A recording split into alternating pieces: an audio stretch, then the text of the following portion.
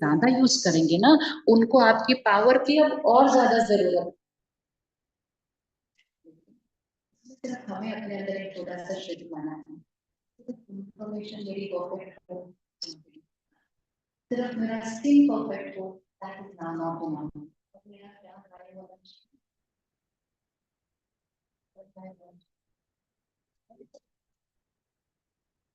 आपके मिलने से, आपसे 5 मिनट बात करने से आपके स्टूडेंट को,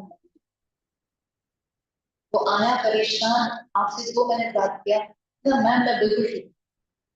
मैं सच्ची में बिल्कुल ठीक हूँ, बिल्कुल मुझे पता चल गया क्या करना है। Without advice, without information, just ignore vibration. संस्कारों से दुनिया चलती है, इंफॉर्मेशन से डरना बंद करें। कोई डरा रहा है बंद कर दे, कोई हमें रिप्लेस नहीं कर सकता। हाँ, ये अलग बात है, हम खुद की वैल्यू को नहीं जानेंगे और खुद की शक्ति को नहीं जानेंगे और आने वाले समय की जरूरत को नहीं समझेंगे। अब वो दुनिया खत्म हो जाएगी जहाँ IQ will be very important. तो हमने मशीन क्रिएट कर दी ना उससे, अब कौन सी वाली है? बहुत सालों से हम इस वर्ड को यूज कर रहे हैं EQ, लेकिन उस पर हम बहुत नहीं कर रहे। But now only that will be needed, because IQ वाला काम कोई और कर रहा है. So we will have to bring that into the school, and no better country than ours. In 20 years, I don't know why I was saying this in every school and college. To tell your children to stop going abroad to study, Bharat में सब कुछ है. And somewhere intuitively I kept saying everyone will be soon coming back. But अब एक अलग journey start होगी। अब सिर्फ भारत वाले भारत वापस नहीं आएंगे, तो देश वाले भारत में पढ़ने आएंगे।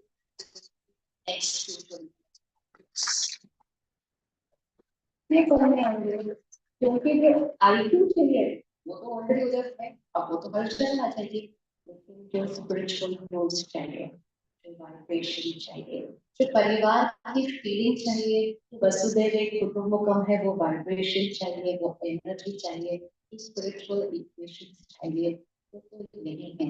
इसीलिए सारी दुनिया ने ऑलरेडी भारत की तरफ देखना शुरू कर दिया है। लेकिन भारत को विश्व गुरु का रोल प्ले कब करेगा? भारतवासी भारत के संस्कारों को और संस्कृति को दूसरे देशों से सीखना अच्छा है, प्रभावित होना नहीं। प्रभावित होकर अपने संस्कार और अपने संस्कार संस्कृति को छोड़ देना, ये कहना वो ही लैंग्वेज है।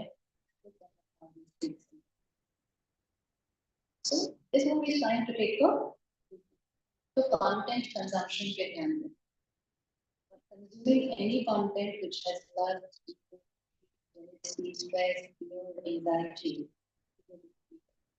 Rising in vibration means only high vibrational content. That's the thing.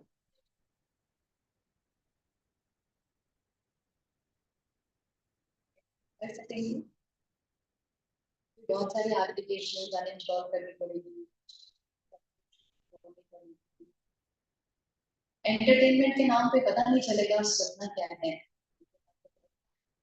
Vibrations ना, क्योंकि वैसे ही आपने ना कुछ देख के कुछ थोड़ी होना होता है उसके बाद। It is only when we go into this lower vibrational state that we need something to stimulate us, to distract us from our pain and make us feel good for some time.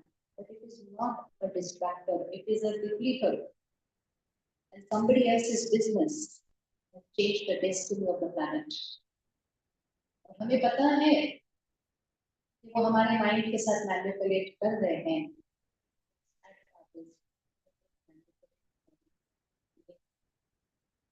The creator of the content will change the content the way the consumer changes their life. पिछले महीने पूरे देश में बहुत दिन के बाद चली क्रिएटर कंटेंट रिस्पांसिबिलिटी। क्रिएटर ऐसे ही क्रिएट कर सकता है, कंज्यूमर जब तक कंज्यूम करता रहेगा क्रिएटर क्रिएट करता रहेगा। आज आप इस होटल में हैं, आप अपने खाने की चॉइस चेंज करते हैं, उन्होंने दूसरी चीज बनानी है। It's their business.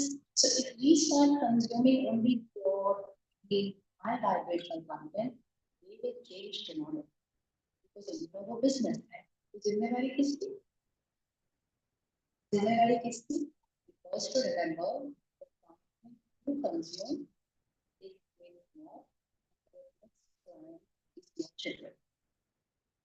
तो जो आप देख रहे हैं now the next client is your child.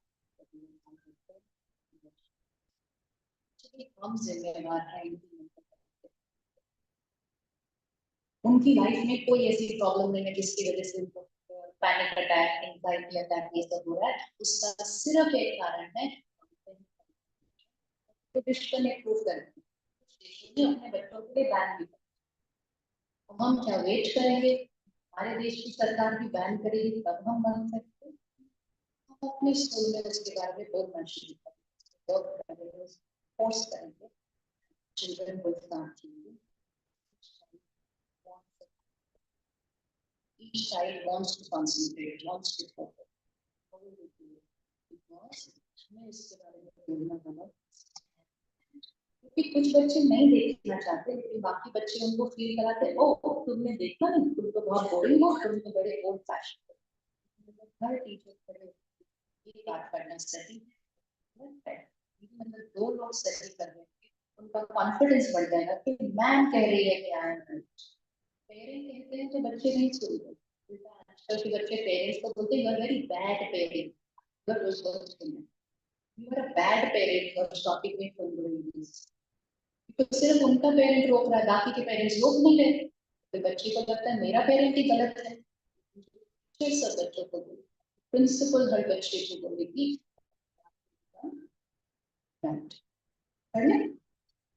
पहले किसके साथ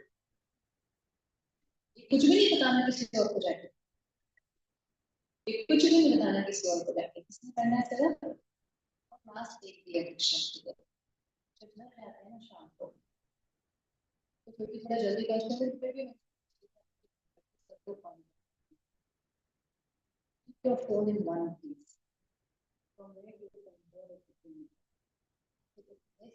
last 3-4 hours of the evening work your mobile into your mind क्योंकि हम आज की जनरेशन में कुछ तो पता है कि कार वाला भी फोन है उनको तो पता नहीं है क्या होता है फोन हम तब भी यूज करते थे के सामने बैठकर गर्दन झुकाकर अनजान लोग उससे घर के रिश्ते उससे बच्चों की मन की शक्ति के ऊपर मोबाइल इंटू लैंडलाइन अब आप देखो चार चीजें आपके हाथ में आके फोटो खींचने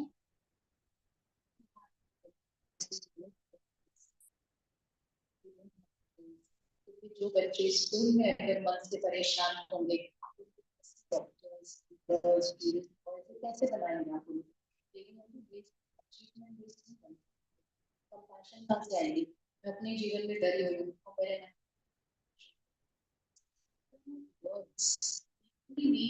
this battery needs to be लेकिन आज की हमारी लाइफस्टाइल इस बैटरी को क्या कर रही है सबसे पहला इक्वेशन हमको सिखाना है कि संस्कार से संसार है उनका संस्कार दूसरा इक्वेशन हमको सिखाना है we are emotionally independent our every thought and emotion is created by me not by situation and people संकल्प से सृष्टि बनती है सृष्टि से संकल्प नहीं बनती संकल्प से सृष्टि बनती है my thoughts create the world not the world creates my thoughts today we are living opposite law law के opposite चलेंगे तो रिजल्ट संस्कार से संसार बनता है दूसरा संकल्प से सृष्टि बनती है तीसरा संकल्प से सिद्धि जो हमने शुरू में एक मिनट रुककर संकल्प दोहराए वो हमें संकल्प दोहरा रहे जिसको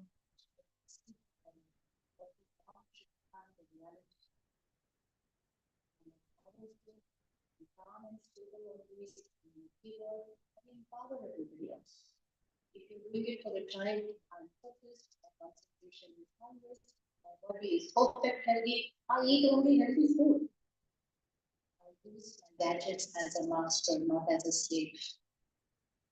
साधन को मालिक बनकर उपयोग गुलाम बनकर क्योंकि आने वाले साधन को फिर हमें पूरी तरह से गुलाम बना देंगे अगर गुलाम तीसरा क्या है, संकल्प से सिद्धि। Many schools have started this, that at the end of their morning, repeat 5 संकल्प together. Everybody. ये एक easy चीज है, और ये बड़ी सी मैजिक। जिस संकल्प को रोज दोहराएंगे, उससे हो जाएगा। 25 साल का हमने कहा, I am stressed, you are stressed, we are stressed, to stress, तो हमने सिद्ध कर दिया इस प्लैनेट को।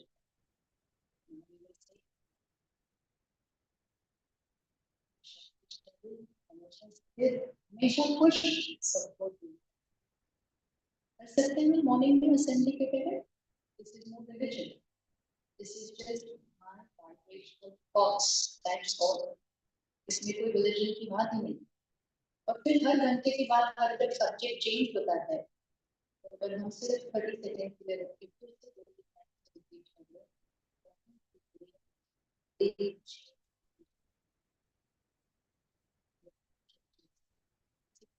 you'll find your children different. Example, classification,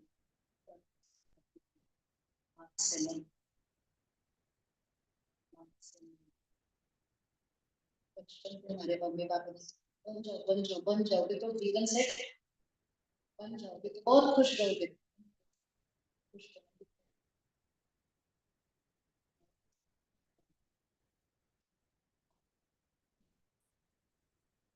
खुशी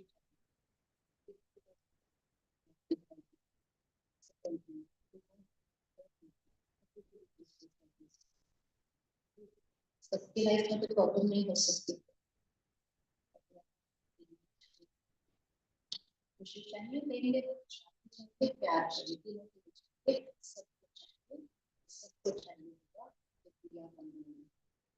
अगर हस्बैंड एंड वाइफ दोनों करेंगे चाहिए, तो देने वाला कोई नहीं।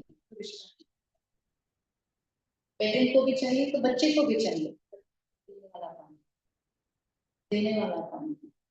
So we created a society which was performance-oriented society. Praising also performance, awarding also performance, endorsing also performance, and ये भी बोलते हैं यही success, सफलता। भाषा बड़ी अच्छी है। हर शब्द के पीछे एक वाइब्रेशन है, हर शब्द के पीछे सफलता की एनर्जी कैसे होती है?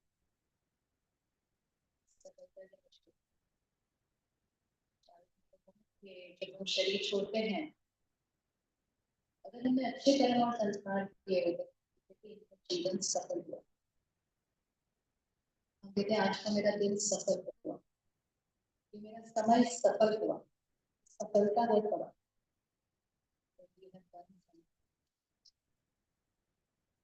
सफलता की एनर्जी ऐसे होती है, आजकल हमने सक्सेस को ऐसे बना दिया। Human nature is like this. Teach your children to become a giver. Then like this. Rich oxygen देना बंद कर देना तो वो मुरझा जाता है। नेचर की तरह देने की सब कुछ मिलता है।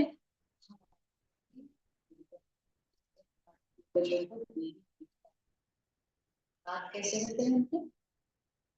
हाथ कैसे होते हैं? एक हाथ, दो हाथ, चार हाथ, कितने भी हाथ दिखा दो, हाथ कैसे होते हैं? देने वाले। जिनके हाथ देने वाले होते हैं, एक वाइल्ड लाइफ का सर्कल दिखाते हैं। Spiritual portion highest, which is highest if I am a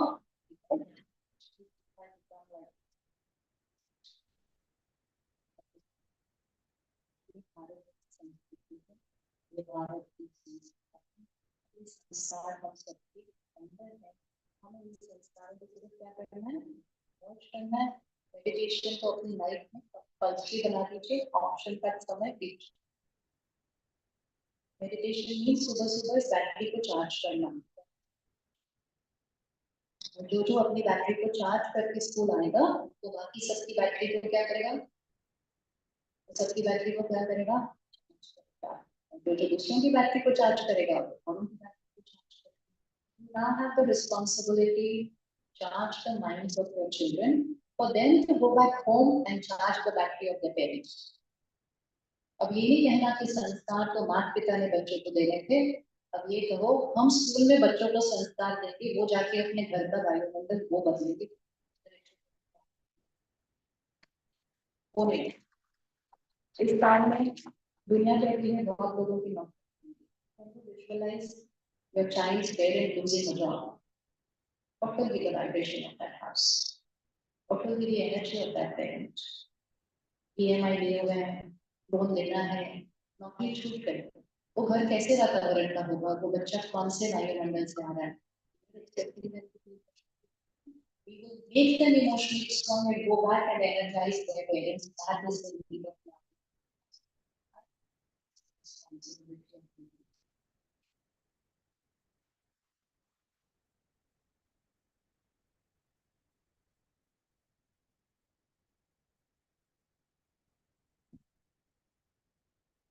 Thank you, Sister Shivani, for filling our mind with clarity and our thoughts with peace. Your words were not just spoken, they were felt. May we carry this light forward in our thoughts, words, and action. We are grateful to you for gracing the occasion with your presence. I now invite members of the Executive Council, Ms. Chalumani, Ms. Alka Singh, and Ms. Rashmi Malik to present a token of our gratitude and reverence to Sister Shivani on behalf of the entire GTSC family. Sister Shivani, we are truly honored to have had the privilege of listening to your inspiring words. Thank you for being with us on this momentous occasion. Om Shanti.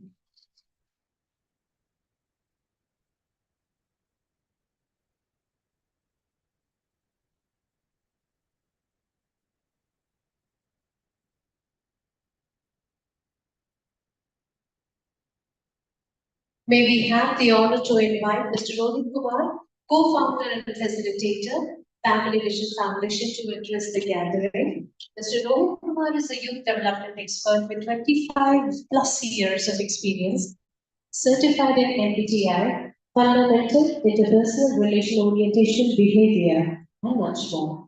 He empowers young minds through transformative workshops. We request Mr. Vaibhav Kapoor, Ms. Nirmal Yadav to convey heartfelt thanks to Mr. Rohit Kumar, co-founder and facilitator, Family Vision Foundation, through a token of gratitude. I'm so sorry. Sir, may we have you on the stage, please, first?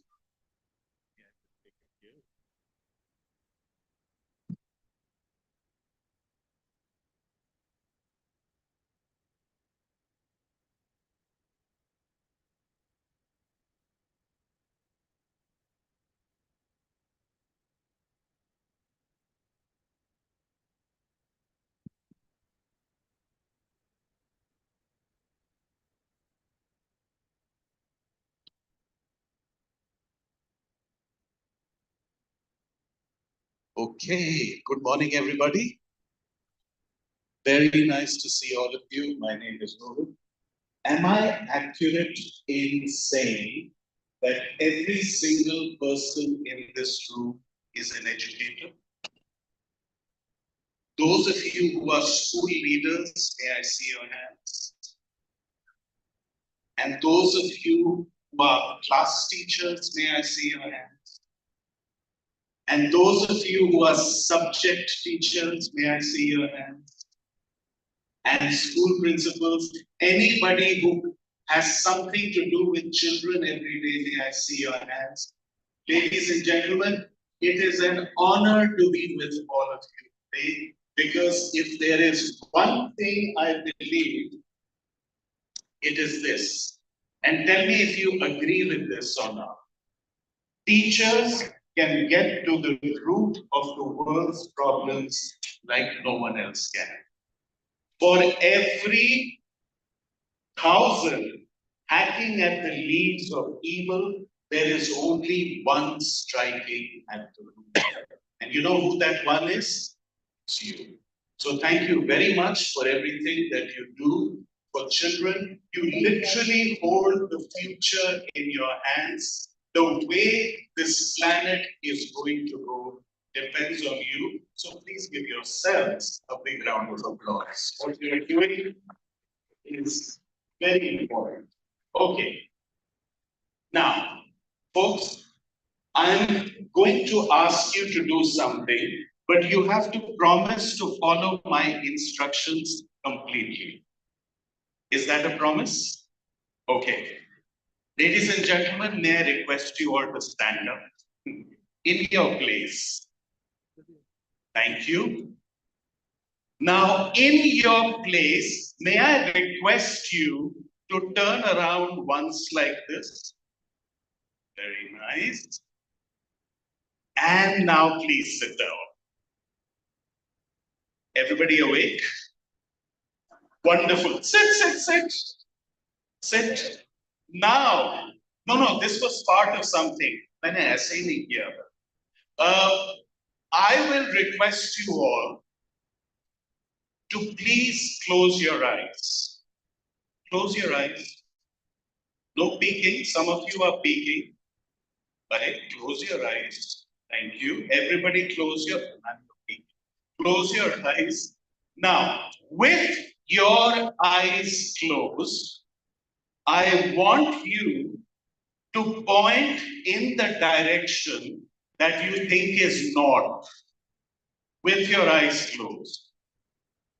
Point in the direction you think is north. Come on, everybody. Let's see your hands. Everybody, point in the direction you think is north. All right. Now, while you are still pointing, keep your hands up. Let me see your hand. Come on, everybody. You can do better than this. Let's see your arms now. With your fingers still pointing, open your eyes and look around.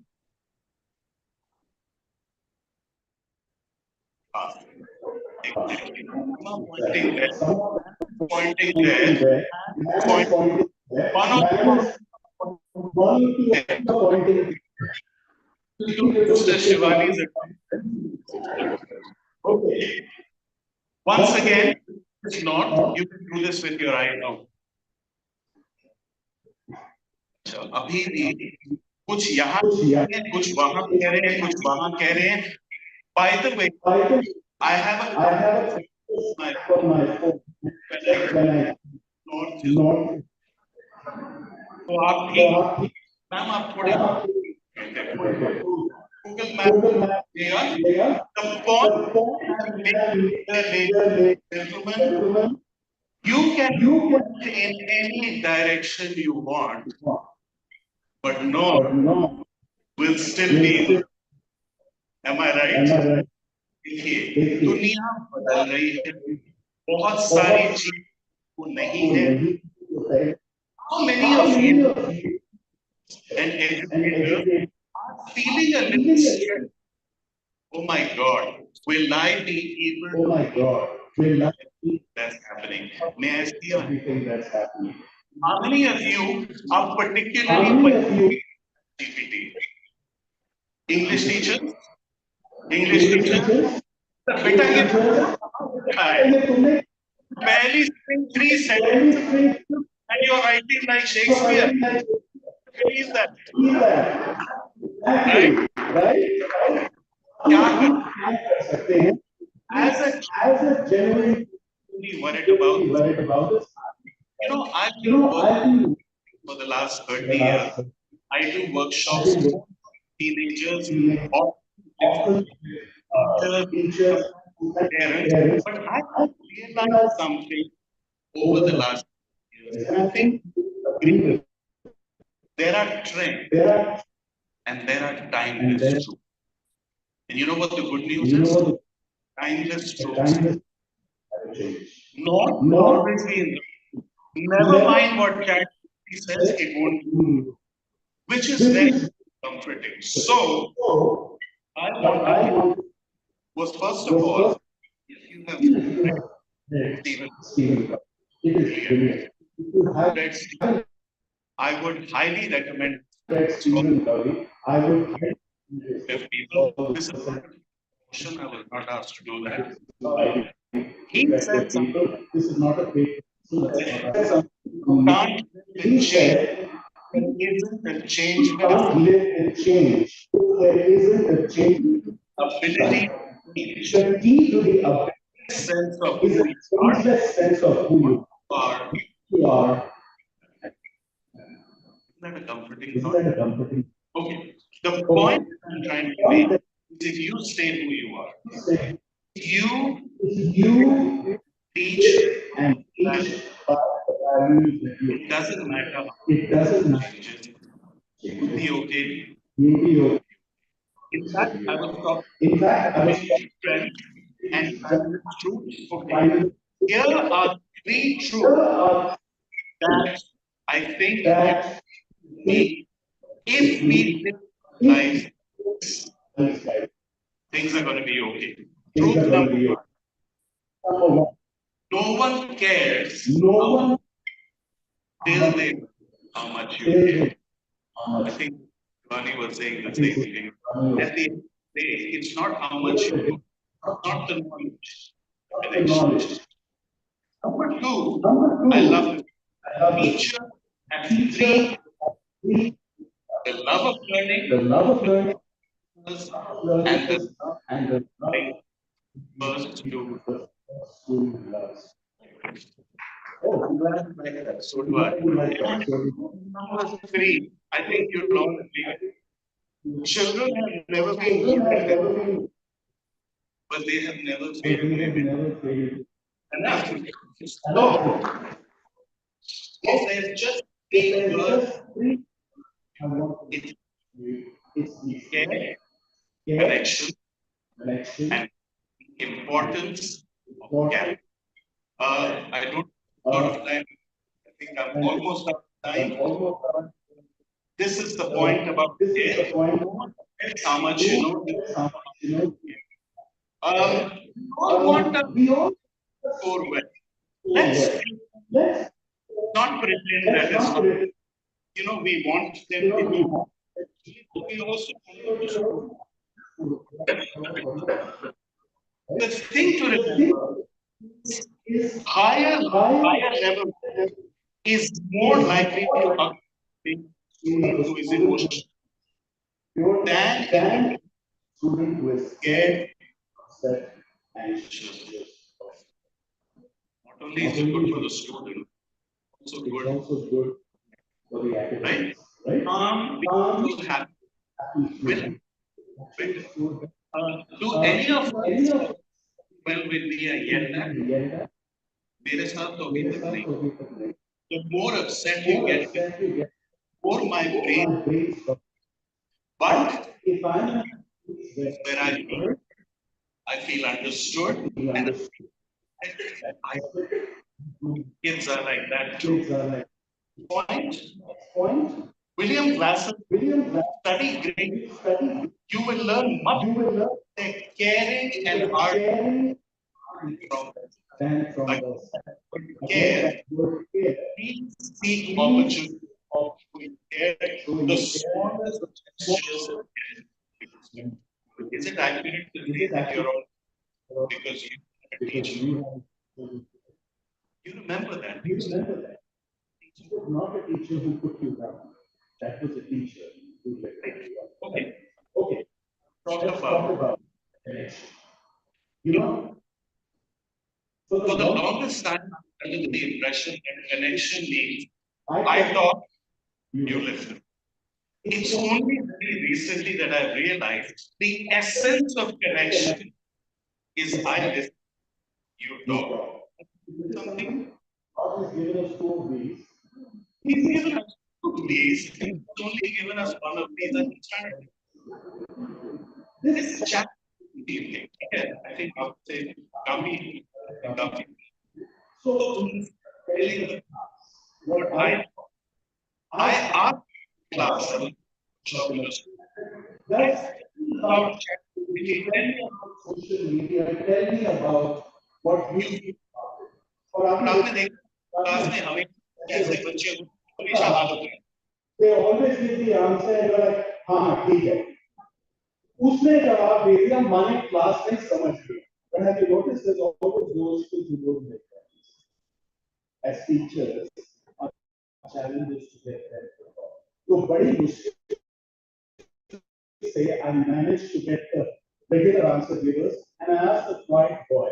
I said, I see a hot bubble above your head. what are you thinking? You know what he said to me? I thought this was the best thing I've ever heard, and it came from a child. He said, sir, ChatGPT and social media are like the oregano and chili flakes on the pizza of our lives. Wow!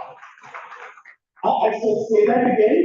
He said, ChatGPT and social media are like the oregano and chili flakes on the pizza of our life.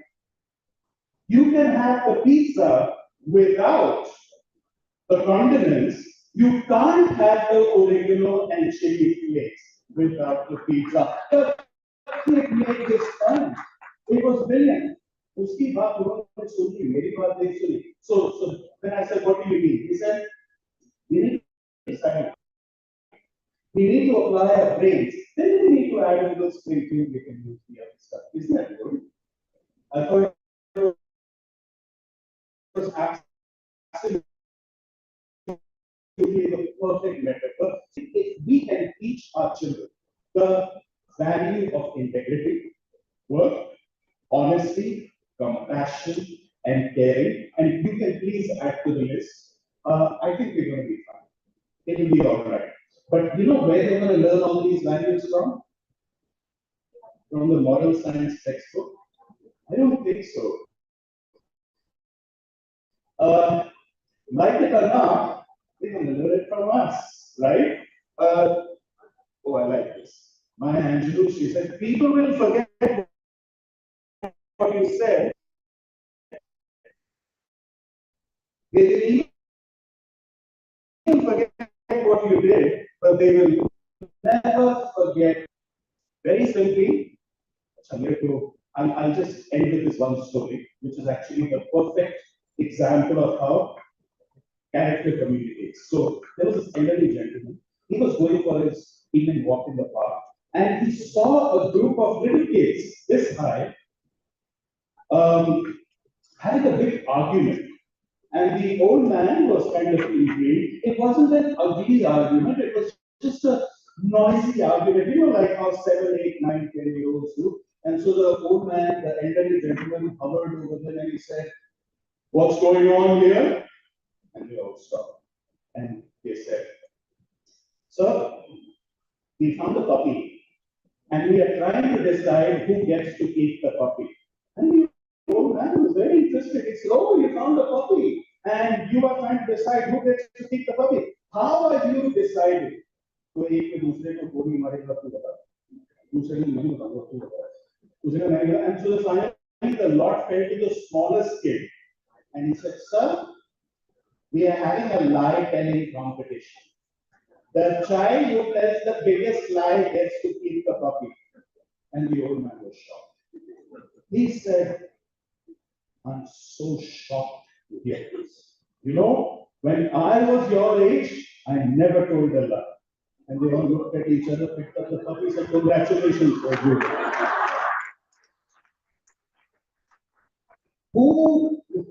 Who are we fooling? Who are we fooling, right? Our kids know it all anyway. You know what? I don't think the challenge here is to be the perfect teacher. It will never happen. The challenge is not to be an infallible human being. That will never happen. But I think if our teachers, our children can see a daily example of someone who is doing their best, and even if they fall, they get up again, they apologize, they try again. Oh, they will love you forever. May I end with my favorite poem, if that's okay? Okay, here it is. I'd rather see a sermon than hear one any day. I'd rather one could walk with me than merely tell the way. The eye is a better pupil, more willing than the ear. Fine counsel is confusing, but examples always clear. I soon can learn to see it if you let me see it done. I can watch your hands in action, but your tongue too fast laid up. The lectures you deliver may be very wise and true. I'd rather get my lessons by observing what we do. Thank you very much. Sir, thank you so much for your inspirational address. Really.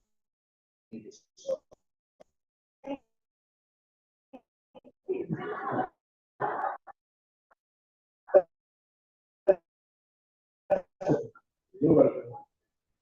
Please talk. Ms. Vipender Kaur and Ms. Nirmal Yadav to convey our heartfelt thanks to Mr. Rohit Kumar, co-founder and facilitator, Family Living Foundation, through a token of gratitude. Thank you so much, sir, for coming here and being with us and delivering this inspirational address. I'm sure all of us will make the most of what we've learned with you.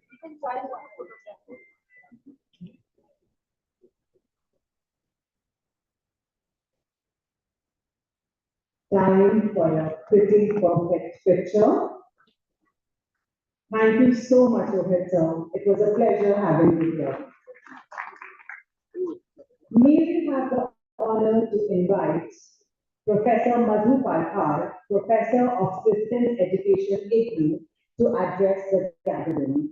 Ms. Madhu Parkar, a leading voice in open and distance education, brings over 25 years of expertise in instructional design, online learning, and teacher education. Ma'am has held key roles in IGNOU, SENCA, Jamia Millia Islamia, and Babasam Open University, shaping digital education across India and Asia with lasting impact. The stage is all yours, ma'am. Ms. Madhu Parkar.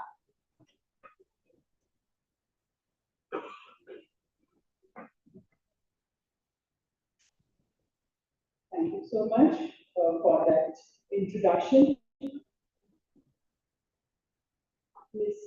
Charu, Principal and Chairperson of the GPAC this 23rd annual meet, all the founder members of the GPAC, the principals, all the experts, and my co-panelists who are there, who will be speaking, the teachers, and all the Alpha students. Sister Shivani has left, but I thought I must acknowledge for her powerful communication and excellent content, peaceful soul, and peace on her and brought a peace to all of us. So, to begin with the brief topic of this just 10 minutes discussion or interaction or whatever you say, the presentation today is the theme of this meeting, today's meeting, nurturing generations, alpha to beta. And then I added the world of learning lessons from the 52 countries. I'll stand here, the introduction has been given, but I stand here as the trustee of Education Technology and Management Academy. Many of you know because you must have attended many training programs being organized by Education Technology and Management Academy. So, the generations of learners, when we talk about, because the theme is from alpha to beta, but I thought, let's see what are the generations. So, it goes from baby boomers to millennials, to Gen X, to Gen Z. And I know I belong to baby boomers. Many of you are maybe from the millennials or Gen Z, but I'm from the first one. As Sister Shivani said, I don't know, technology maybe we learned, but when I was born, with technology. Now, because all of you are the educators there in this we see how the education has been for all these generations. So the baby boomers, it is a traditional classroom, all of you will agree. The focus was on the textbooks and lectures, and that too unstructured lectures. And it was just a face-to-face interaction between the teacher and the learners, or you call students. Gen X, it was a mix of traditional as well as the non-traditional methods of teaching learning. It was little bit of flexible classrooms, and the Gen X students, the learners, they were little more independent than the baby boomers. Millennials, they started using technology, they started collaborating for their learning, and they expected immediate feedback from the teachers as well as the peer group. Z, they were very comfortable, they are very comfortable with the technology.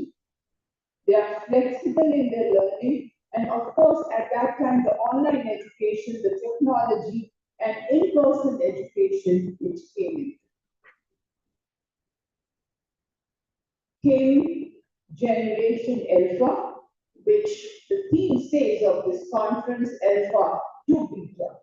So the Generation Alpha is 2012 to 2025, that is what is present here. We'll not get into the characteristics of the Generation Alpha, but all of you know that. Very quickly, because we have I have 10 minutes assigned to me. Generation Beta, now 25 from here to next 2039. I don't know what will happen in 2039. Unpredictable life, but technology, people will say the technological industry, they will say it is predictable what the technology will be. Because it's changing every day, every 6 months, every year. So maybe they have, not maybe, they have predicted what the technology will be. Life, I don't know, I'm not too sure, but the Generation Beta, who are with each one of you, with me also as a teacher, they are innovative, very adaptable to the new situation. I'm not only talking about the technological changes or adaptability, otherwise also they are adaptable. Tech savvy, and they are highly connected. Highly connected, all of you are, maybe you are, we are in Generation Alpha also, because many of you must have sent pictures to your friends, to children, of what Sister Shivani said and what is going on, what all you had in the breakfast outside. So they are Generation Beta or the Generation Alpha is highly connected. From here, because again, all of us, we are from the education background, so I thought you all know by just what the generations, we have the generations of learners, now what are the generations of education? If we go from education 1.4, it was rote learning at that time. We thought one size fits all. We still think that one size fits all. 40 students, they can learn in the same way. Lack of technology, that's what education 1.0 is. From there, we move to education 2.0, limited use of technology, and if you now compare with the generation of learners, baby boomers and then the millennials, there was in education 2.0, limited use of technology, however, little more active learning in the classrooms. 3.0, teachers who schools, they started integrating technology into the classroom. Flipped classroom, all of you are aware, it came into our lives, the teachers' lives, the schools, everyone, they started using the flipped classroom. It became student-centered learning. And especially all of you, you have started working on that. So that's what Education 3.0 is. Education 4.0, which maybe we will say at present, it's AI-based learning. We were just listening to him, the Chat GPT, what Chat GPT is doing, or Copilot, or Perplexity is doing to our learners, to all of us. That's what all the AI-based learning is. Good or bad, it all depends how it's being used. But it's not going to be stable there. We are going to have much more. Like earlier, ChatGPT was giving us the text information, but now it can create a video, it can create pictures, and so on and so forth. So the technology is not going to be one there. There are going to be innovations in that, and who knows what comes next. So Education 4.0, it's AI-based learning, personalized learning. All of you, again, as teachers in schools, you are done. She's showing me time up, just 1 or 2 minutes. Technology is at the core. Now, quickly going through, so what NEP says?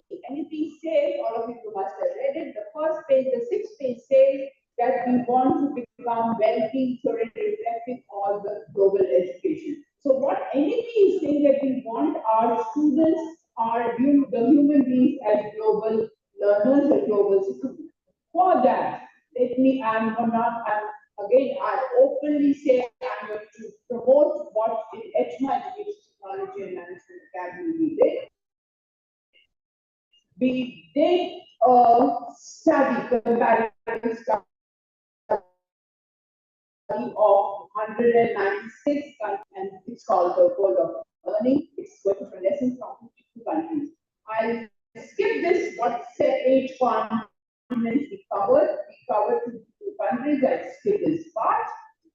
Methodology, of course, it was basically, we never visited 52 countries, but it was a desktop research work. This is important because it's going to be relevant for each one of us as teachers in the school. That what all it was studied, because it's going to have an impact at one place what we have. We learned about what education policies these all 52 countries had. And everyone, all the policies they were doing as just in time, and some of the content were given. We studied the structures of various educational systems in these countries. It was the curriculum. We studied the comparative of what the curriculum is in all these. Teaching and learning. How countries they are emphasizing on the teaching and learning, and many of them they are on the interactive and group learning. So all these points were covered in this research. The last important point which I want to make is peace and happiness education. Just 2 more slides. So what is the conclusion of it basically? The conclusion of this work, what we did, was the SDG, we all know, the countries, the world over are working on it, and it is on all countries we are working on it. So education 4.0 promotes education 5.0, which is not alpha, beta, or technology driven. We want global peace and harmony. That's what I think the message Sister Shivani also gave.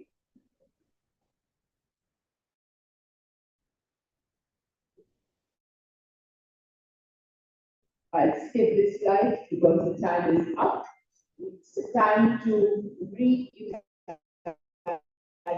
our education. The book is outside, we have displayed, and as requested, we have the folders. It's outside, you can see that. Thank you so much.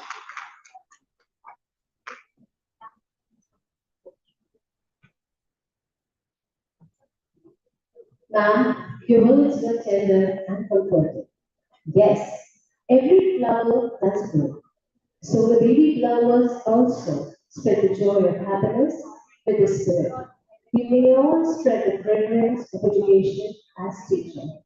Thank you, ma'am, for your kind words and excellent insights. We request Ms. Vita Chauhan, Ms. Anita Lokar, Dr. Indu Kejripal, and Charuna also to kindly come up the stage and felicitate ma'am. I request our dignitaries to kindly come up the stage. Ma'am, yours has been an excellent thought. Ma'am, that's a token of reverence from all of us. Thank you very much for spending your valuable time and being here with us and inspiring us.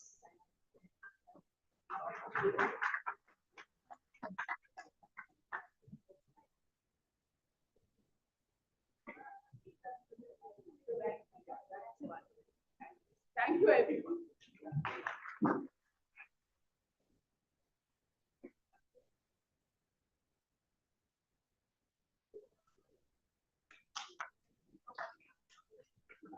Thank you so very much, ma'am. Thank you for doing the honors. It seems our audience is a little tired. Can we have a huge round of applause for ma'am?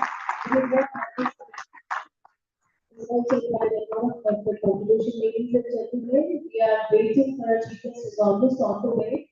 So oh, he's almost there. Can we have a huge, thunderous applause for our chief guest, Dr. Himanshu? Mr. Himanshu, sir, is on the way? Oh, yes. We are having our chief guest. He's almost on the way. So within a short span of time, we'll be able to meet our chief guest.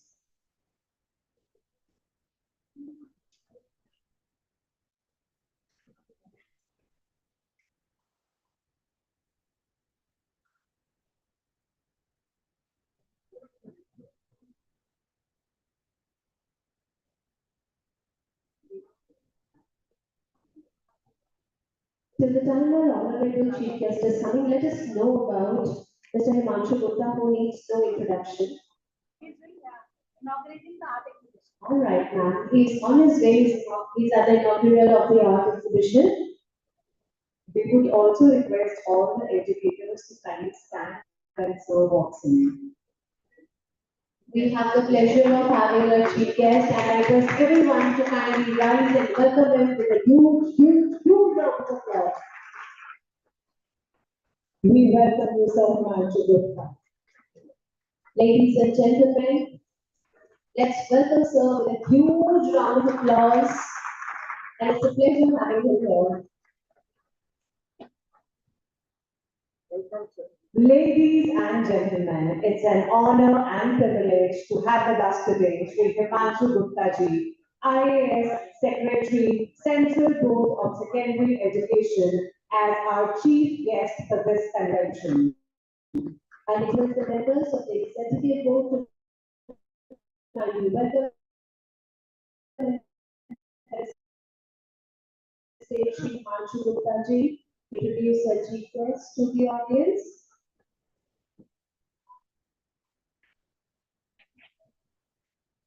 Please join. Please join. Thank you so much, Himanshu sir, for sparing your very, very valuable time and gracing this event. It has added immense value to our GPSC convention. Thank you so much. We are grateful from the core of our hearts. Please join. Himanshu sir, as you can see, that we have the current GPSC executive body, and our founder members who have joined in. They are taking the beacon of light forward. This is the 23rd convention, and as you know, that every year a theme is well thought of, well executed by GPSE. Now we are a cohort of 50 schools, and today there are 14 non-GPSE schools who have also participated. A huge round of applause for those 14 schools who have participated today in the convention. Join the family story. Thank you so much for being here with us. Over to you, Rashmi ma'am. Thank you so much, and good morning, everyone. Very proud to be here to introduce one of the dynamic personality of CBSE. Himanshi Gupta ji, I will be talking about you because we have many teachers here in the conference, and they may not know the various initiatives which we have done because all of us different schools know what we talk a lot about it. So he is IAS 2012 batch of out, and another engineer after systems learning, BTech from IIT Delhi in mechanical engineering. He has held a lot of assignments, a few of them are on this program. He worked as SD in Delhi. So Delhi we also developed schedule in year 2014. And then he was Deputy Commissioner in Long Being District, Arunachal Pradesh. He also was Special Secretary, Chief Minister of Office and Education, 2020. He was Secretary Planning, Information and Public Relations Department, and Special Secretary, Chief Minister Office of Arunachal Pradesh. He came back to Delhi in October 2020 during COVID, and he was DC of Gurugram. And then he became Director of Education Government University of Delhi in October 2021. And under this leadership, a lot of changes happened in government schools. We all know about that part. And since December 2023 till now, he's CBSE Secretary. A few initiatives which he has taken as Director of Education in Delhi. He introduced foreign languages in government school. This was something very unique which he did. He started armed forces preparatory schools in Gurugram. He also introduced CM Science Talent Search Program in Delhi. Introduction of Desh Bhakti curriculum. I hope that you all know about that Desh Bhakti curriculum. That was his initiative. And entrepreneurship curriculum. Introduction of Business Blasters program in schools of Delhi. And the list goes. I go to the entire list if I have. But as CBSE Secretary, he has already established 6 new regional offices and 6 sub-regional offices. And then he also, I mean, this is something very surprising to me when I saw that he won Triple Stadium, if I'm not wrong. Yeah, that was his key initiative. So give him a big hand, ladies and gentlemen. We have a dynamic personality in the US, we have now CBSE operation, and we are very confident whenever we see you, we know that you are approachable, we will be able to take care of all our issues with CBSE. Thank you so much for being here, and my personal connection with him has been through Heartful Education Trust. We both follow Daji and Sister Shivani, so that's the common platform I can talk about. So warm welcome once again in Kochi, and the stage is all yours. Thank you so much. Give a big round of applause.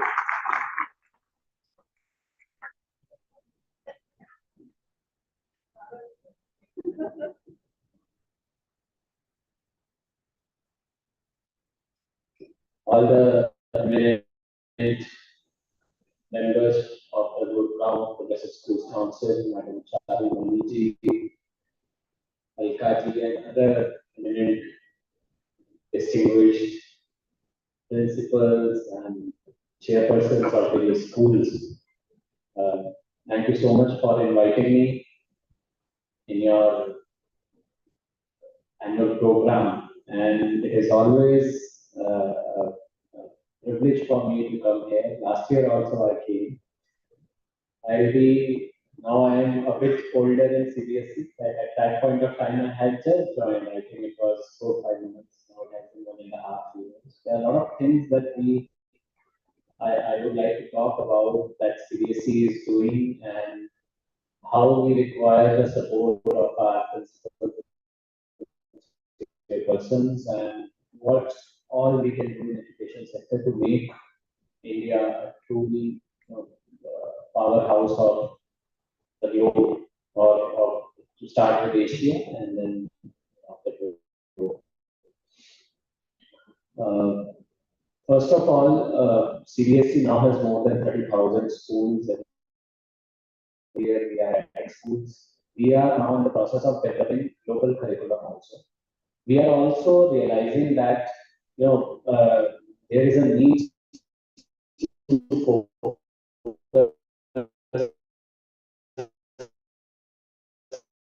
right in early years to make academic assessments, and we are in the process of developing primary years curriculum also. Our idea is to take the best practices from various boards and also various countries so that we come out with a good comprehensive primary curriculum.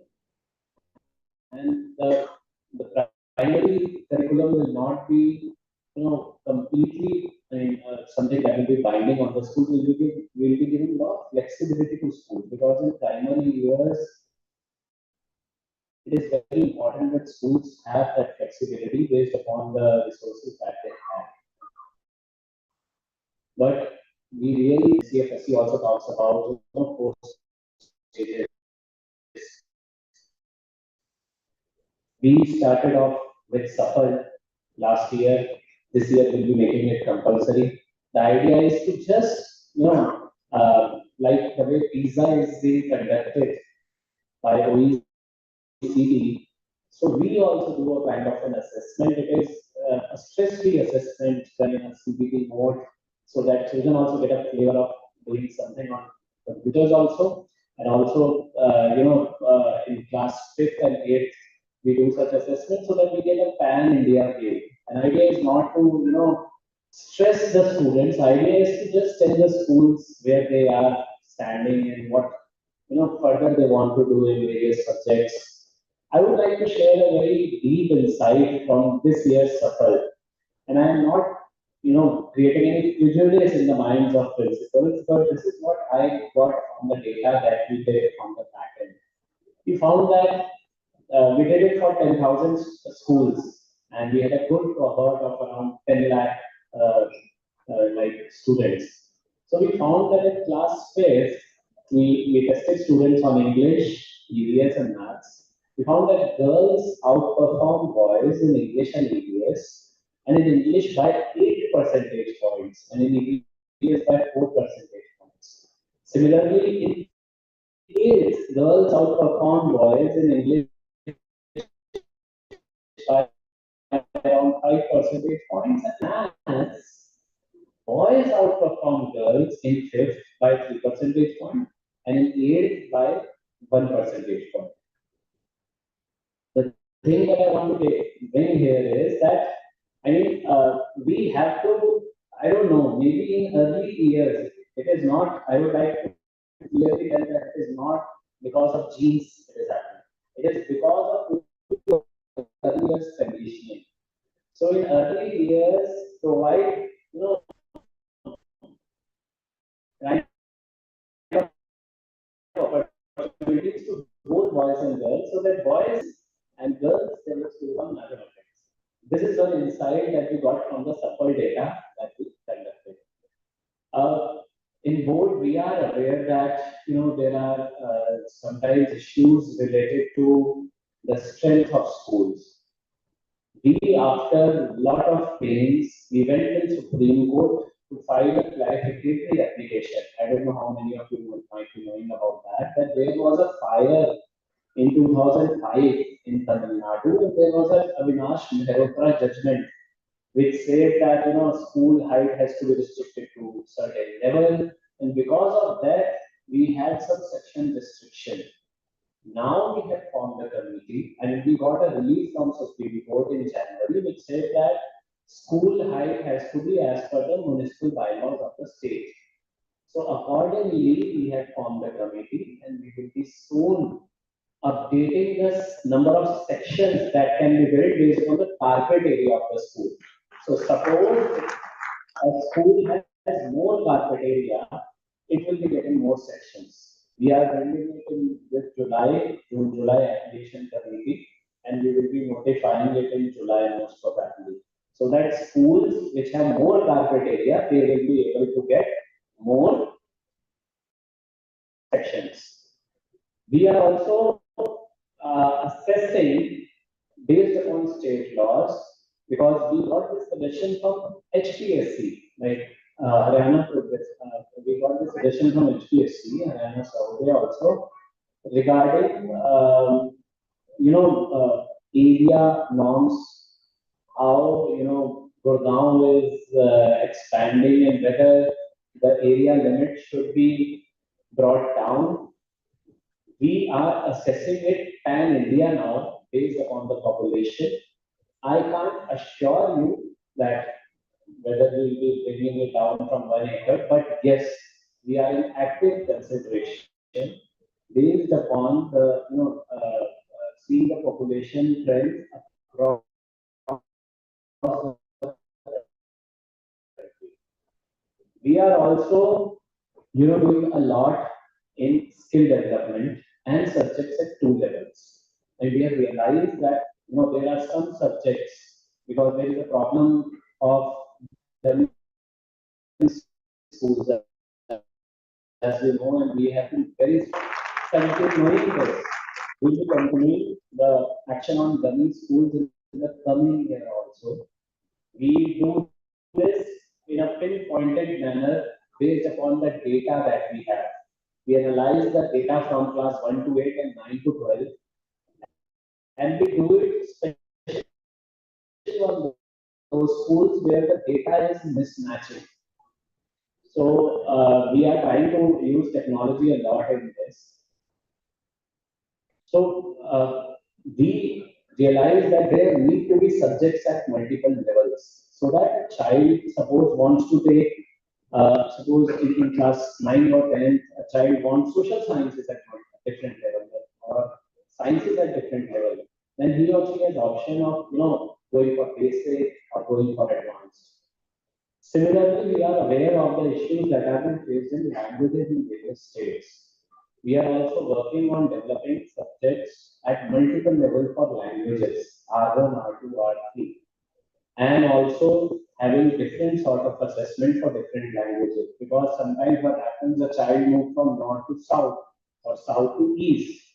There suddenly, suppose a child goes from Delhi or Gurgaon to Telangana in class 9, and then he has to study Telugu. And obviously, he can't compete with a child who is studying Telugu from class 1.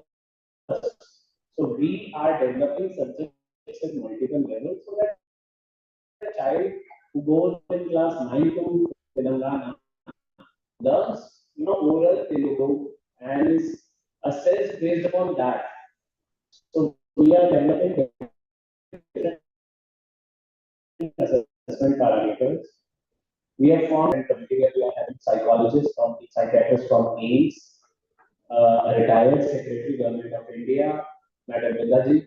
We are having academics team to see how schools can become center of advanced studies in second half.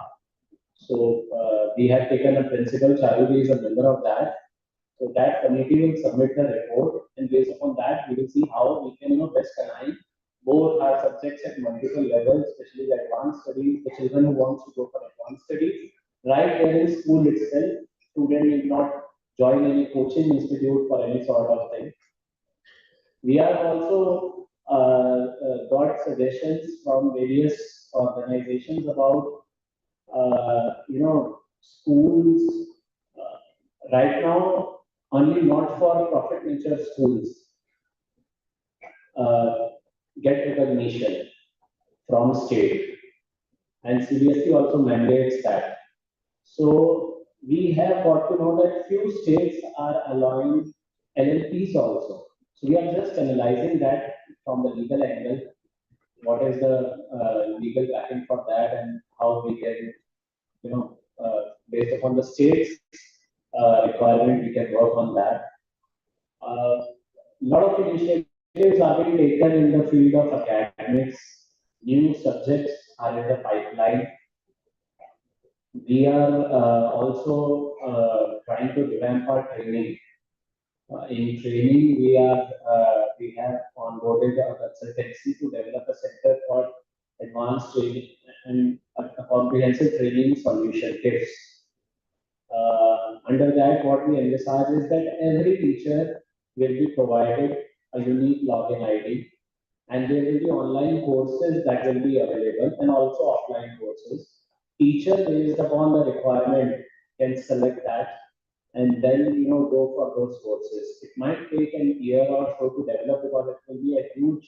We have around 15 lakh teachers with us. So to make of that level, we have to have a comprehensive ERP. But yes, we are in the process so that if a teacher moves from one school to other, he or she is able to carry those credits or in a way those trainings that he or she has through the system to the school. So in training, that is the area that we are looking at. Skills also, NCRT is going to develop, is bringing new skill and framework. You will be hearing about that by next year. A lot of deliberations are going on how skill will revolve around it. We have issued a notification regarding composite skills labs. That will be in line included whenever NCRT books come, might be shifting to composite skills. That is one new thing that will happen. Regarding foreign languages, we would like to mention that CBSE, obviously we follow NEP, but foreign languages are also very important for us. So we are working on ways to find how we can, schools which want to provide foreign languages in their schools, they keep on doing that. We are aware of the issues that are there, but we will be taking care of those issues. But one or two areas where I would like schools to focus upon. One is that, principals need to develop the leadership capability not only in administration but also in academics. Because what we see that a principal is generally majorly focusing on administrative aspects. A principal is not able to spend time on academic aspects. Academic enrichment is a core goal or a core objective for any school. So principals must spend sufficient amount of time on academic enrichment. Career counseling and career is now playing a very important role. So every school must have good career counselors so that children get to know about various careers that are available. Now in India also, like, there are a lot of universities that are coming that are focusing more on overall personality of a child. So they are taking board scores along with the CVs and the kind of work that children are doing. So try to have, career counselors who have complete idea on, what is going on in India and abroad also. We are trying to establish global equivalence for CBSE vis-a-vis other boards. Like recently we had meetings with a lot of US universities and we found that, and we have a lot of universities have started giving credits, advanced credits to CBSE.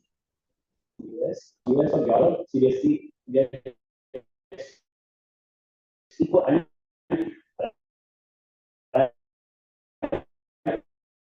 Now also in top university you will find that CBSE score 12.5% get given grade in each subject. So those are being considered by universities while taking admissions. So idea is also because we are one of the biggest board across the globe, having 30,000 schools every year, 40 lakh students in 10th and 12th sit for board exam. So we have a huge, credibility, and there is, so we are realizing that a lot of universities across the globe are also now approaching us that they want to establish that sort of equivalence. So career counseling, social emotional counseling, Didi must have talked about that. That will play a very, very important role. Parenting, we have recently released a parent handbook. I would request all the principals to go through that because interaction with parents play a very, very important role. And there are schools which are organizing parental competitions in sports and arts.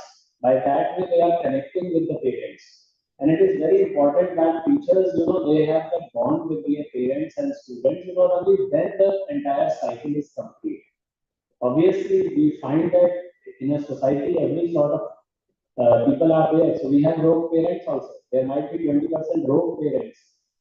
And that demotivates a teacher a lot whenever you find a rogue parent that these days parents are, taking sides of children despite children doing,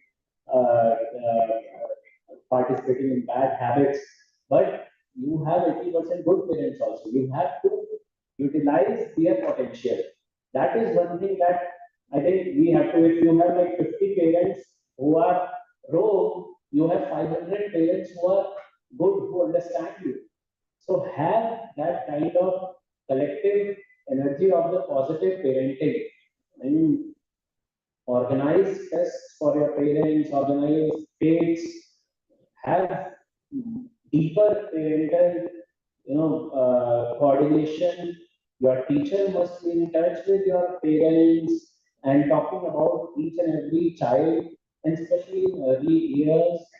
And we expect that, early years, since they play a very important role, that you empower your primary teachers. So schools must have policies where primary teachers, special education teachers get promotional avenues. Sometimes what happens that primary teachers do not have adequate promotional avenues. Is there any PRT here who is a principal? Only one. Okay, we have. So that is one area where we have to work. I mean, management must provide opportunities to even PRT to become a principal or a special education teacher who is a principal. I have met only one special education teacher as a principal. I think that was Sriram Basant Vihar, Pooja Thakur. So why not a special education teacher heading the school or a primary teacher heading the school? So school has to create that culture where opportunities are given to each and every teacher. If a teacher is good, has administrative capabilities, then he or she should be promoted. There should be less of nepotism and more of, identification of the talent. And only then you can, create that environment in school where children also feel motivated by their teachers or principals. So a teacher is a role model, especially in early years for the children, because children only interact with parents or their teachers maximum of the time. So create that positive culture in your school. Have community development programs also. We feel that in initial years, if children are, they are exposed to various community development programs or they are given action research programs. So maybe in school you can have sort of action research going on any subject and let children be part of that. That really opens up their mind. When we say in NEP that we have to make inquirers, we have to have critical based thinking, that inquiry has to start in project way. And CBSE, I mean, we gave a lot of flexibility till class 8 at least. So why not have, projects of in your area, suppose a school is in Gurugram, then what about solid waste management? How is that happening? Let children do, a group of children select the projects and do an in-depth research on such topics and bring out solutions. So I know a lot of schools are doing a lot of things in that, but these are the areas which will play a very, very important role. AI, now there are a lot of talks about whether AI is good or bad, but let me tell you that let teachers be aware of, I mean, during your teacher's training, it is very important to get judge something only when you know it. So let teachers get an idea of how AI is being used these days in preparing assessment modules or the unit plans, so that they get an idea or how assignments are being made. So that whenever a child submits an assignment, at least teacher gets to know that okay, is it copied from AI or is it an original work? So basic AI training, that's why it's very important for teachers. I would just say that whenever such sort of gathering happens, try to have one theme and throughout the year you work on that theme so that you can measure the the outcome of the council. And once again, looking forward for deeper collaboration with GPSC, a lot of things we can do together, and my best wishes to the entire school fraternity. Thank you.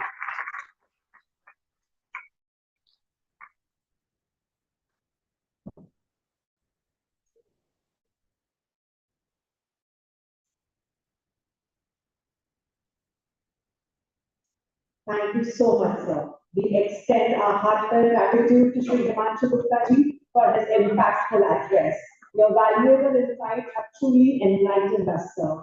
We now request Ms. Charu Mehri, Ms. Sandeepa Roy, and Ms. Alka Singh to present a token of appreciation to our esteemed chief guests. Thank you so much, sir, for being with us today and apprising us about the consistent efforts of CBSE in ensuring quality education. Your valuable insights, your presence is definitely a blessing. We were looking forward to your inspiring words and you being here and addressing and apprising us.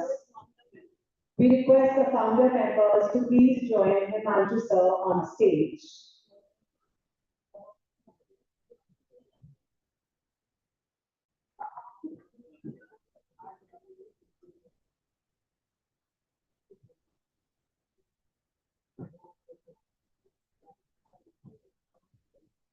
Mr. Himanshu Gupta, our chief guest for the day, is on stage with the founder members.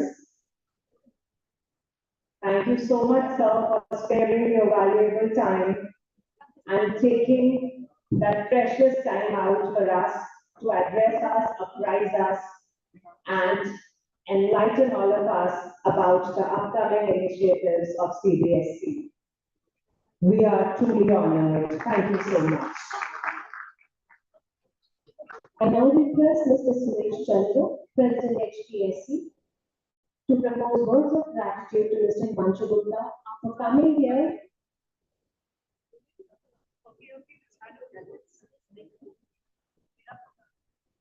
Sir, amidst your illustrious presence, we request you to unveil the GPSE Sahodaya yearbook. The yearbook has been published by National Book Trust. We have the NVT stall right outside this hall. We request the representatives of National Book Trust to kindly come on the stage. As we stand for the brink of a new chapter, it's time here. It's time to launch GPSE Sahodaya Gurugram yearbook. May I request the founder members, erstwhile chairpersons, and executive team to kindly be at the dais and be a part of this wonderful moment. We request our distinguished chief guest, Shri Himanshu Gupta to launch the book, the member schools, on the theme of the conference.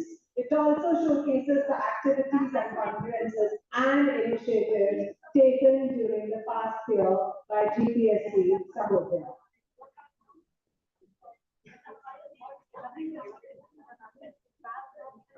Here we have a combination of countless memories in the form of this year's yearbook.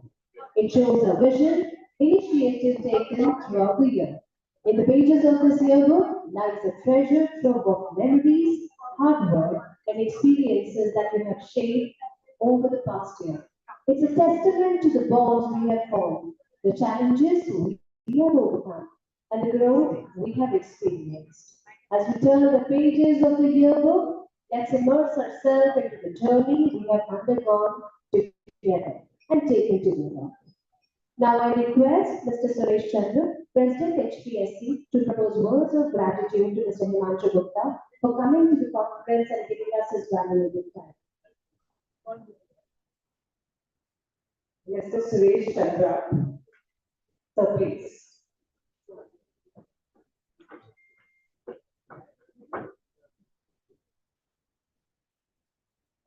Good afternoon. Good afternoon. Thank you.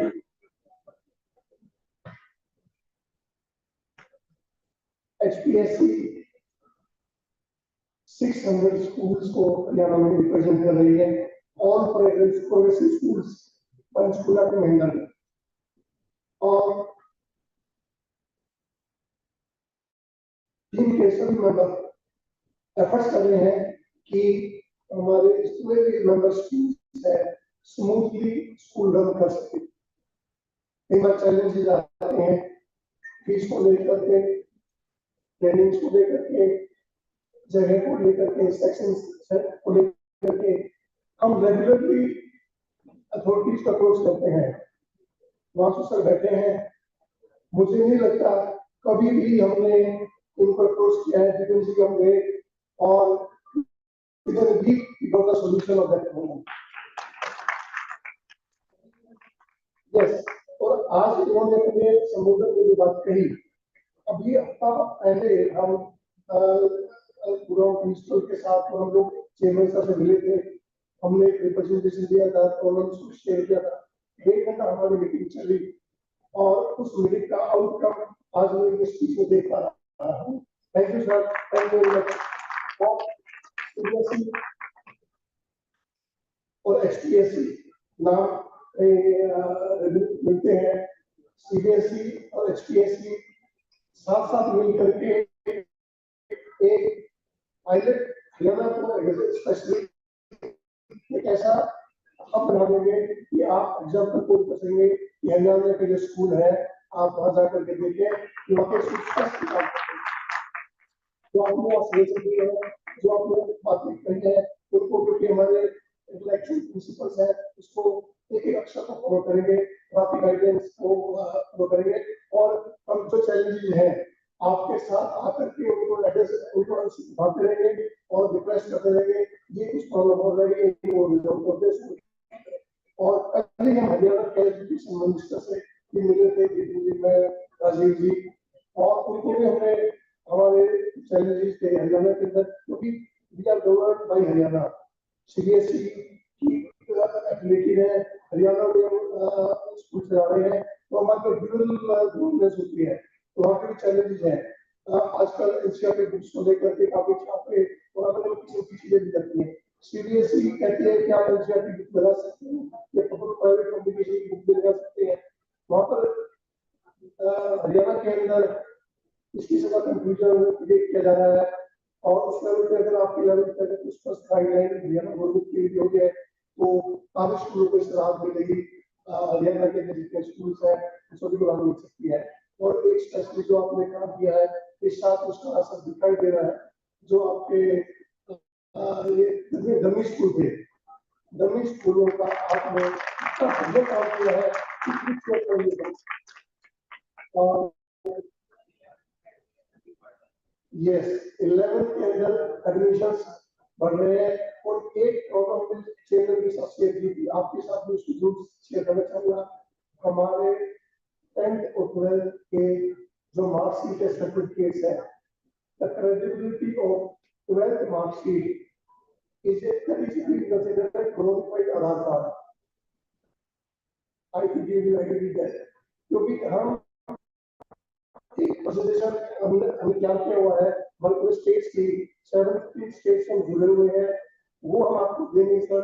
आप खुला करके आप उसको देखें, हमने suggestion भी दिए हैं, उसके अंदर आप कुछ कंडीशन बोर्ड के मार्क्स कुछ ना कुछ ऐसा एड कर दें जिससे कि गवर्नमेंट स्कूल भी रोक लगेगी और स्कूल के अंदर 12th के एग्जामिनेशन का सिलेबस का वर्किंग का इम्पैक्ट आएगा और सीरियसनेस बढ़ेगी और केवल स्कूल में कोचिंग सेंटर की तरफ बात मिलेगी।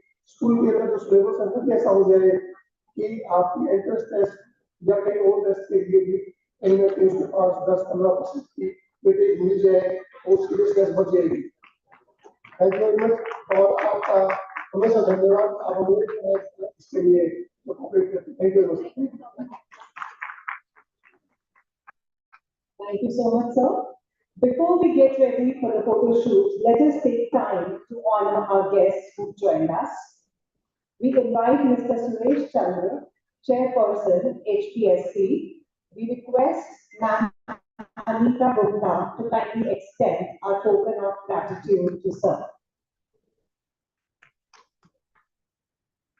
Mr. Suresh Chandra, Chairperson, Haryana Professor Schools Council. Thank you, sir, for being with us.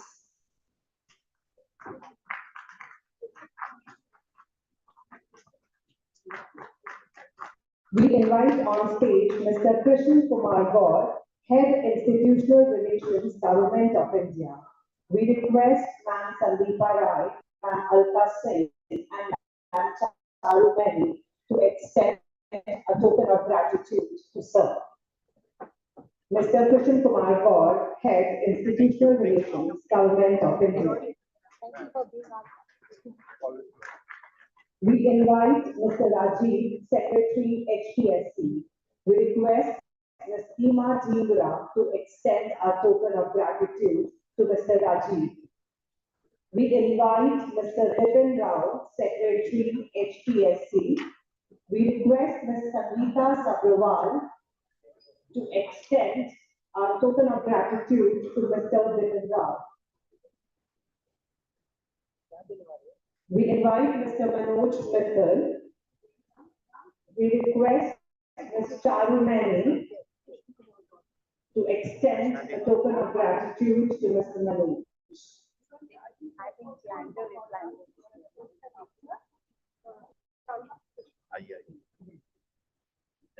Mr. Krishnan Kumar Gaur. Thank you, sir, for being with us. Your presence has definitely added value to this event.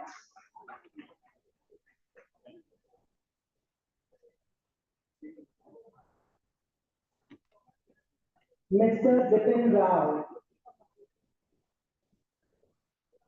We request Ms. Sangeeta Sabrawal to extend a token of gratitude to Mr. Vipin Rao, Secretary, HPSC.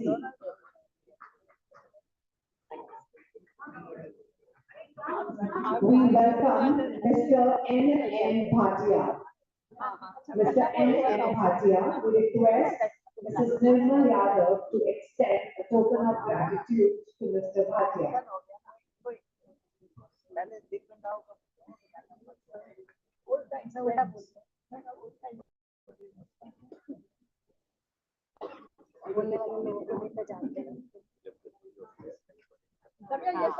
We invite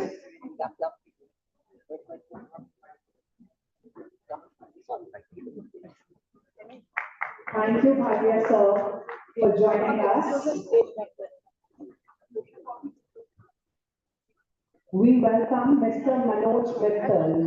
We request Ms. Anuradha Handa to extend a token of gratitude to Mr. Manoj Mittal. We invite Ms. Jyoti Luthra. We request Ms. Alka Singh. we invite Anuradha ma'am to kindly extend a token of gratitude to Ms. Jyoti Luthra.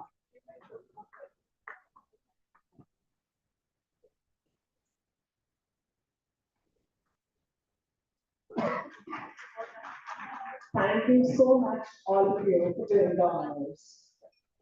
Coming up next is our first panel discussion, in which a great team of leaders and experts will deliberate on the topic from alpha to beta, cultivating emotions and innovation for the future. To take this forward, we welcome Mr. Chetan Jaiswal, founder, CEO, MyPeople, the creative curator for the panel discussion, to please come on the dais and let the creative synergy flow. So let's gear up for the first panel discussion with our esteemed illustrious speakers.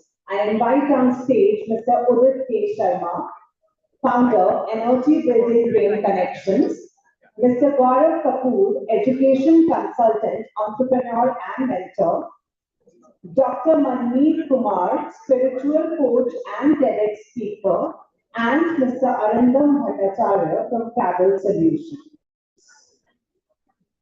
I request our panelists to please join us on stage. Over to you, Mr. Jaiswal.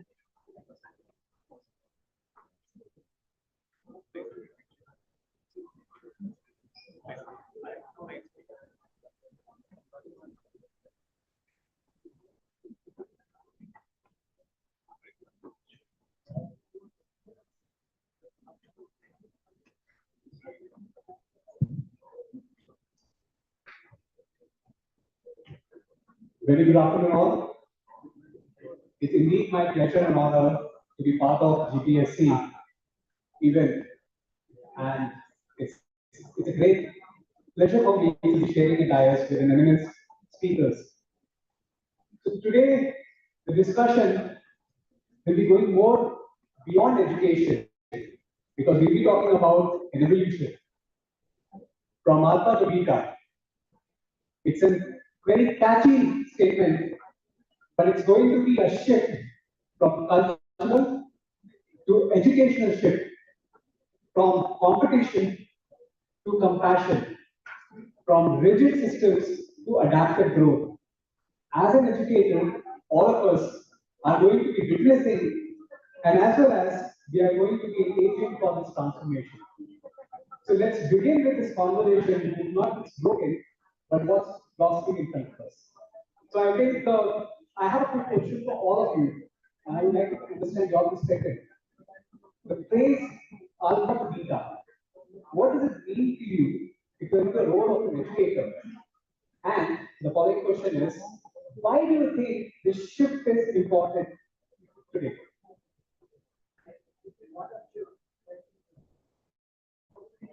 I mean, you can start, Mr. Anand.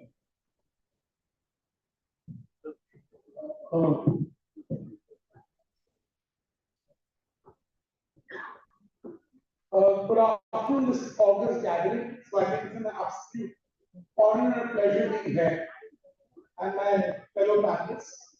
So it's always feels humble to speak in front of such great educators and educators.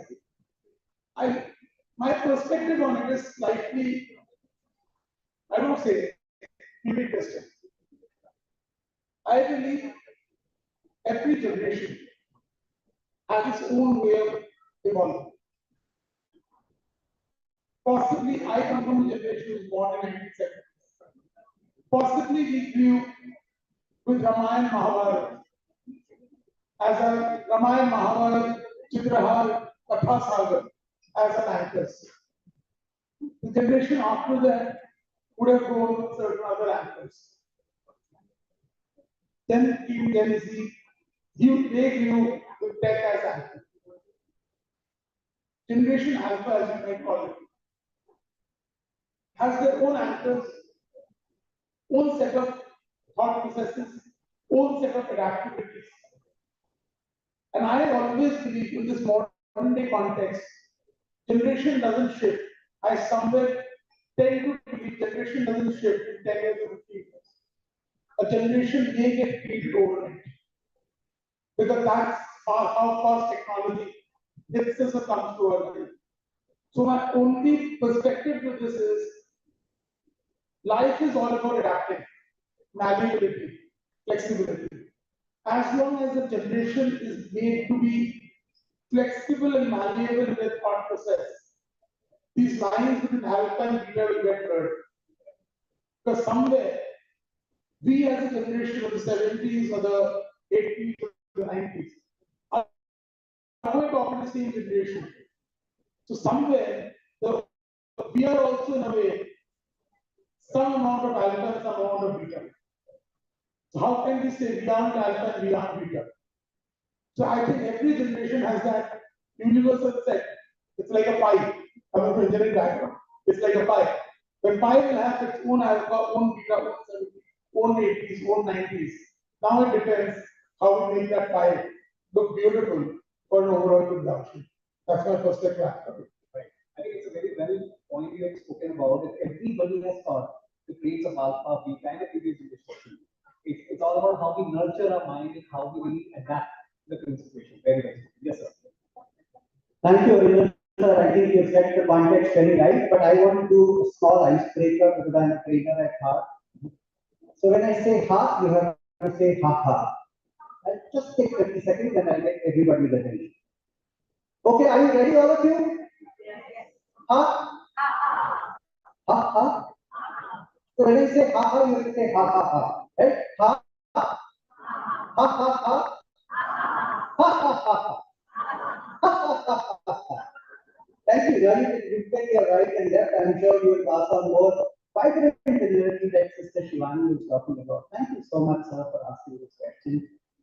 And I think we are all the generation of digital immigrants.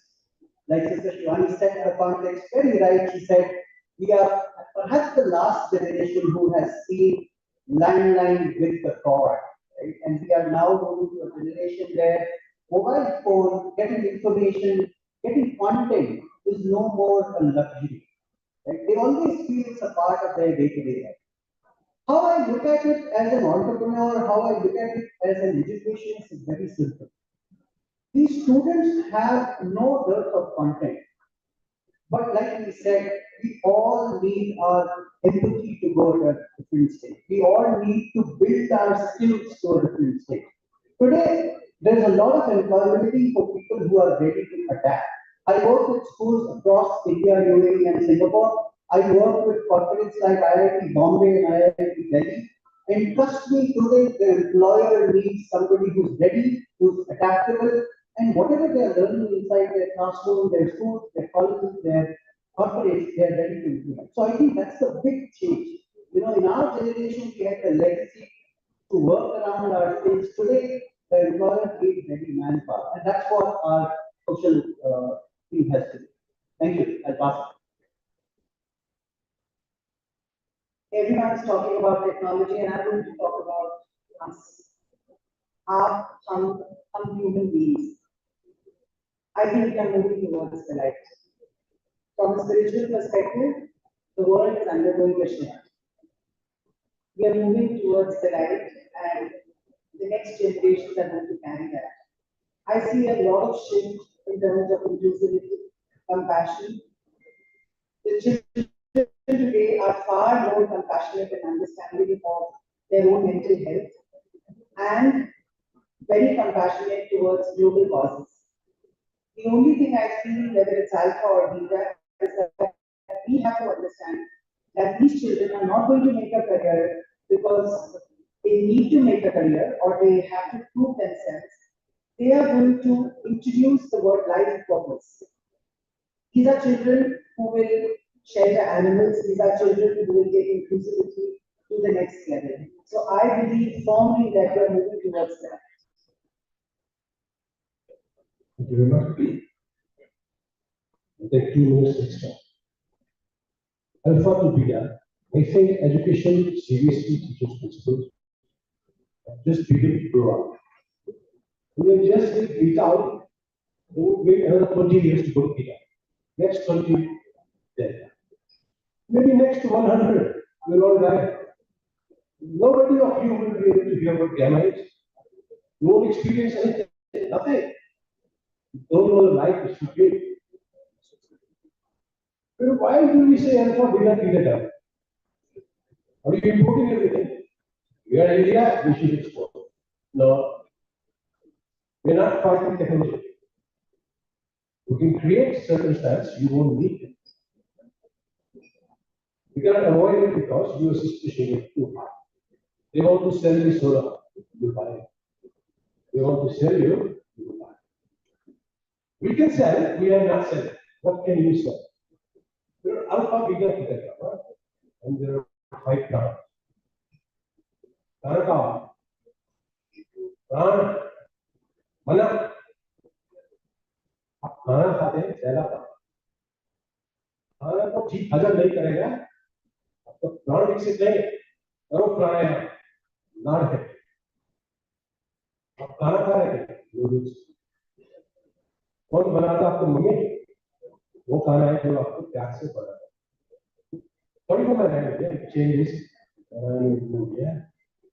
पर जब 5 प्राण बोलेगा क्या dignity है क्यों बोलता है surface level, alpha.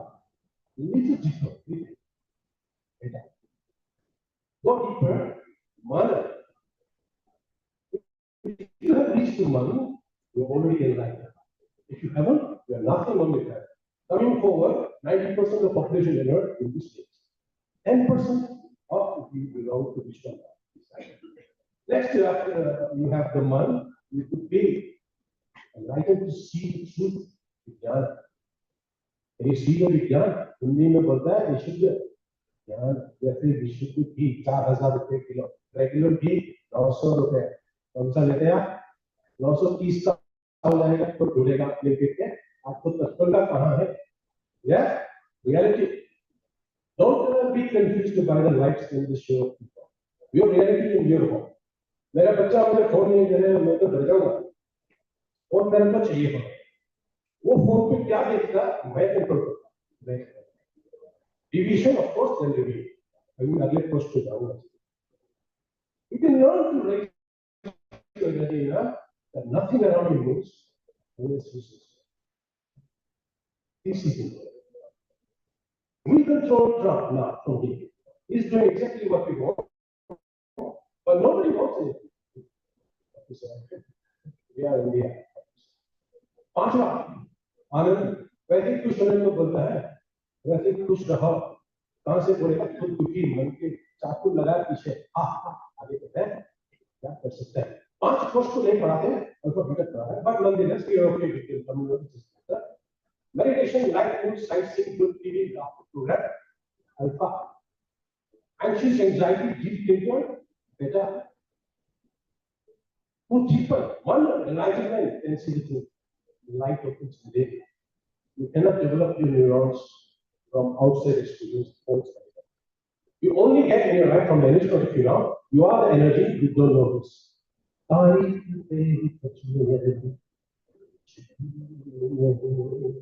unconscious of yourself.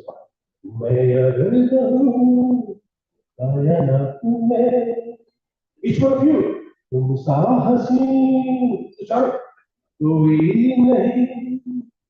You done something there. I was thinking, what else? Oh, I do this every day for the last 20 years.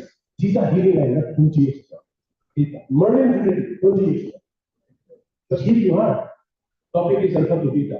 I'm very good. I don't sleep tonight. The point is energy. You are energy, you only see your mirror photograph. Rinka is STF 230, STF 2000 doesn't have.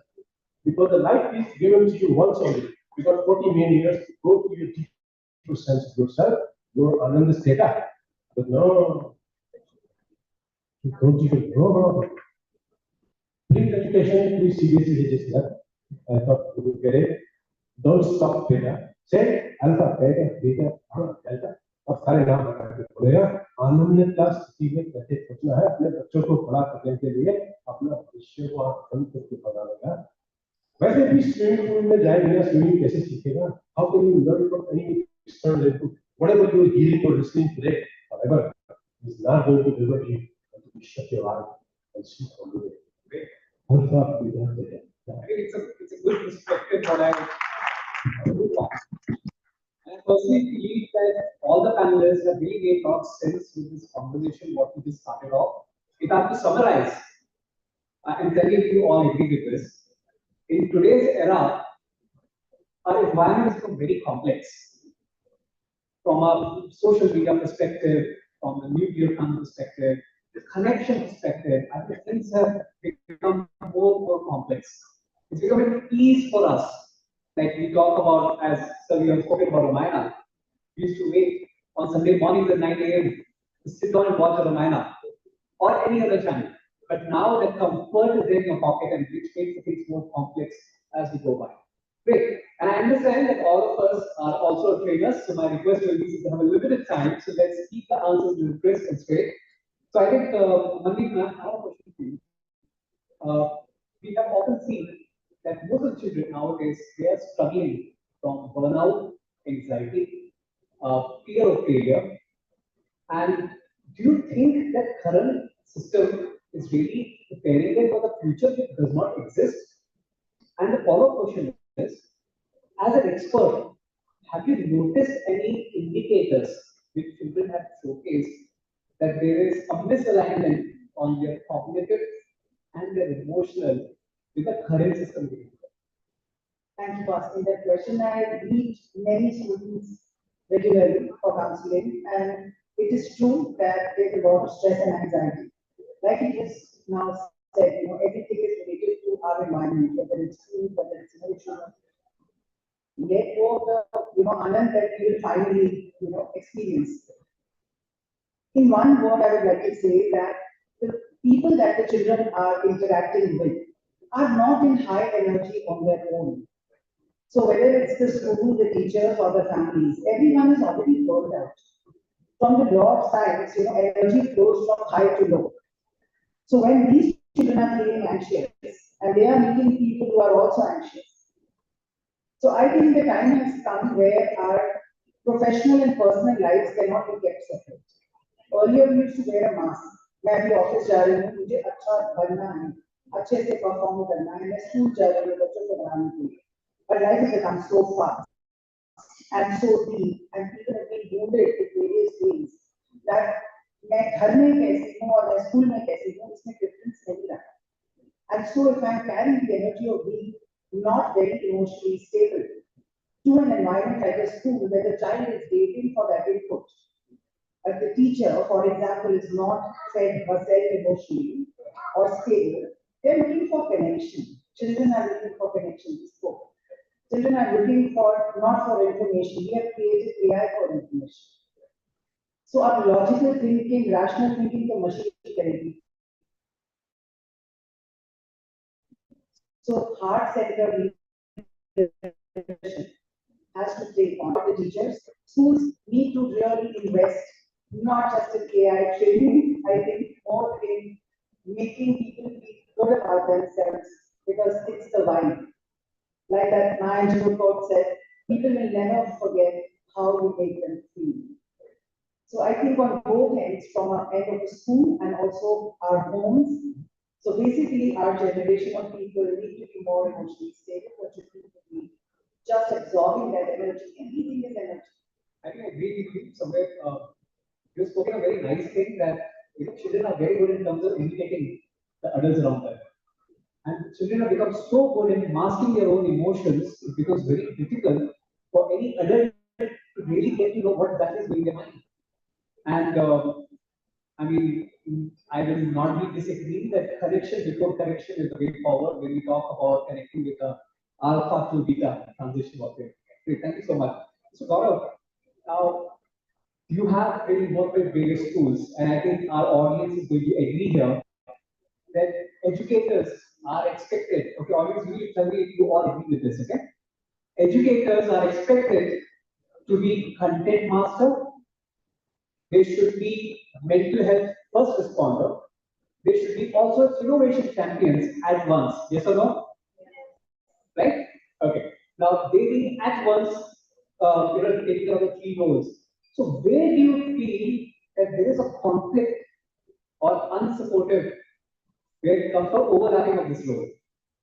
Wonderful. Thank you so much for asking that question. And I'm actually going to give you a very fast answer on how we are using optimal technology and how we should be working on cognitive domain for our children, manage social emotional skills with our children. I think with the help of technology, all the clerical work today that is being done in the school, I also challenge the teachers like, you don't have to prepare all the lesson plans on your own. Perhaps that clerical work can be done by the machine. We should be one who would be implementing the lesson, who would be setting up that human connection with our children. I think very attentive, listening to some of the problems that my children want to share today. And I want to give you one beautiful example. I was with grade 1 and 2 children, and teacher was doing a worksheet on social emotional learning. So she asked the students, can you make a shape of a heart and give it a color of your own choice? Now that worksheet was made by AI. Now, can you all imagine what was the color given to that heart shape? It is grade 1 and 2. So somebody colored it black, somebody blue, somebody purple. There's no right and wrong answer, right? But this one little girl at the back, she turned it black. To her surprise, the teacher went and asked that child, why did you turn it black? The girl said, because I'm not needed and I have a sibling now. I think that's like a beautiful conversation where I say, yes, we must be using technology. And today I challenge all the educators. We've been talking about portfolios, we've been talking about custom learning, all that is done through AI with the help of the machine. But perhaps what the children need today is a human touch. So I think with the last statement, there's a high touch and a high tech which is required. I think it's great. I think it's all about that, right? So I think overall, if I have to really say that it is a humanistic approach, what we are talking about, right? One more thing, what I've seen about the alpha generation is they are the born negotiators. They are also escape artists. So until there is a humanistic approach is not there, they can always escape from any kind of situation. Right? Okay, so I mean, since we're talking about alpha to beta, I have always seen whenever I interact with parents always bring a mindset of alpha. Because they talk about rankings, they talk about grades, they talk about marks. And whereas school is trying to mold themselves into beta values. Right? So how can we bring that shift among the parents' mind without creating a resistance or confusion? I like to just put certain things in perspective. As our fellow panelists went upon that, I somewhere believe we tend to complicate a lot of things. By overthinking, we overcomplicate a problem. There's an old saying, paralysis by analysis. And I'm someone being engineer, MBA, being in this field, work in industry. I just sometimes think there's no problem around. The problem is critical thinking. Why weren't we talking these terms in the 80s, 90s, 2000s? Because is it not that we can't critically think? Just by sometimes drilling into someone's mind, you have to become a critical thinker. So suddenly he sees a ghost. The ghost called critical thinking. Ghost called logical thinking. Whereas that kid may naturally be a critical thinker. Like if you ask a young kid, an alpha generation kid, he's watching a Man United play Liverpool, and he'll see an Alzheimer's binder miss out the scope. Yes, and he'll say, this is a mistake he made. Isn't he a critical thinker at that age? Why are we caging our thoughts? As educators, my point is, let's just not cage anything. Marks are secondary. It's not the be all end all of life. The grades, what we say grades, what we say marks. I don't think no one ever bothers to ask what was Sachin Tendulkar's percentage in class 12. Or for that matter, what was the elite in degree. And why would we bother to ask? So let every generation grow on its own speed. Let us uncage them. Let us let them be. The technology is there, let them adapt with it. Let them grapple with it. At times, lot of times the issue happens. We tend to micromanage. And I have an issue. And I believe, just let them be, just watch from a distance and put the frameworks right. If the frameworks are right, I think all these thoughts will absolutely fine, and we move to a beautiful, desirable world that we want. The next gen or the gen after to give. So if I have to summarize, you have spoken about that there should be an understanding between the parent and the child, understanding about themselves, what my expectation has to be, because I think that's where most of the parents they go beyond, in terms of putting out their limitations. I think the end of it, I think you ask one standard question to every parent. Every parent will say, I want my child to be a good human. That's the bottom line. Put everything into that template, your answers will be there. There's no complexity in life. Okay. Life is possibly the easiest thing that we can live, and it's a gift by God. Provided we tend to unwind and think in a very open approach. That's my opinion. Great. Okay. So, Mr. Udit, now to create a better learning ecosystem, we require students, teachers, and families to co-design this experience. I'll not say learning, I'll say co-design this experience. So, what kind of proposal, what would you like to recommend to all the educators here, that how they can bring everybody as an equal stakeholders? First, I have the previous question. Stop giving marks of 3 stars, 5 stars, 10 stars from the day one. To confuse the child. They are learning from the stars. From the stars. Child is not that much confused that the mother is. How does it? When the mothers are reading in gold, one of the is child stars. No education principles. The teacher in the first grade conditions learning. Stop there. I think there's so much like the marks. I follow marks of behavior, attitude, etc. etc. is your choice. You control that one. Don't tell that it's serious. Behavior ठीक है, number 0 तक है. अपनी mummy को बोलो तुम्हारा ठीक नहीं है, तुम्हारा बच्चे का किसने और नंबर कम है. वो नंबर टोटल मार्क में से माइनस कर देंगे. आपको 8 का फ्रीडम अभी 8 plus 3 सीधे कितना चाहिए. You do anything else in the class. You can manage that because this is what you want. This is what you want. And this extends to the environment. How to control them or nurture them. I started nurturing. They want to nurture. But giving appreciation for that. You have the car, you drive, accelerate, and brake. Two factors. Can't do wrong.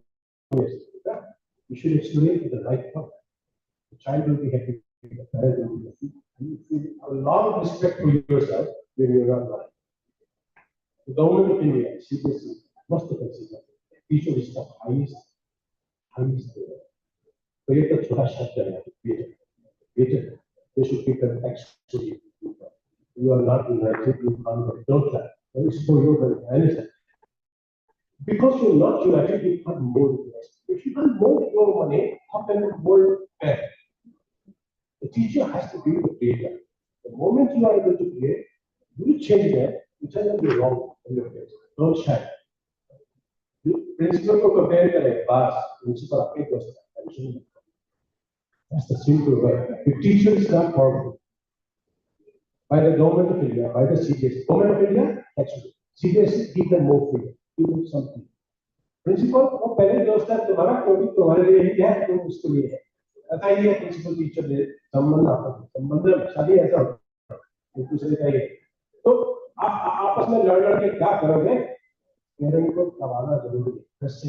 Because paratha बनाने के लिए दोनों दबाते हैं. जो काफी को खिलाते हैं. तो परोठा बनाने कैसे बनाते हैं? The moment you touch the teacher level, you talk like this without shying. Hindi, English. Example, kitchen se laega, bathroom se laega, jahan se dilaega. Teacher and parent will be very clearly teach. You talk too much complicated word in English, many of them don't understand. Oh yes, Yes, you totally understand now what you say. It was that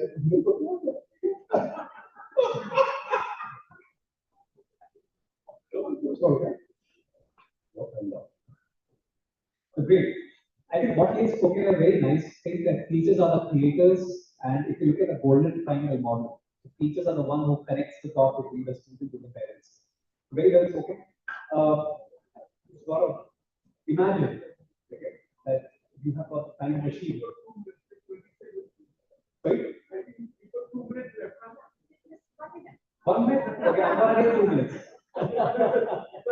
So imagine that you come down to the future tomorrow, that's the future, and you have to make one change, okay, which will be low effort, high impact, which will nurture the emotional intelligence and also the innovations of the future.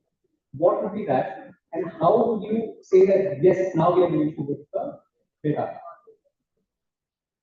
Thank you. I know it's a very tricky question and I have very little time to answer that. But I think empowering the best of our teachers is the key to success. Because they are the touch point between our leaders and the touch point between our students. If we give them the best skills, if we give them the best tools, if we give them the best of knowledge, and we keep continuing to give them professional development which is needed, I think this is going to very well bridge the gap between what we are today and what we're going to be. I'm going to take another 10 seconds, and I think this is a forum where I have been talking about some of these policies again and again. Today, you look at countries in UAE and Singapore. I think they are marginally very small in comparison to the size of Indian population and what we do. They have policies for AI. And we have been talking about technology and policies, but we still don't have a draft of using the policies. And I think this is high time where we get together, colloquials like Sahodaya, where we get inputs from all the school leaders, we get school principals, we get school owners involved, people from the CBSE and NCRT. And I think this is where the policy making has to be designed in terms of how we empower our teachers, how we upskill our school owners. And I think this is the next generation of school owners who are also coming. It's a great answer. And I have a last question for them. Okay, so you might have to bear with me for 10 more seconds. In one sentence, okay, all get to answer in one sentence. It's I would like to get to give you some cue. In one sentence, what do you hope students of today's generation, what do they talk about education after 10 years from now? One sentence. A simple view. How education gave them a world view and helped them make the world better. तो बोलेगा teachers को पूछो कि कैसे पढ़ा है मैंने पढ़ा दिया. For me, it would be that learning and becoming successful are two different things. So they would say that education taught me, but my parents and my teachers molded me. I think the last line is on me, and I'll say, if my teachers would let me fail a little more, I think perhaps I'll learn a little more. Thank you so much. So thank you so much. It was a great discussion. We had a limitation of time. I have more questions to be asking them. But I think this discussion really led me to really understand there are a lot of areas we spoke about. We also talked about a lot of promising era which is going to be very nearby for us. From moving from alpha to beta will be all about embracing into honoring emotions, right? Unlocking creativity, and it's all about the connection what we're building up. The real work starts once we leave the school and we think about building up a school which cultivates a whole human rather than just looking at the high achievers. Thank you once again. Thank you. But the whole human doesn't stop at that. This is what I'm talking about. Whole human is from a food you ate, mana, विज्ञान, your आनंद. अगर आपने धरती पर भारत में जन्म लेने के बाद आनंद प्राप्ति नहीं किया है, ऐसा क्यों हुआ? अगर ये क्वेश्चन आपको नहीं है, तो ना ही मैं aware of yourself, आप शीशा देख के खुश होता है, आपको सोते हुए अगर आप पीसफुल है, you thought of yourself, What you've done. इसीलिए मैंने बोला तारीफ तेरी सच में नहीं कुछ भी। You know that God's participation only unconscious of yourself. That is why if you are unconscious, what will you give to your child? Your child, next generation is your child, not your biological creation. बंद कर दिया बच्चे बनाना Japan में। बहुत सारे बच्चा पालने का मेहनत कर नहीं सकते हैं और जब तक अमेरिका सोलर सेल ChatGPT को बेचना बंद नहीं करेगा और जब तक मोदी जी सिग्नेचर कैंसिल नहीं करेंगे जो कर चुके हैं ये डिस्कशन विल मीनिंगलेस है। You have no control over it. You be enforced with everything. You can keep on talking, मत करो मत करो nothing. आपको सारा माइक्रोसॉफ्ट खरीदना पड़ेगा, आपको सारा सोलर खरीदना, ये तो छोड़ दो, वो करोगे जो हमारे पास है। मोदी जी आप संस्कृत का श्लोक बेचोगे, उनके पास है नहीं, उनको पता नहीं है यूनिवर्स के बीच को कैसे करता है, कोई नहीं है उनके पास। बॉस्टन में लड़ाई करके तो खतरनाक लड़ाई झगड़े के ऊपर सर्वाइव करते हैं। यूक्रेन तबाह कर दिया, बनाने के पैसे दे रहे हैं, सारा ले लेगा उससे, हमको बचेगा। ये है हमारे का नशा, कुछ नहीं कर पाया, हम कर सकते हैं क्योंकि हमें त्र्यंबकम बोलना आता है। आपको बोलना आता है क्या? त्र्यंबकम यजामहे सुगंधिं पुष्टिवर्धनम् गुरुवायुर्भुवः। इधर भारत हमारा भारत है। वंदना मृत्युर्मोक्षी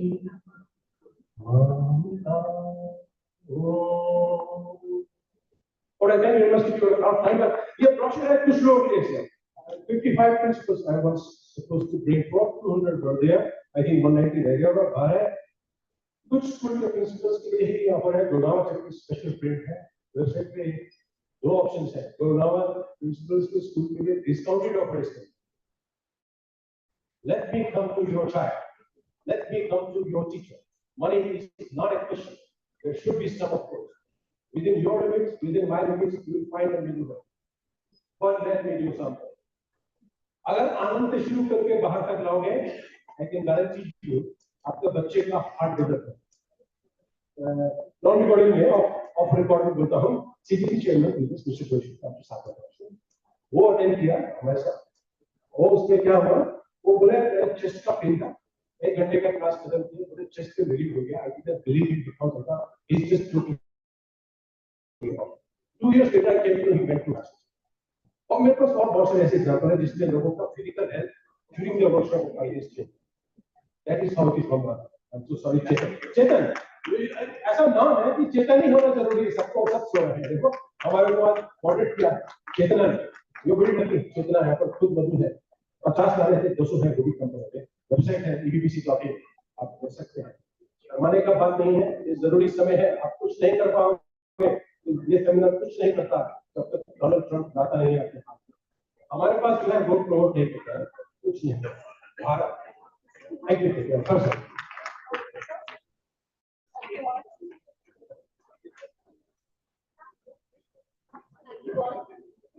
We all feel empowered with the flow of ideas shared. We take this opportunity to express our sincerest thanks to the members of the panel. We are pleased to express our gratitude to Mr. Chetan Jaiswal, CEO of MyGuru. We request Dr. Salon Suman Gulati, Ms. Muthu Bedi, and Ms. Rashmi Malik to extend a token of appreciation to Sir. Mr. Chetan Jaiswal, founder CEO of MyGuru and Cambridge Alumni, a visionary with 17 years and more in revolution experience of 17 years plus in revolutionizing student well-being. His pioneering blend of psychology and technology has transformed schools across India and beyond. A true change maker in education. Thank you so much, Chetan sir, for coming here and for a session so well moderated. Mr. Udit A. Sharma, founder, Energy Building. We request Dr. R.T. Chopra, Ms. Anita Makkar, and Ms. Asha Sharma to offer a gesture of gratitude to Mr. Udit A. Sharma, founder, Energy Building Great Connections. Mr. Udit has been studying and teaching yoga, acupuncture, and acupressure therapy for over 70 years. The applications of this have been immensely powerful in various areas of human brain development. Thank you so much, Udit sir, for expressing your views and enlightening us about various benefits of the art. We request Ms. Mary Mahendri, Ms. Nancy Sharma, and Ms. Chanu Mehri to felicitate Mr. Gaurav Kapoor. Mr. Gaurav Kapoor is an education consultant, entrepreneur, and mentor with over 20 years of experience. He has guided more than 200 schools across India, UAE, and Singapore in academics, admissions, and parenting. As co-founder of SchoolZeri.com, he fosters collaboration among the school, corporates, and NGOs. He's also a consultant for IIT Bombay, spoken tutorial program, and has contributed to SCERT Delhi's design thinking book. So it's a pleasure to have you with us. We request Ms. Ritu Mehta, Dr. Pooja Sharma, and Ms. Sandeepa Rai to extend our sincere appreciation to Dr. Manmeet Kumar. Dr. Kumar is a renowned spiritual leader and founder of Soul Miracles, known for her work in soul healing, karmic healing, and energy mastery. With an honorary doctorate and deep spiritual insight, man has empowered thousands, especially youth and children with special needs, to overcome depression and live with a purpose. Dr. Kumar, thank you so much. Dr. Manmeet Kumar, we request Ms. Ritu Mehta, Dr. Pooja Sharma, and Ms. Sandeepa Rai to extend our sincere appreciation to Dr. Kumar. Thank you so much, Dr. Manmeet Kumar, for being with us.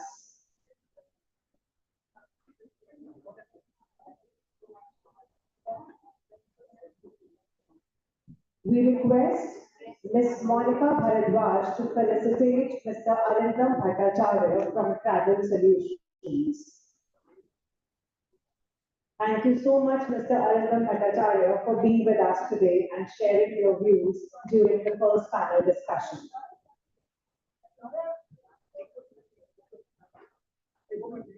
We also take this moment to facilitate the members of the press who are covering the event today. We take this opportunity to welcome Mr. Rao Jaswant Singh, Senior Assistant Editor, The Times of India. We request Ms. Sandeepa Rai to extend a token of gratitude to Sir. Sir, please. You all can be together here. Thank you so much.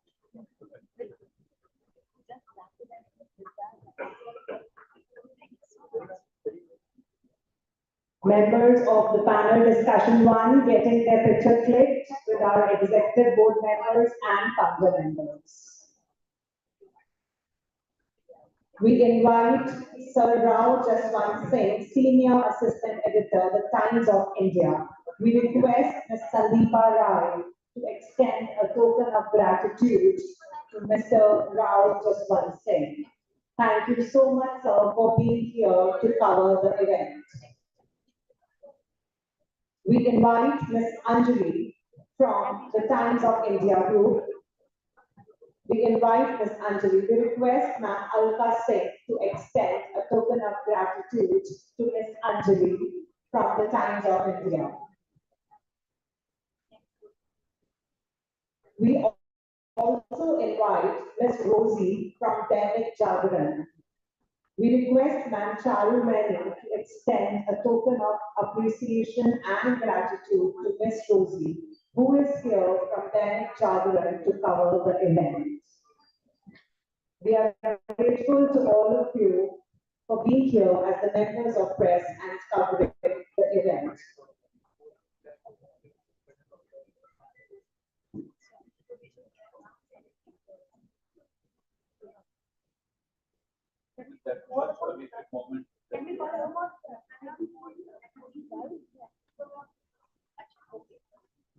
We also invite Mr. Pranav from EduTV. Mr. Pranav from EduTV, we welcome you, sir.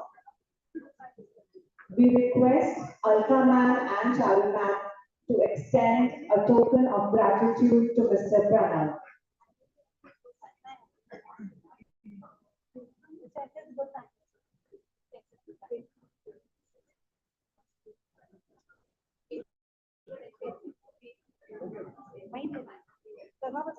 We welcome Mr. S.S. Gosai, patron HPSC. We request Ma'am Alka Singh and Ma'am Charu Mani to extend a token of gratitude to Mr. S.S. Gosai. Thank you so much, sir, for being with us here today. Your presence has definitely added value to the event.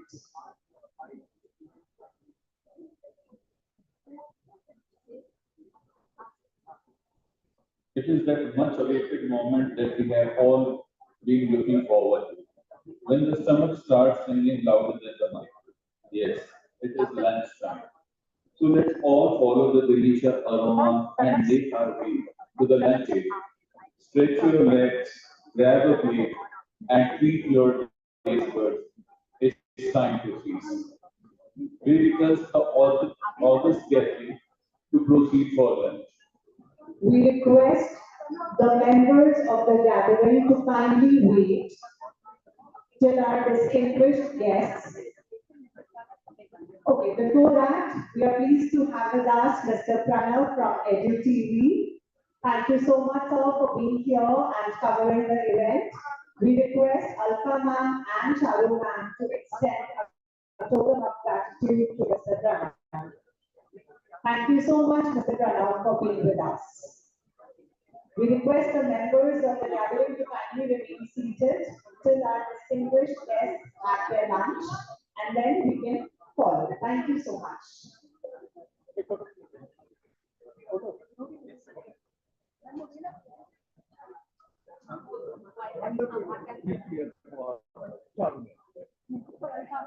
As you all have your lunch, kindly spend some moments to enjoy the history of exemplary artwork contributed by all the GPSC schools.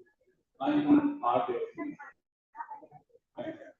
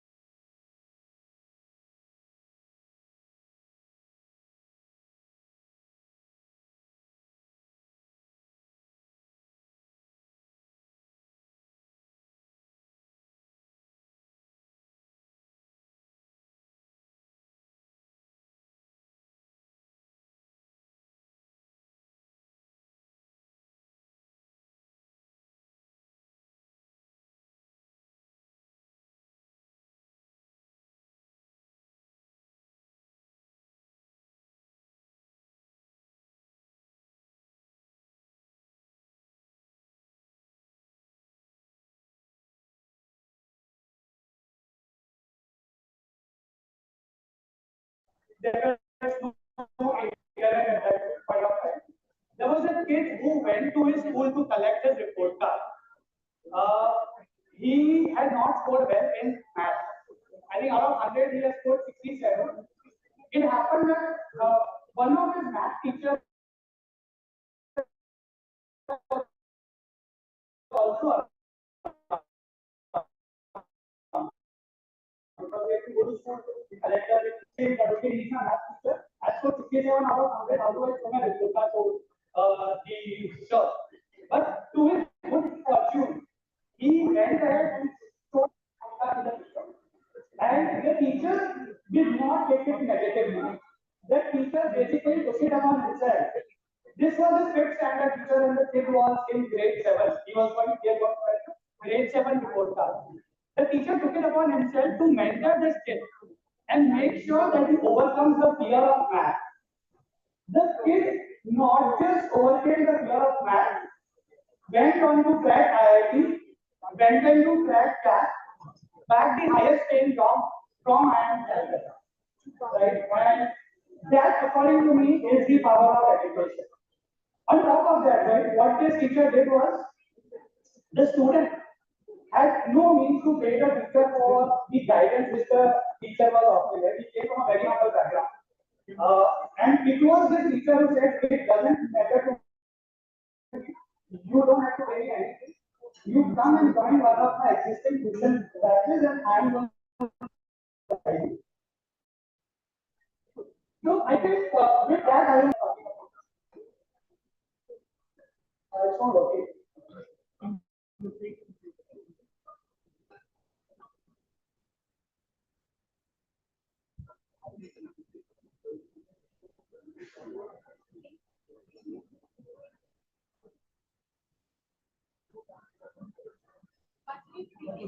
Yeah. So basically, the next slide. So the student was me actually. So and this was my teacher. That's my teacher, Gurugram family. And I genuinely believe that what he did to me changed my life. I come from a very humble background. My dad was an auto rickshaw driver. From there to buy my own flat in South Bombay, get luxury cars and BMW was only at the age of 28. Was only possible because of one person who did not give up on me, who made sure that the fear which I had for math is something which you want to overcome. And after working for a decade as an investment banker, I decided to pursue my passion, which is education. And that is why I started learning. So it's really an honor to be in front of so many educators. And then today in this hall, I think we have people who are not influenced for at least 2 lakh minimum, right? At least every teacher minimum in impacts at least 20,000 kids in their lifetime. So that is what is the power of education. What do we do at Logic? We have interesting activity. I'll come to that when people are seated. And while people are seated, I'll start with this. So for the activity, we will need to form groups of 6.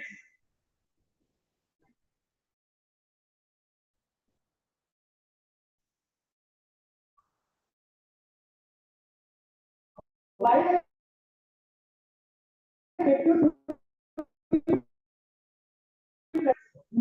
so can we have teachers and educators form groups of 6? Basically, where you have teachers from 2 different schools at least. While I take you to this presentation, my colleagues will distribute an envelope to you. Make sure you open it only when I tell you to open it. No cheating allowed here, okay? So while my team distributes the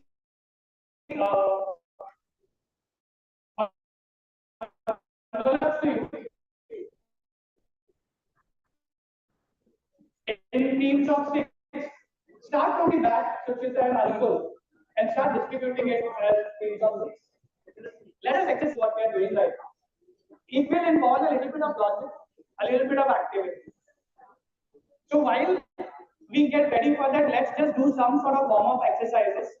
Right? I have a small problem for you. Does anybody want to solve this? Which option has the letter N over here? Which option has letter N embedded in this? B, no, it has to be a vertical end. A, that's the right answer, A. That is end should be at the top right corner, the top left corner. This way, now it's right. Anybody wants to try this? So let us see plus CD equal to 97. What do you think is the maximum value of A plus B plus C plus D? No, you're close. I think you're missing the basic. 16, no. Maximum value, that is the key here. 24. You want to rethink your calculation, somebody said 24. No. There is one more letter that is still max. No.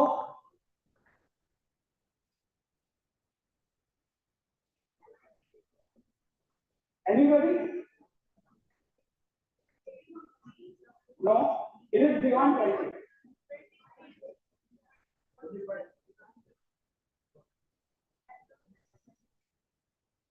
That's right. How do you arrive at that new thing? Correct.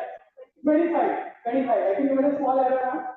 So see again, the kind of problems make us think, and that is the whole objective of logic is. We added 9 plus 7, that is one value. It is possible AB plus CD will lead to 9 plus 7, 16. But to get the maximum value, can I say B plus D equal to 17?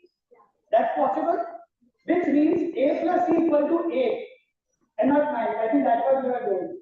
So it's 17 plus 8, which is 25. That's the right answer. Anyone with this? So there's a tennis tournament going on, singles only knockout. The way any tournament happens. That's the right answer. Can you explain how did you arrive at that answer? Correct. So I was asking there are 1024 participants who are playing a tennis tournament, singles only knockout tournament. Means if you lose the tournament, you are out. Right? That is not normal tournament happens. To decide the champion, how many matches are required?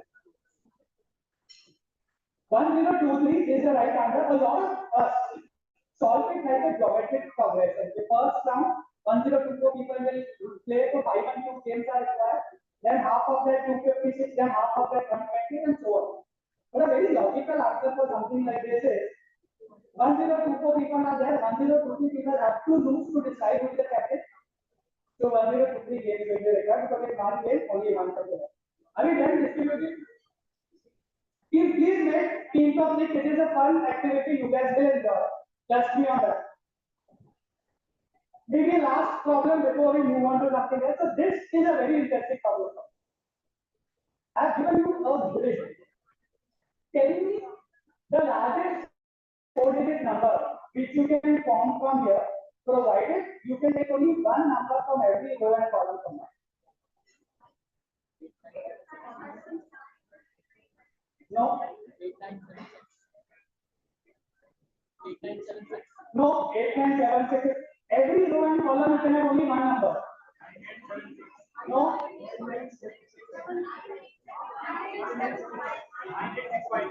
No. No. No. Every row column one number.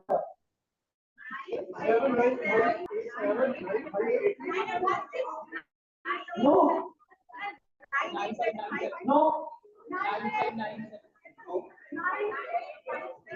That's the right answer. 9852. Good work. See, we did this problem because is it difficult? Is it rocket science what we're asking? We're not asking you to derive something difficult. The challenge these days, right, which we face, is that kids are not able to process a large problem and break it step by step. That step by step, that is what is problem solving at the end of the day. Can you see a large problem, break it step by step and solve it one step at a time? That is what is important, and that is what I work on. So you have to it has to be 9? It has to be one of these two. Now, if you pick this 9, you can't pick 8 or 7. So you will put this 9. Second digit will be 8. Is that correct? 9, 8. The moment I pick these 9 and 8, I can't take anything from these blue colored boxes. Do you guys agree? So the only other digit has to be the largest digit possible after that, which is 5. Once you pick 5, you can't pick a 3. I think that's where we're going to mistake. Once you pick 5, you can't pick a 3, so you pick a 2. And the answer is 9, 8, 5, 2. So, is everybody ready with the envelope or any team which has not received it? Please raise your hand, my team will come and give it. Anupul, at the front, please. You need to form teams of 6, please. Just keep your hand raised so my team can come and give it to you. So why we do this? I'll explain you what we do, right? I'll just skip this one. Let's skip that. So what do? We work with kids completely free of cost to develop logic in them. Right? I believe kids these days need logic. They get into too much learning. And the basic thing, again, why do people say that there is a gap between what is seriously expects versus what the school system is? It's not an exclusive school system. It's an issue with the ecosystem. Right? Parents push their kids to get marks. If they rush to get marks, they start getting into rote learning. And you completely kill the curiosity which is important for the right education. So that is what we work with this on, and we do this completely free of cost. Out of 52 schools in CBSE, we work with 26 of them. We work with our school as well. Charu Ma'am School, RKSB, Gopri Public. We work with Gurugram as well. So we work with 26 of 52 schools in CBSE. In fact, any of them. There are no hidden agendas out there. And sir, doing what Godrej sir, my service to me that those who can take for the final stage of the Olympiad, and the other part, the three part continues to push it to develop logic. So you cross-subsidize those who pay to basically develop logic. How does this program run? Anybody else who has not received, please raise your hand.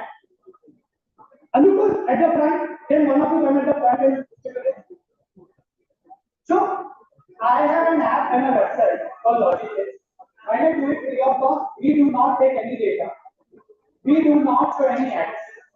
The reason it is digital, the reason these worksheets are digital is because they make the kids think. And if you want to do your work on your thinking ability, you cannot have one size fits all. Every child has a different logic, and you need to personalize it to them. So the way this runs is every child gets a worksheet which is completely dependent on how they perform. And then on that basis, the level of questions will keep on changing. So this thing runs free every year. We give 13 to 15 worksheets to every child every year. Yes. Yes, I think we are just discussing then we eliminate it. This is the last slide. After this, we also do an Olympiad. It is a logic Olympiad, it's not a math Olympiad. The reason we do that is because logic is free, logic is free, and that's why a lot of kids don't do it. It's non-academic, it's free. So it is because of the Olympiad the child solves the worksheet. This is also free. After this, 30% kids qualify for a final test. This is the only optional and chargeable case. Then again, the next set is hyperactivity. I now take too much of it. We are here. If there is any questions, please reach out to us. But this comes completely free every year. I think now I immediately start go to the activity. You can just take down this picture of this if anybody who wants to us to roll out logic in your school. It has our numbers here. You can reach out to any one of us and we will get in touch with you. It's a very hassle-free process. Okay. So now, are we ready for some fun? Yes. Great. So, what have we done, right? We have made teams of 6. Every team must include 6 people only. Every team should have participants from more than one school. It's important that we have a little bit of cross-school collaboration as well. If there is any team which has participants from only one school, in the end, we have to disqualify that team. The activity has 3 phases. Phase 1, you have got an envelope from my team which contains 6 puzzles. You can open it, you can start solving it, that's fine. You have to decide how you want to do this. Either you divide 6 clues between the 6 of you, or you divide it into like 2 people working on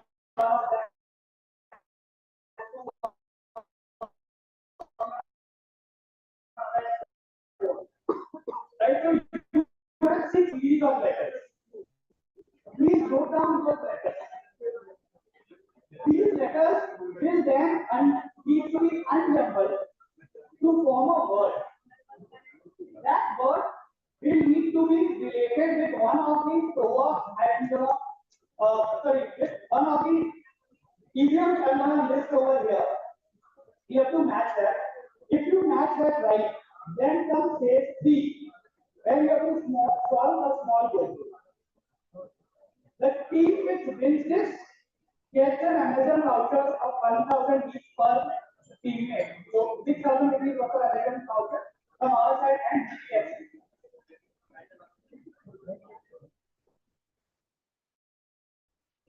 You will be asked to explain the answers in the end. We will not take time for that. We will understand the answers from you separately before we announce the winners. So this is phase 1. You can all get started. There are 6 clues. One of the clues is a little tough. You can start with the other. If there is any doubt, please raise your hand and my team will help you out with that.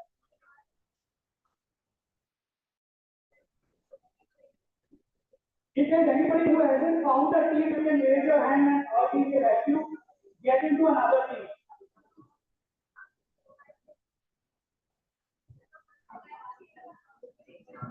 Okay, we have 10 minutes for phase 1. 10 to 12 minutes for phase 1. We don't run out of time. We are at 2:06. We'll wrap it up by 2:60.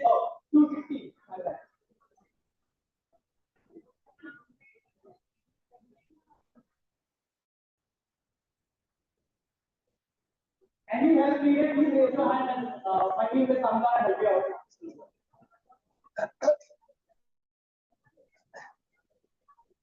And anybody who finishes all 6 letters, you have to come here and tell me your word. Anybody who finishes all the 6 clues and has unjumbled the word, he should come here and tell me. These are the phrases which we have. The word will correspond to one of these. You have to tell me which number the word corresponds to.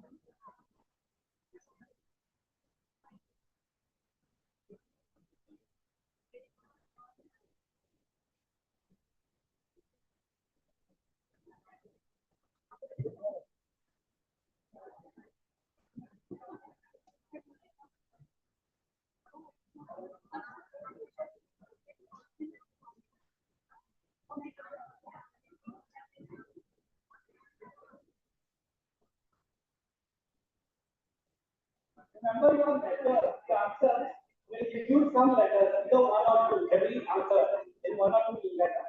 You have to put them together, unjumble them, to get a word which relates to one of these 6. And that's what you have to come here and tell me which one does it relate to. On completing that, will give you another formula you have to solve first.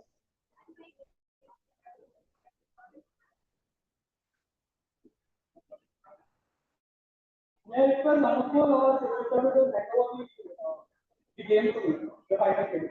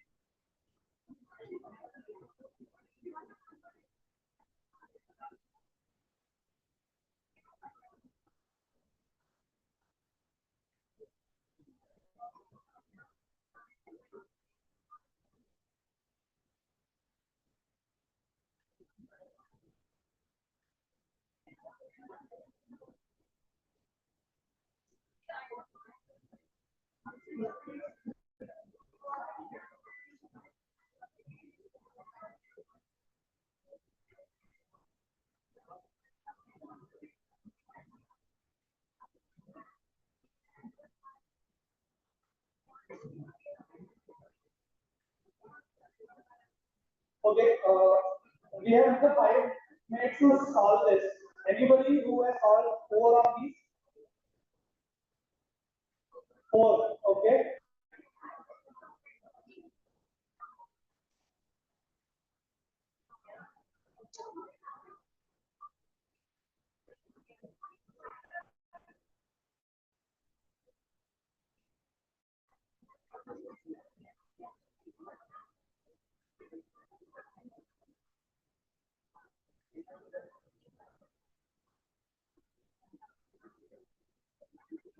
So we may run out of time. I think probably I'm a little late. What we'll do is, in case if it's taking longer for you guys to solve it, once you finish the clues, you can come to our stall outside and tell us which of these phrase does the word replacement what's that word.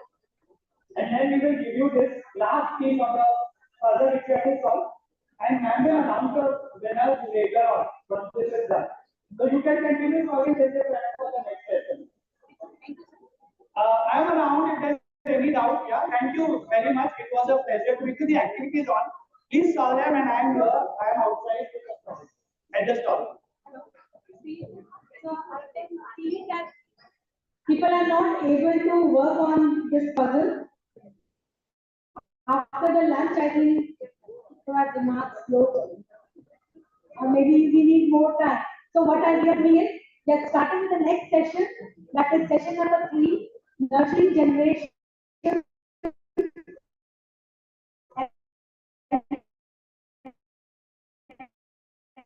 And Lisa announce and then go and show your answers at his stall. Thank you, Charu ma'am. Thank you, Nitin sir. Here we start with the second panel discussion. Nurturing generations, alpha to beta, building resilient minds and compassionate future leaders. With pleasure, excitement, and curiosity, we welcome our moderator for the second session, Mr. Abhishek Gupta, founder, High School Moms and Pride.ai. We wish to introduce our esteemed panelists for panel discussion 2. Mr. Sunil Bajaj, Additional Director of School Education, Panchkula. Mr. R.P. Singh, Joint Secretary, Skill Education. Mr. Neeraj Jain, Managing Director, Scholastic. Mr. L. Govind Teliakar, Assistant Innovation Director at the Ministry of Education's Innovation Cell. And Ms. Nigita, TEDx speaker. We welcome our panelists on stage. May we request Mr. Abhishek Gupta and all the panelists to take their seats at the dais and initiate the panel discussion. Mr. Gupta, over to you.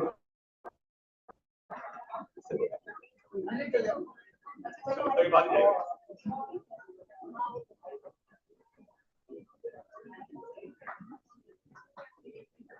welcome our panelists with a huge round of applause. The topic for our panel discussion is Nurturing Generations Alpha to Beta, Building Resilient Minds and Compassionate Future Leaders. With our moderator, Mr. Abhishek Gupta, who is the founder of High School Moms and Times AI.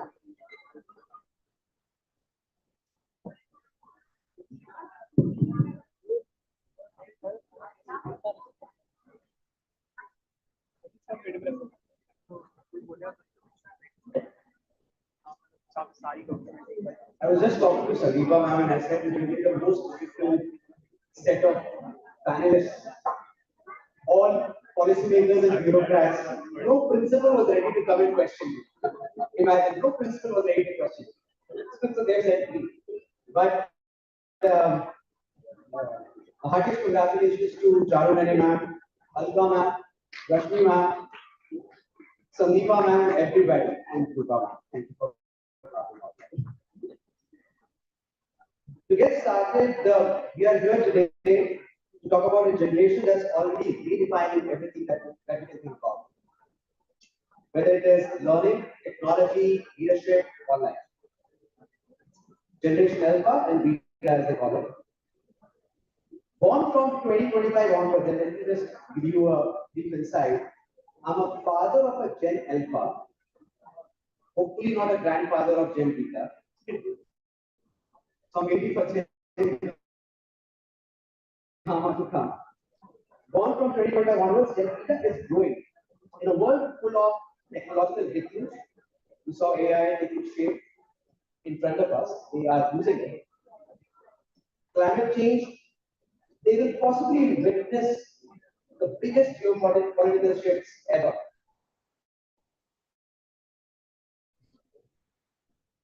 And ever increasing hybrid world. Now, in such a scenario, how Generation Alpha, we have had some learnings there, but more so Gen Beta, to become not just successful professionals, but compassionate leaders, resilient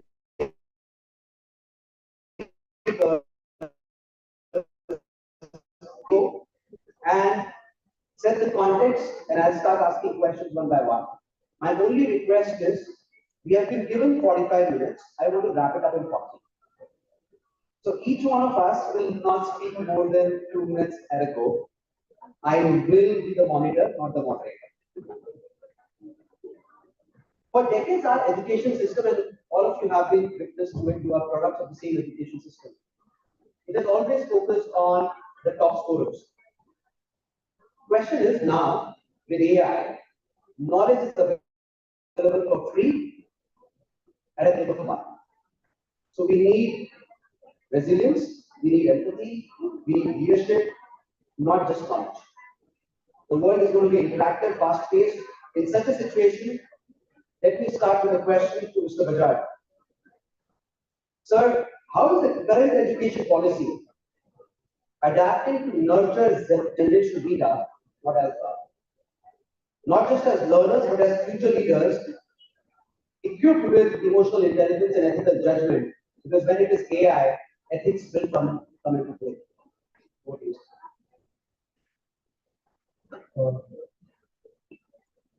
Right now, thank you for asking this question. Right now, what is going on with the shared? Working with the government schools, there are two things which we have initiated right now. One thing, group task, and other thing is a new initiative which we have started is let children think on different other than classroom activities. And that initiative is puzzle corner in every. Whatever they are doing in the classroom is going on, but what else they can do is through these every Saturday a puzzle is given to both children. And but the earlier session, both the sessions we got to know that problem solving skill. The AI, how to use that AI is important. That can be only done through if you have a logical thinking or problem solving. So to improve that, this area which we have focused on is the problem solving skill, and which right now in our schools we have started. So are teachers equipped to even understand or comprehend what problem solving and critical thinking are? This is a challenge right now. If you see the new textbooks, class 6, class 1st, 2nd, and 3rd and 6th, I have just seen class 6 mathematics. The first chapter written is pattern, totally problem solving, the thinking ability, how to deal with that very interesting way, and also it also includes the our Indian knowledge system. Means one mathematics teacher, operator, if anyone has heard about the operator concept, the first chapter, it is written by Mr. Manju Bhargav, who is a finalist, the top medal in the mathematics. So those books I discussed with the teachers. Teachers are not ready to do as you can say the process sort of to deal with the system. So teachers are not ready, but we are trying to make them understand what the problem solving skill is and how to teach students to develop that problem solving. So we are trying and we are trying. So we do agree that teacher training needs a lot of emphasis, especially in the era of AI. Yes, sure. That is the key point where we have to work on that teacher training. Right. My next question is to Mr. Singh. Sir, अभी आप और बैठ करके वार्तालाप कर रहे थे कि 21st century skills की बहुत बातें हो गई. Already spoken a lot about it. And we need to talk about vocational skills as well. But do you believe that our national and state policies of AI, ethical use of AI, sustainability, human-machine collaboration, and more things like that? Thank you. Let me just understand the question first. I'm still stuck on the 21st century. We are already in the first quarter of the 21st century. So we have to go in 3 quarters of the 21st century to talk about it. So let's replace this word and talk it more like an employability terms of workplace skills. So what are the necessary skills in that? The first thing that a child needs to understand is to be having the ability to listen to others. Generation Alpha data always have a thing that they can't listen. They have their own opinions and they try to listen to only those things that match with their opinions that they have inside them. So we try to fit into our own blocks that we have. So when we're talking of nurturing generation beta, we need to nurture generation alpha also, because beta is going to reflect what alpha is. So that means alpha, the teachers need to be trained, we need to be able to understand their role. We're talking of AI is going to be used as a tool, and we need to understand that AI is all inclusive also. It is same for everyone, it's how to use it. And the teachers need to understand that their job is not directly at stake with AI, but their job is at stake when somebody who will replace them who can use AI better than what they have. So they will be replaced by humans, but humans will use technology better than that. Now, if we talk of building ethics into AI, that also stems from the value education of the Indian knowledge system that we have. The child needs to be able to understand, to differentiate between what is good and what is bad, what the effect of the action that we take today, so the sustainability and SDG goals coming. What CBSE has been doing for the past few years now is that we have been taking up subjects and the vocational stream, which we are now calling as a skill education. And in this examination, only 16.6 lakh children appeared vocational subjects, skill subjects, including AI in class 10. and 2.4 lakh kids appeared in AI from last year skill subjects, including AI. So children are taking up these skill subjects which are vocational. And each of the subjects has a component of employability skills, includes green skills, entrepreneurial skills, self-management skills. Different names for what the 21st century skills are, they are built into them. Design thinking, what Professor Ellen Coleman is driving, is also one of those subjects. So what we're trying to build into the kids is a habit of the workplace. And what we are going to now, down the line, 2 to 3 years, also come out with is the internship and the real-time workplace exposure. So the kids need to be exposed to how the workplace environment looks like. So that's what we are trying to do. So you agree that the policies will adapt quickly as quickly AI is getting integrated into the classroom? CBSE is going to change the policies that we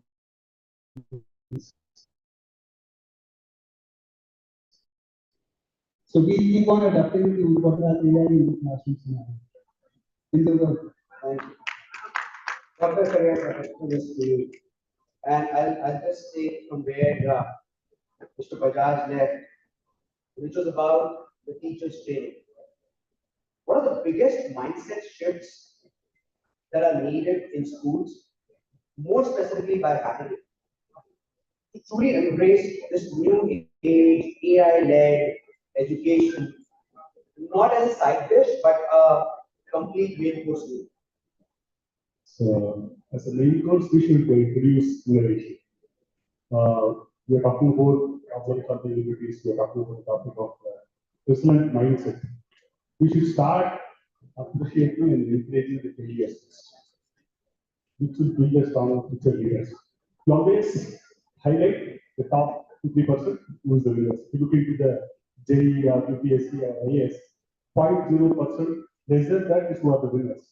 For that, we have been working hundreds of hours, thousands of hours to improve. The mindset to be changed to appreciate, motivate. From the percentage you are scoring the middle, say 70%, 80%, you come to that. Because the major role is played by the guys working with the back benches, any type of see. For them, this is the first benches work from. Usually seen in the majority cases which are looking to it. Now innovation should play a major role, which should be because we also been closely working with CBSE. 3 years back, we introduced the scientific subject, and we have introduced innovation ambassador training program across the country. So I can say all the teachers should appreciate how many of you are innovation ambassadors here, school innovation ambassadors of Ministry of Education Innovation Center. So there are some 5-6 teachers institution. Out of 28,000 schools, we have around 13,000 schools registered, and 25% teachers are being trained, and 80% teachers are being there, which is required for next 5 years. CBSE had introduced years back what they want for next 5 years. This mindset change, skilling the teachers will have a big impact in the problem solving abilities to educate.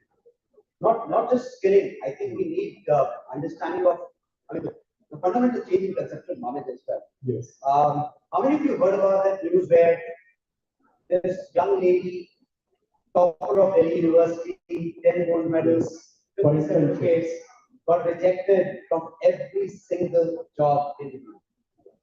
And this is not Gen Alpha, Gen Beta.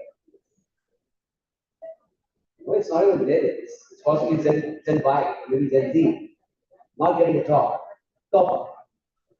So while we talk about innovation, so when can I see CBSE coming up with a rule that no principal in school will be allowed to put the roll of honor outside their school, where 95, when I was in grade 10 in Google, the topper was at about 93, 94.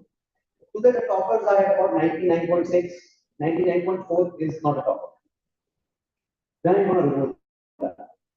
Next 2 years, you are going to see the change of looking into beyond the grades. We are looking into their skills, also looking at the problems solver more into it. Today, if you look into it, we are talking about AI, we are removing the software developers. You yourself said you are removing 18 software developers who have to, absolutely AI is been doing it. So today, more than the subjects and mark, the skill what he has, without a degree. Today, if you look into Google and many software companies, recruits +2 guy, a 12th class guy, then an engineer. Because he does the work, because he has the skill. You have been looking always from the perspective of what is his problem solving abilities, what is his creativity. So that is required. So which has been already introduced in the school system, which has been introduced as national level. You see today schools have more than 18,000 schools to start with. We have school innovation councils, where the students are being handholded from idea to product development. It takes them the shift what you are talking about for the next 5 years. Those changes will have a big impact, which we are going to see it. And I think celebrating failure is important if you want to Very build good. resilience. Very good. That's very important. You wanted to add something before we Yeah, go to the I next? wanted to add to that. 30 seconds.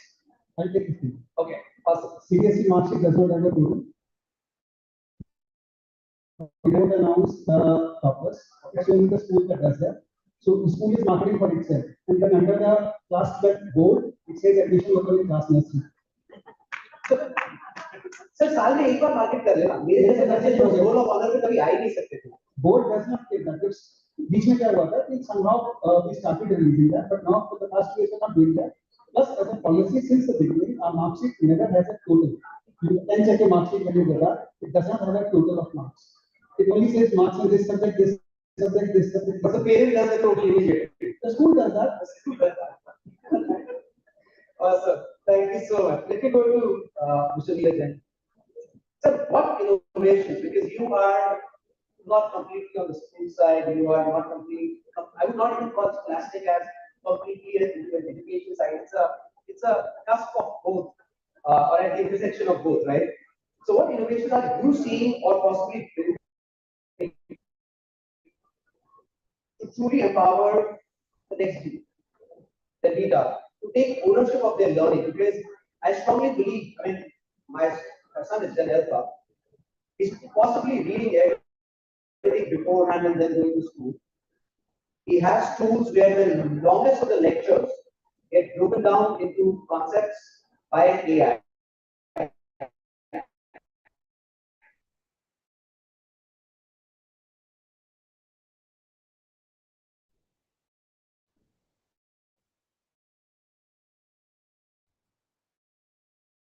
So, but beyond just First thing first, we classify as education, but we educate them, right?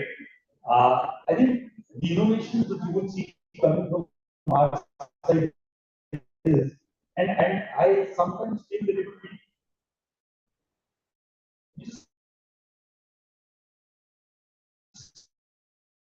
unnecessarily complicated. The problem doesn't lie with the generations that are coming in. The problem lies with only those who are not ready for it. And sometimes we are the ones who are not ready. We also need to adapt, because if you go to the classroom and you are going to address the help, and you want to do it the same way that you did Gen Y or Gen Z, then probably adaptation has to happen. The tools that we are going to be working on are going to be more not just focusing on. We all know this is a generation born with technology. They know how to use technology much better than us. The technology data, Right? And you cannot supplement their learning by bringing excessive technology into the classroom. You just can supplement their learning by bringing the right values in the classroom, the right structures in the classroom, and find a way to make them question the learning. And that's what we are going to be working on. And I'll borrow that 21st century terminology here, because we always be so hung about the 21st century learning. And I cannot think whether all those things that we are talking about was not required in 20th century or would not be required. So that, right? So the point is, it will be required the same learning. Only the way of delivering learning has to change. The way of delivering that content to the student has to change. And the people who are delivering the content have to change. No, I second you on that, because let me tell you, from the time of industrial revolution, right? You needed hard skills, you got hard skills, you got jobs. You moved to computational revolution. You needed again hard skills, coding was a hard skill. You got it, you got a job. Now we are in the cognitive revolution. You don't need hard skills. As long as you know how to talk to the machine, and there are 3-week courses on that. You can learn prompt engineering in 3 weeks. Because you can give a persona to ChatGPT. ChatGPT can act in $20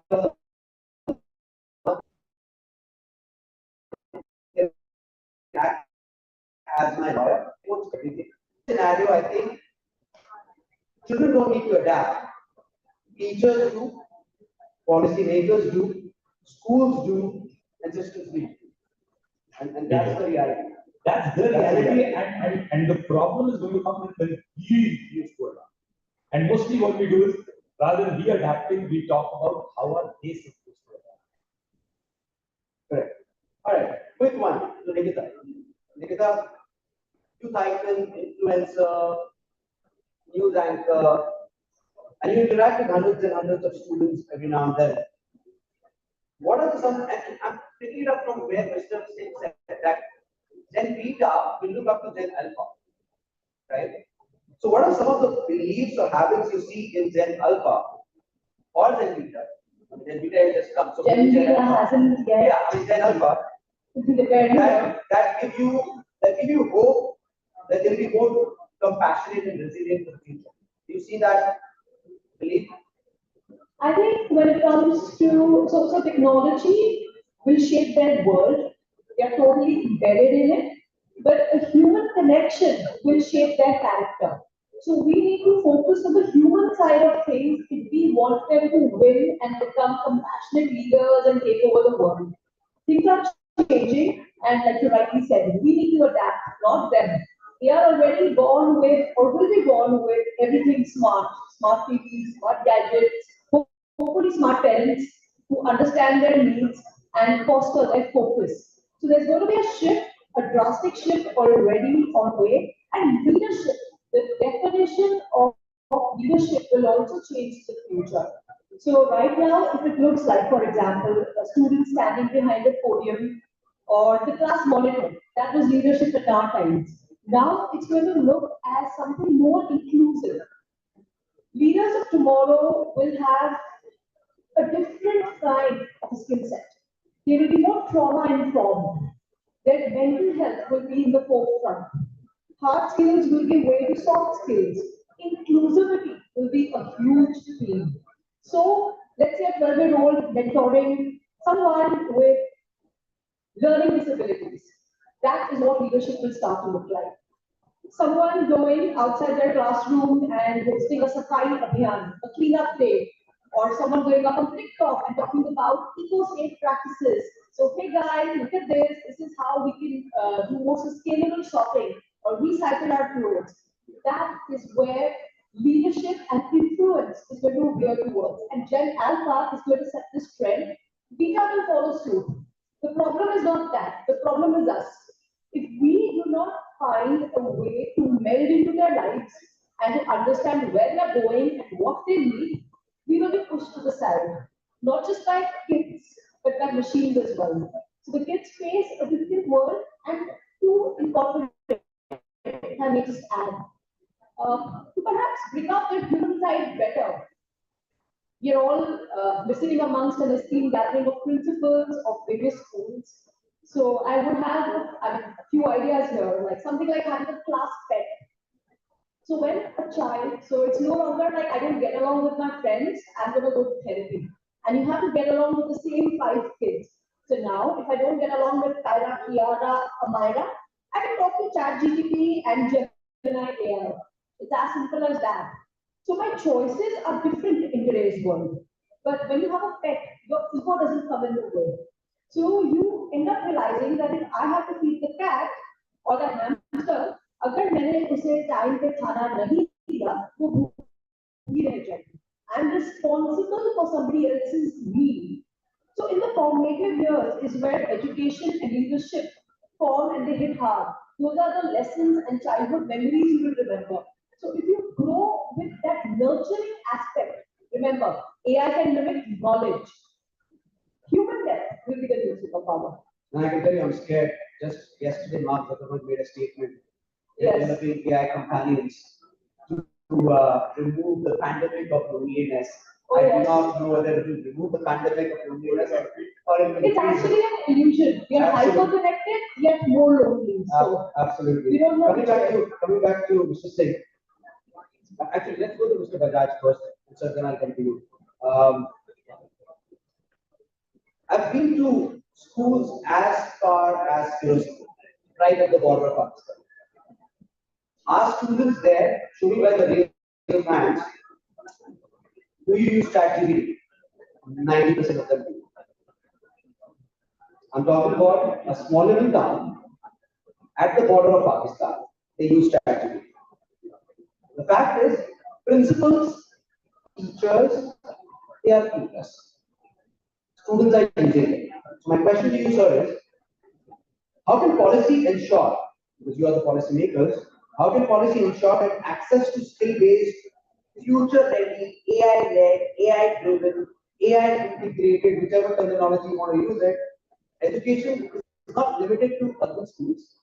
It goes beyond to tier 2, tier 3, tier 4, but more so to their teachers. Or are you talking about teachers training only in tier 1 and tier 2?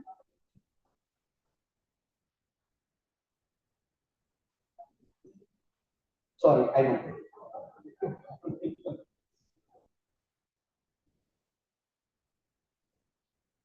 Yes, it is very challenging for the teachers to work on it. Find the children are using ChatGPT. How to deal with that is really challenging for the teachers. What what I do, I think the teachers which I am dealing with are not comfortable with all these things and not aware of all those things. How to see that students are using all those things, finding the solution using that.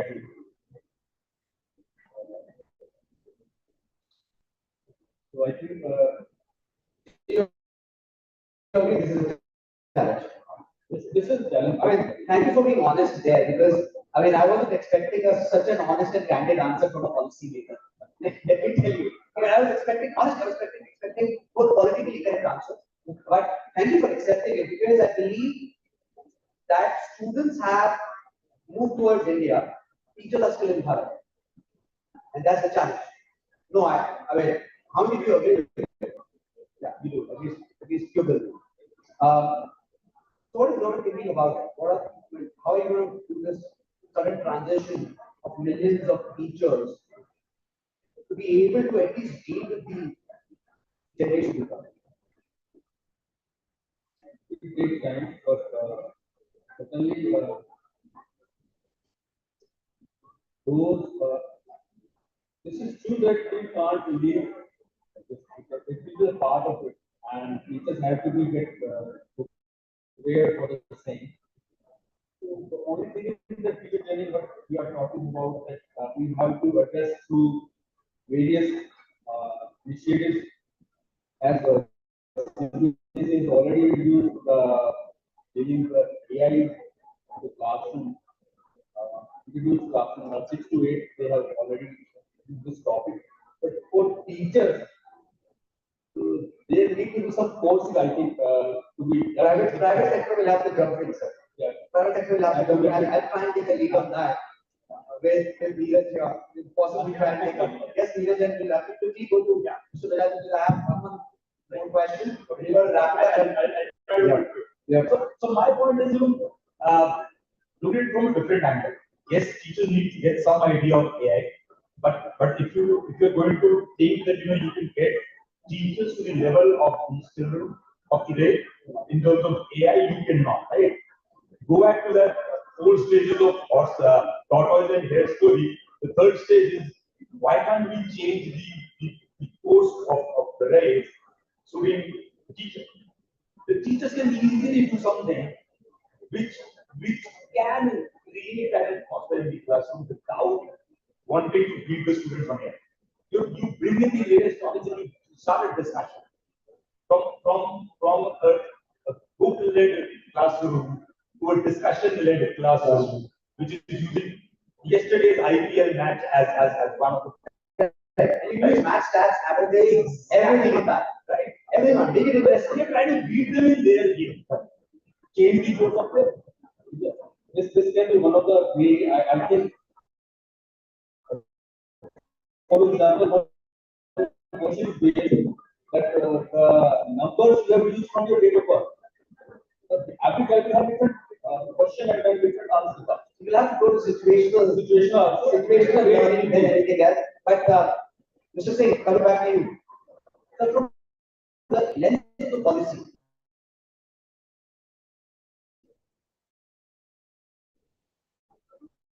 I'm sure everything cannot be done by the government. Now it's emerging after this discussion also. It was around partnership between the government, the private,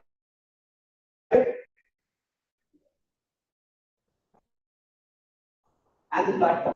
Right? And the schools, right? School is a platform. Yeah, there is, but before that, I would like to still answer the previous question that was discussed. Let me just make it clear that I'm on the side of teachers here. We are not blaming the teachers. Teachers have been there and we are able to argue because they've been taught by good teachers and that they're able to ask them understand things. So teacher of role is paramount and very pivotal in whatever policy and whatever implementation plan that we have in mind. Now look at 2019, before COVID, if you have talked to any of the teachers across the country that you have to teach your lessons through WhatsApp or through Zoom, 50% or like 10% would have agreed, remaining would have said no. Come the pandemic, you see everybody is on Zoom. The teachers have adopted and they have changed it. And they were able to deliver education on whatever platform was needed. WhatsApp, Zoom, WebEx, whatever. So they use different platforms, minded that they were never trained on that. They learn on the job, they learn with the students. So the teachers can adapt. And if a child is able to nurture a dream to become an engineer in 11th and 12th, there was a science teacher in class 6 that ignited the passion for science in that child. So that result that the school is harping on in 11th and 12th is because the teachers that were in 4th, 5th, and 6th. So they are the people who are working backstage. And they are the people who are very less technology. So the real hero there is the game-changing thing. Thank you. So we need to empower the teacher. So if anything that I want to drive in my child as a movement, as a sustainability, as a policy, I need to first train my teachers to understand that. That's where the innovation in Raja comes in. They need to understand how to identify an idea in the class and convert it into a startup. Now coming back to the question, only the government can't do it because we are very, if you can see, you have a gathering here, it's a predominantly private schools. So there is already public-private partnership that's in the field. The government can give you the framework. The National Education Policy and NCF provides an excellent framework for progress. It's a very forward-looking policy, it opens the door for other partnerships. But the only thing that happens is how that partnership is going to take up, how that partnership is going to achieve proper design. The outcome has to be very clear. Because somewhere down the line, the partnership comes free of cost, but then deviates into the data handling, and then it converts into something which is more or not something which is not desired. So the end has to be very clear, the outcome has to be very clear, and the players for us at CBSE, we directly deal with the schools. If the school has to achieve it, if the school wants to do it with the private player, we don't mind doing that. We are only concerned with the schools, they can do it with private or public partnership. Right. Going to Mr. Kariyappa, sir, quickly if I can ask, growing up in the digital first world, how do you see the role of technology evolving in the classroom? Will the classroom be technology led or will they be only technology? So, as Actor Arti said, our teachers are so flexible and the teachers are adaptive and they are adapt to the tailor-made system as technology is free. So, whatever situation comes, pandemic is the best example, you all see it. Like any AI, you can't replace the teacher. They always require the intervention for hand-holding the students to take them to the next level. deeper empathy. Today for us, the daily process today, they require an empathy, which only the teachers can give to the students. So any digitization in the classroom, you don't need to worry, we can go ahead because our teachers are there to adapt. Perfect. On that positive note, Neeraj, coming to you, I know just 2 minutes left into the discussion. How can education companies or maybe how Scholastic aiming to align better with schools and boards to make this future skilling? I don't know, whether it be 22nd century skills or like you said that the same old skills just rebranded.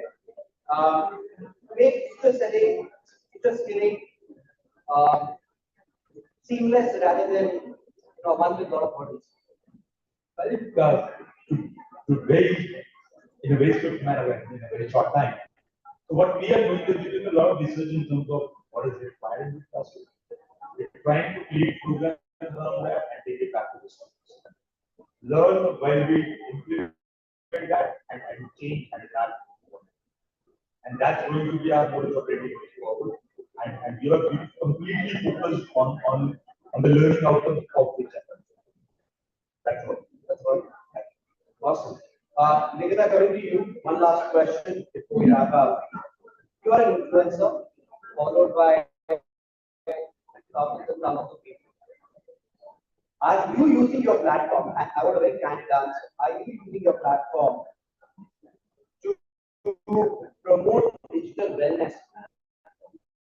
These youngsters, these Ys and Zs, the alphas, are you using that platform? How can influencers come into picture? By not focusing on just viral content, but focusing on uplifting content. The content which shows you perspective. You see, the way the algorithm works, it's like this. You start putting in or onto your search bars, could be Google, could be any place where there's SEO working. Any one topic, let's say you put in fast cars, for example. You will slowly see your entire feed curated to cars, things related to cars, car washings, everything car. Same goes for clothes. And slowly you will live in this bubble. It's called a filter bubble, where you start thinking this is reality and this is the be all and end all of social media. And suddenly you go into your gatherings and be like, hey, हर जगह आजकल गालियों की बातें नहीं हो रही. And others will be like, no, bro, that's not happening. And you'll be like, no, but my feed only shows me that. So it's up to us to go from consumers to being conscious content creators, to actually see. So no matter what I put out there or you put out there, your filter bubble will get curated. So you have to see it as consumers more consciously as to what are you watching. As for me, when I'm on the news and I'm looking at perspectives, I don't go to left or to right. I keep it balanced. I keep it neutral, putting things into perspective. Yes, I see over there, time is over. So yeah, I'm going to keep it short and wrap this up. But yes, when it comes to Gen Alpha and Gen Beta, only way we think about change is to go and canvas where they live online. We need to begin driving change, a drive for empathy, a drive for kindness, a drive for them to understand things like AI disruption, climate change is now climate urgency. All of it is online and that's where they live. So we need to encourage them to gravitate towards better filter bubbles and be conscious about it. You can't just keep thinking that, okay, this one person put this out. There's a choice, but it's also a cage. You've got to be careful out there. Thank you so much, everyone. I have been possibly going to every possible school, at least most of them in GPSC, to speak to their students, parents, to teachers training. I have one request. Instead of calling anybody from outside, people like us or trainers to come and train your teachers, when you have the flipped classroom concept, ask your students to come and train teachers on AI, and you will see the magic in their eyes. You know, the brightness in their eyes with which they will actually teach the teachers on how to use various AI tools. With that, yeah, that's the biggest collaboration and situation. So we are really short of time. Okay, I'll give you 1 second. Okay, you have it. Only one thing the teacher can do is the discussion in the class. That discussion is important. Let allow discuss and Thank you so very much, all of you, for joining in. And thank you so much, GPSC, for making me do third year in a row. Thank you. Thank you so much. Thank you so much for an enriching session. It's time to acknowledge and express our gratitude to our mentors. We request Ms. Neena Kaul, Mr. Jamil Ahmed, Ms. Sandeepa Rai, Rashmi Ma'am, and Ms. Sangeeta Kapoor to extend our gratitude to Mr. Abhishek Gupta, founder, High School Moms and Guide.ai. We are honored to welcome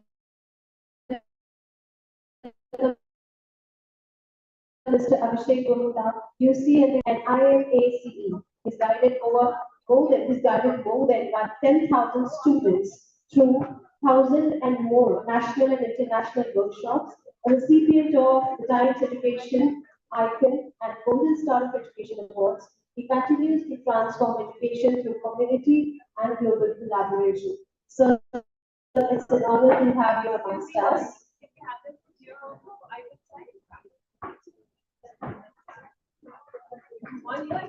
We also request Ms. Monica Sharma, Ms. Anila Gupta, and Ms. Anga Singh to extend a formal appreciation to Mr. Sunil Bajaj, Director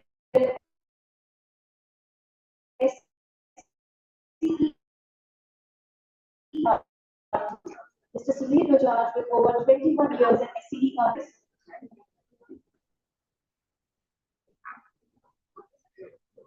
Sir is also the Assistant Director, Additional Director to the Department of School Education, including the development of mathematics lab recognized by Honorable Government of India of Haryana, a contributor to NCERT textbook and national initiatives.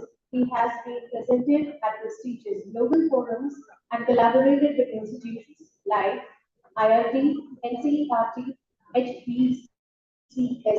His innovative puzzles and TLMs have been widely acclaimed. We request Ms. Swastika Acharya, Sister Lizzie Peter, and Ms. Alma Singh to offer a memento of gratitude to Mr. R.P. Singh, Joint Secretary, CBSE, Department of Skill Education. Sir plays a key role in shaping CBSE's skill education landscape, introducing subjects like AI, coding, yoga, and design thinking. Currently leading initiatives like the National Credit Framework and Skill Hub Initiative, he is instrumental in expanding practical, future-ready learning across CBSE schools nationwide. Ladies and gentlemen, we are very honored to have amongst us the Director of Education, Captain Deepu Bowman. I request you all to welcome her with a huge round of applause.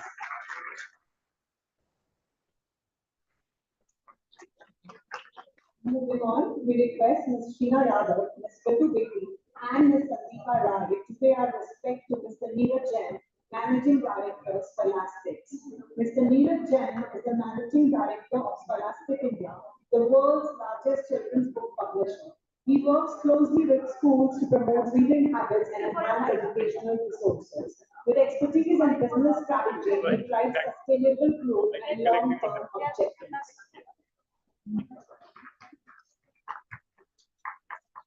We request Ms. Sandeepa Rai, Ms. Alka Singh, and Ms. Charu Reddy to present a token of gratitude to Dr. Ilan Rowan Karyapan, Assistant Innovative Director, MOE's Innovation Cell.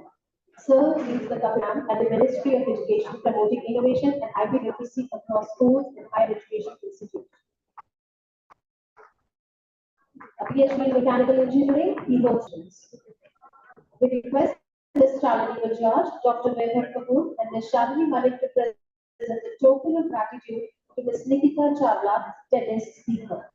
Ms. Nikita, a 32-year-old multi-work potentialite, is a TEDx speaker, award-winning travel journalist, and India's youngest national TV panelist.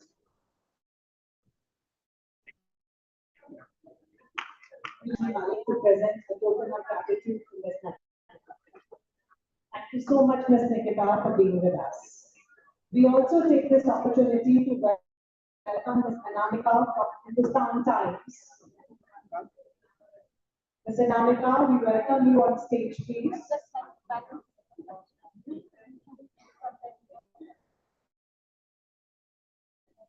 we request Ms. Alka Singh to extend a token of gratitude to Ms. Anamika from Hindustan Times. Welcome, Ms. Anamika. Anamika is here. Thank you so much.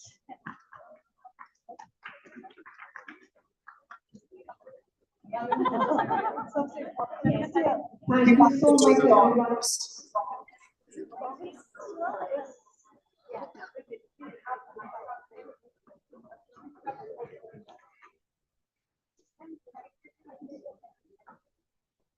Thank you, dignitaries.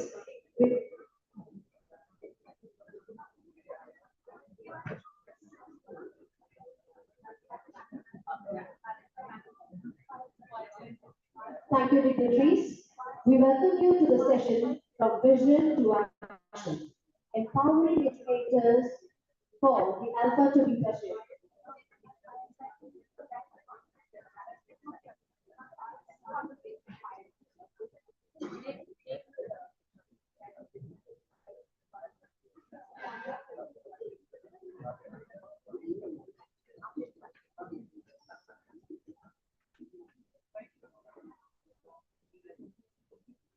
We have a fireside tete-a-tete from vision to action, empowering educators for the Alpha to Beta shift.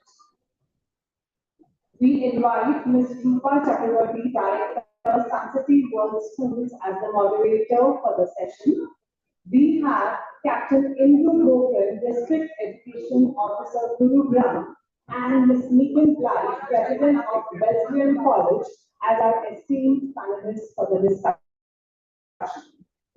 May we request Ms. Rupa ma'am and all the panelists to take their seats at the dais, and request Ms. Rupa Chakravarti to kindly initiate the deliberation and discussion with illustrious panelists.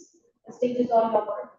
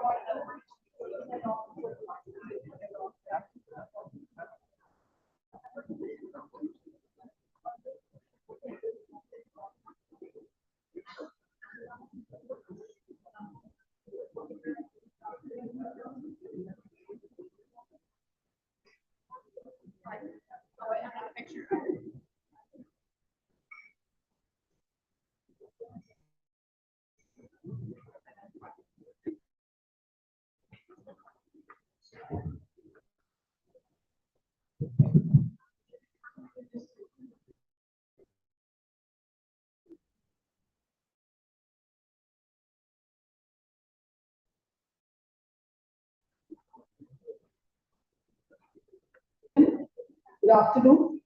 As you can see, I am a teacher. I have a problem sitting down. If it was diagnosed and I belong to the baby boomer sect, and we are talking about alpha beta, and they have decided that they cannot count anymore about the generations and about the changes that are happening in their generations. So what has happened is a conversation that I'm going to narrate to you before I come to you. With me are two very, very esteemed panelists, and hooray to girl power. So we have the District Education Officer, Dr. Indru Logan, and it's an honor to have you. And we also have somebody, and it tells you very international, that we have Dr. Megan Guides, who is the president of Wesleyan College, the Girls' College.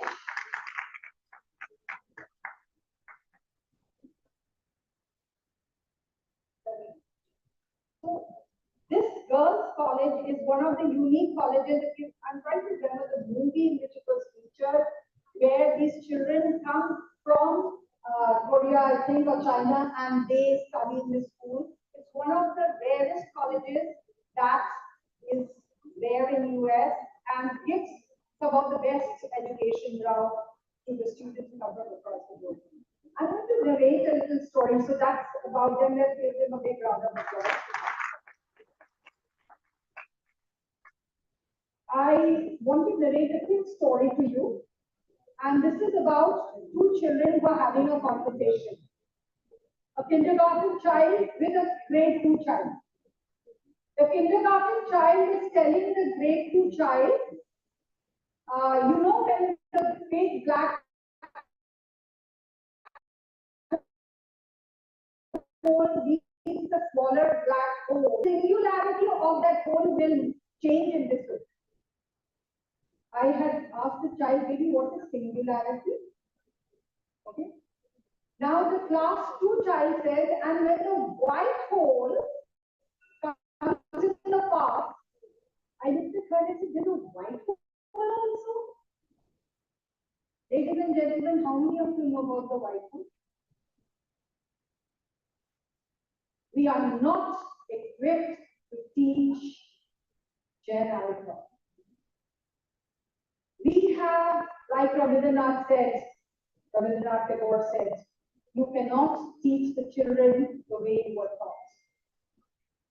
And somewhere, like Mr. Bajaj said, we need to equip ourselves to reach, I hope I'm quoting you right, sir, to reach where those children are. I told the principal and the vice principal in the school, let's resign. Because we cannot match these children, kindergarten and class 2, having a conversation. I would like to begin from here.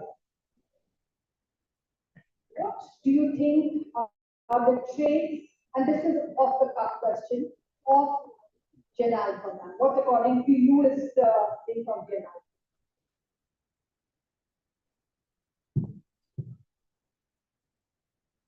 I mean, we all are aware that Gen Alpha is are the individuals who are born from 2010 to 2024. And this is the first generation of a colonization that we are talking about, which is born completely into the new millennium. Absolutely. And this is the generation, if you see, it started when iPad was launched, and your Instagram was there, and the word app was the word of the youth. So these are the individuals who were born when the technology was already there, and they are the people who are highly technologically savvy. And you see, these students, along with me, I mean, they have so much of exposure. If I see, I find 4 distinctives with these categories. First is they are going digitally, of course. Second thing is these are the Alpha generation is the one which has seen COVID-19 in their formative years. And with the COVID-19, they have learned so many lessons hard way. This is the generation which is looking forward to the values that, if I'm not wrong, the values like the grandparents used to it. They want to see the end result. They want to have the financial security with the kind of digital intelligence system and exposure they have. I mean, it's altogether a generation with which we will be part. Thank you so much. Rightly said. This is a bit of trivia that we all need to have. Your thoughts about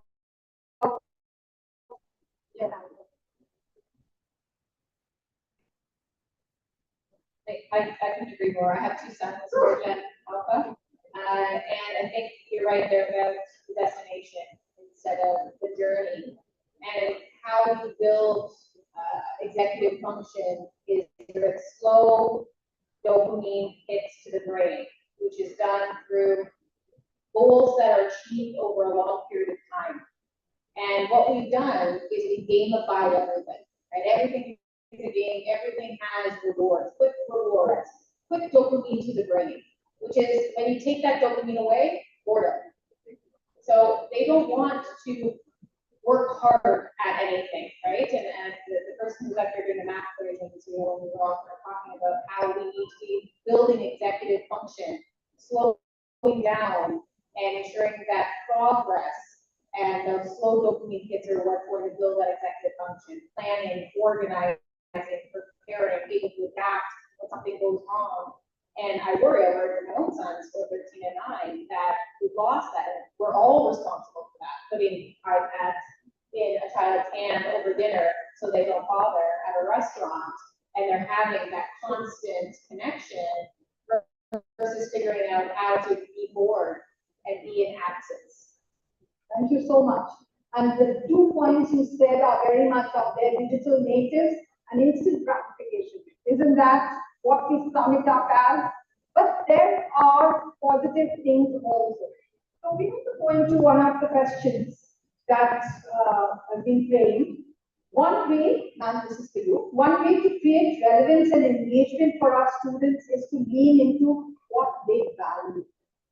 How can we find out what they value? How can we incorporate it into their learning with reference to all schools in India, whether it be state or national? So how do we do this? To know what actually they value, I think 3 things should be there in the case.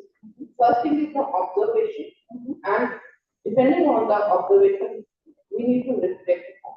Now the observation is where the child is taking, how the child is spending the time, what are the interests, you know, and suppose we are giving them the toys, which kind of toys, which kind of games. So we need to observe and reflect upon what the web child is doing, what the child is thinking. Second is in opening up the communication. We need to talk to the students, we need to talk to this generation.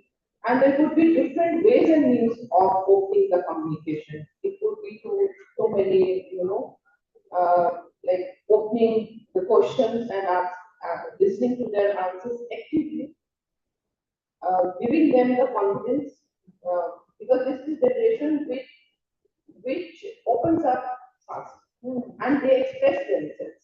I mean, it is not the generation which is not going to express.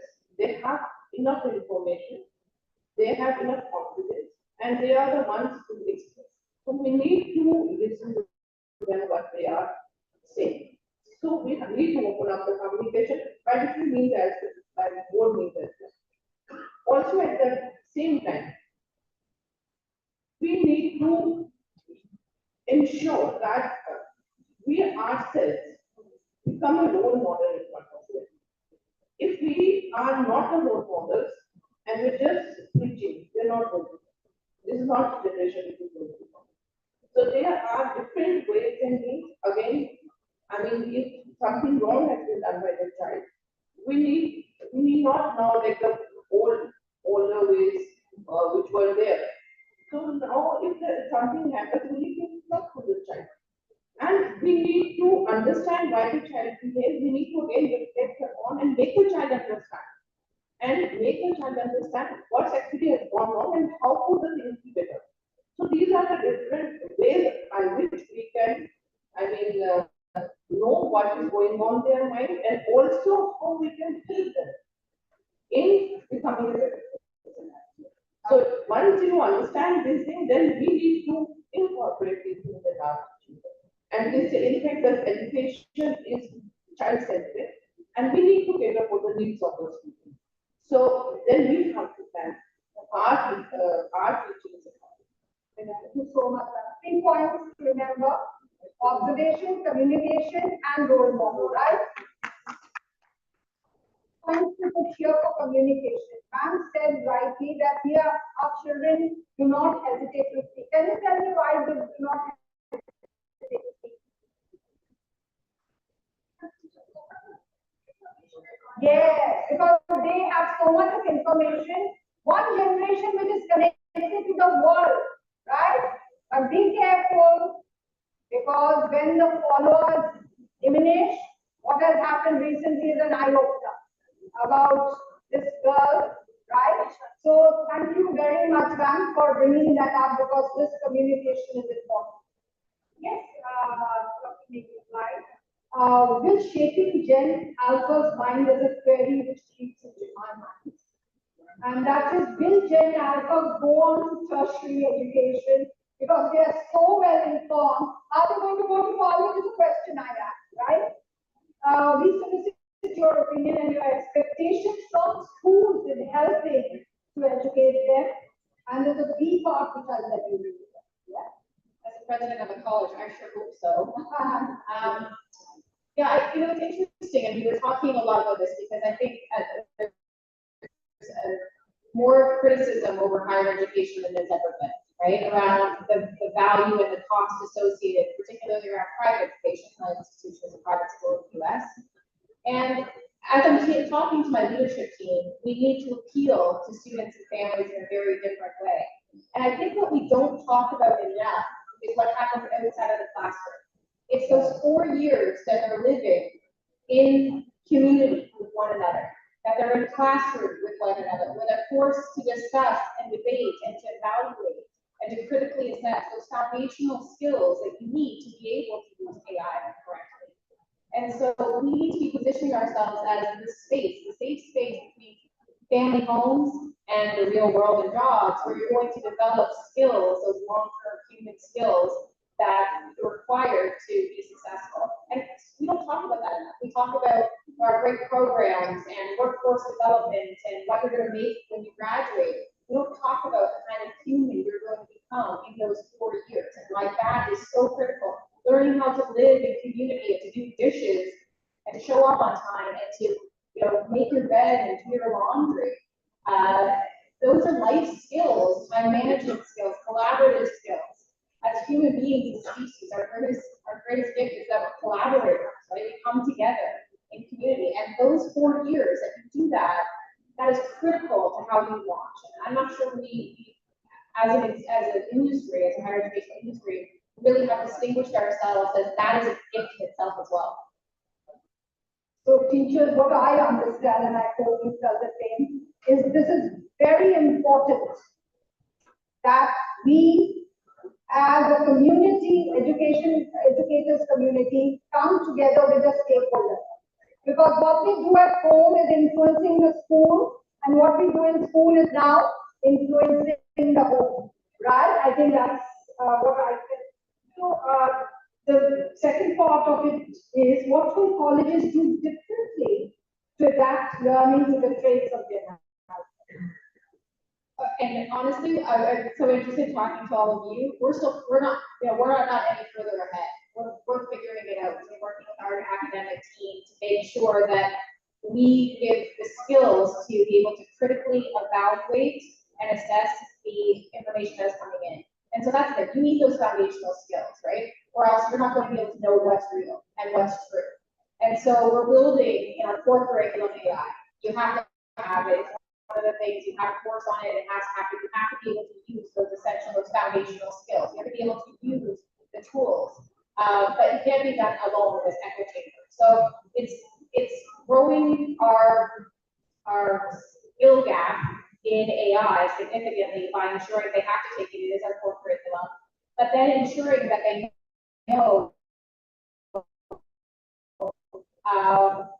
how to use it. And that really is the key part, right? There is an ethical component to it, and that's something that we need to be thinking about is, and I believe that as there's more and more use of AI, there is going to be more and more need for relational business, right?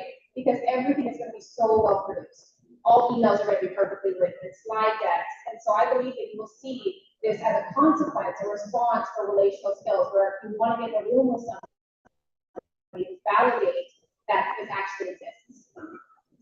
Thank you so much.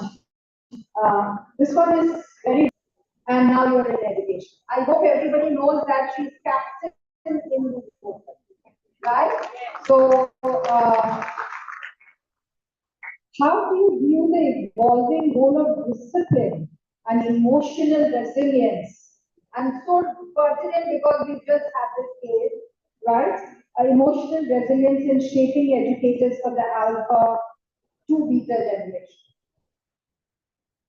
We're talking about the defense forces. In defense forces, you are made to work under pressure. you don't lose your calm in any of the situations. Calm whatever may be, the things have to go. So, similarly, if I say, similarly, I see that the teachers also now with the alpha and beta generation now just have to come with the 35 is just the first year of the beta generation. So when we have to cope up with these students, we have to be emotionally very strong. We need to be very patient by giving reactions. In fact,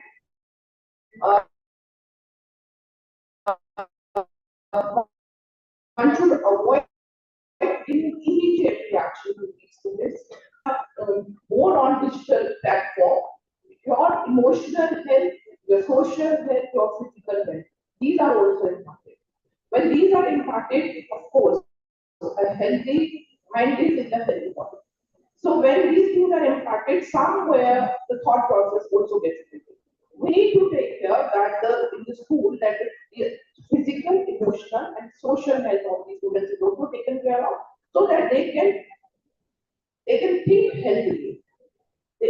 Whatever and the emotional intelligence, once all these things are there in the place, then the teachers now because of these younger people who are very focused, these students, they need immediate response. Whatever they ask, they need the answer immediately. So keeping up the pace with these kind of students, we need to give training sessions to our teachers also. So the teachers also should undergo and accommodate the changes which are happening, and the teachers who accordingly change themselves, become more patient, become more focused, as I said before, they're kind of the role model.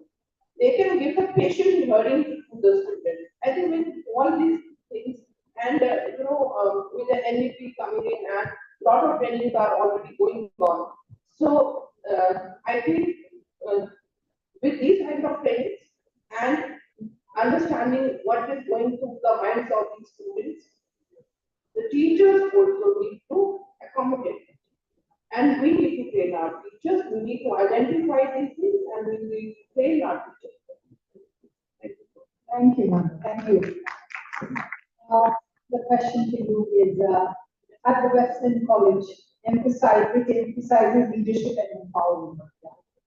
How can institutions cultivate similar environments at the foundational K-12 level, especially in diverse cultural contexts like India? The wrong person to ask, but an outsider's perspective of how to go about doing it. Let's ask the one white person in the room how to create cultural diversity in India. I feel like this is a trap. But I'll talk to you about Wesleyan. I'll talk to you about what we're doing at Wesleyan. So we have noticed that since COVID, there is just a paralyzation of students wanting to connect with one another and getting out. It's harder to get them out of the rooms. It's harder to get them into community. It's harder to get them to engage. And so, and it's focused on, hyper-focus on likability because of likes and these types of things on social media. And so we actually take phones out of the classroom, and in colleges, we get a lot of trouble for doing that because they're paying consumers. That's one of the things that we're doing. On leadership development, it's around core skills. We start from the basics. This is the problem with universities and colleges. We expect you to send us a finished product, right? You've got to be have high grades, and you've got to model UN and play an instrument, play a sport, and solve graphs, and be a beautiful speaker. And it's like, send us your perfect student already. What are we doing? Right? What is our job then? So so let's start from the basics. We're developing your voice, how to communicate, how to raise your hand, raise your voice, and raise your confidence. How to get the right reference letter, how to be able to write an email. Starting, we're not assuming that you know anything, right? And that's the job. The job is to start from here and build. And so we're not making these assumptions that all of a sudden create barriers to access, barriers to progress. And I think that's one of the things that relieves tension and then allows comfort in a classroom, is that we're all going to assume that we're starting from a similar place and we can build together on that. And that really is how I think leadership is built. I like the finished product, great, and very, very relevant because I know this is something you believe in, and that the schools are not supposed to be sending us finished products. I've heard Professor say, because she says that we expect them to have a great portfolio. Sorry, yes, so much pressure on the students. Thank you for that, and I hope you take our children in spite of them not doing the best. Absolutely. They showed me the red flag, and they said time out. So I'm just going to end with quick statements from both of you. What is the message you would like to leave them with all the experience and the erudite people that I have here today? Please leave the participants with a message for Gen Alpha carrying back to school. Yes, from my side, the message would be as this Gen Alpha is a generation of teenagers, and they are globally have no boundaries. Exposure is beyond their age, and the expression is there. We need to understand what all is going through them. We need to be, when we deal with these kind of students, the empathy, the values, the equals. We need to have kind of activities that these are inculcated in the students in the school. The message is because they are most of the time digitally engaged. You see what I see right now when they are playing the online games. Most of their partners who are from some other country. So the kind of risks involved. Now, you know, on the chat, also now, the training is going on the digital security or something like that is going on right now for the month of April. So we need to make our students aware of the risk, being open to so much of knowledge and information. Secondly, as I said before, I am very concerned about their health because once they are involved into their eyes are affected when I go to the school and I see the students who cannot even stand straight with the eyes having with the teeth a different shape, not as normal. So when I see this kind of students in the school, I really feel very bad. This is the next generation. This is the alpha generation. So we need to be focused. We need to take special calculated measures that the kind of yoga or the physical activities we should involve in the daily routine. Meditation is very important because all the time they are mindful. I've seen all the time they are there. Because when there is so much of knowledge, then that knowledge keeps on, doing its work in the mind. So they are never at rest. So we need to bring meditation at its place. And at the same time, teachers have to be like act for the students of our generation, being more focused, being more patient, more tolerant, and almost non-reactive. They need to listen, they need to understand, and then they need to explain. The reaction over.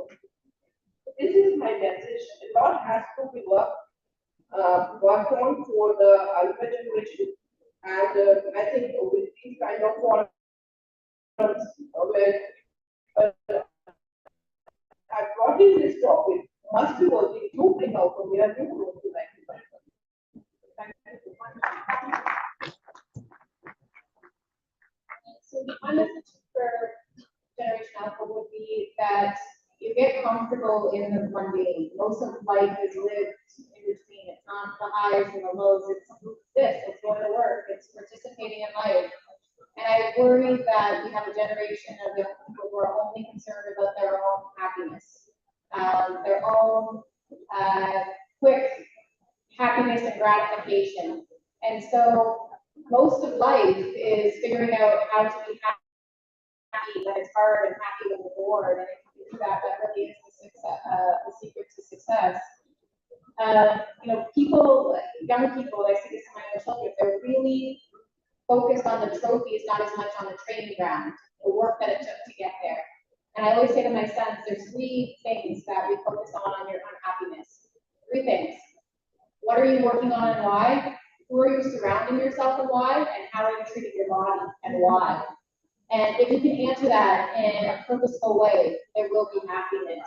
So I think just going once again back to those basics and understanding that there has to be absence, there has to be boredom, there has to be creativity and innovation, which we heard from the previous panel, because most of life should be lived in that way. It's not just the highs and lows. So getting back to that, where you can find happiness in just being in the tough. Thank you so much. So we do understand the points that you put forth are very, very important. Why you're doing it, with whom you're surrounded, and lastly, of course, to be connected, connection with yourself. I think that's something we need to leave everybody with. Ladies and gentlemen, basic things in life don't change. Curiosity stays, love stays, and connectedness stays. I remember an ad of Shabana Azmi, it was for AIDS, and she said, "Chune se pyar karta hai." And I think that's what we need to tell our children. Not on the screen, chune se pyar karta hai. Thank you, ladies and gentlemen, for being around. Thank you so much. I'm so grateful to you that you open, and also Dr. Megan Bright.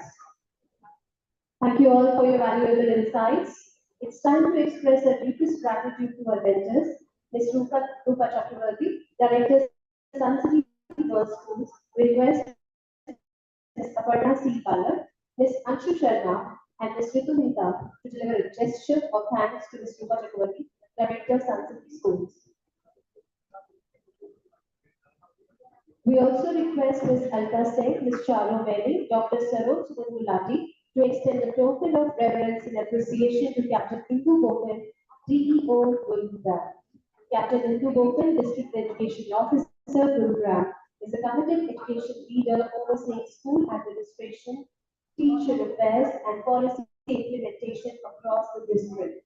Known for her impactful leadership, she ensures effective execution of welfare schemes, manages schools on district land, and drives grassroots improvements in education quality and governance.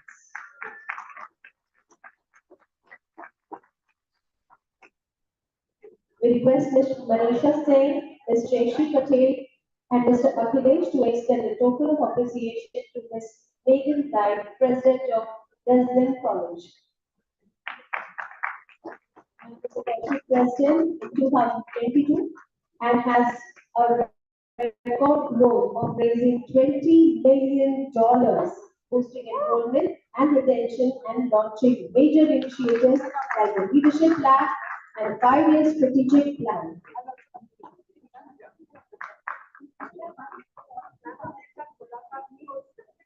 We also take this opportunity to welcome Mr. Manoj K. Srivastava to the event.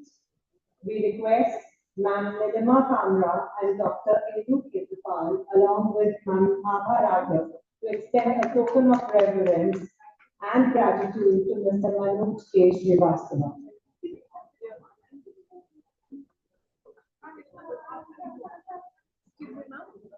Sir is a seasoned educationist with more than 28 years of experience in training, governance, and policy. He leads CBSE's vast training programs for more than 1.4 million teachers and has pioneered key reforms. Thank you very much for being here with us, sir. Widely respected for his strategic vision and integrity, Sir has actively collaborated with global bodies like UNICEF, UNESCO, and NCERT and plays a key role in shaping CBSE's advisory and curriculum policies. We welcome you, sir. We now invite Mr. Nitin Rana to announce the prizes. Please, sir. Yeah, we got an amazing response to this, and thanks a lot to all the teachers who participated so enthusiastically. The winner is a team from Bluebell's group of schools. Please sector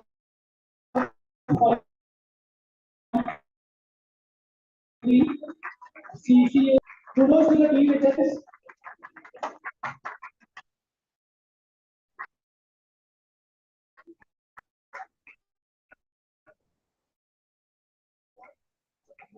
besides this, there were other calling eight, Balbati, Vanessa, Open Sky School, Sector 5, Yandre, Senior Secondary School, a lot, everyone. I hope you guys enjoyed it. Thank you.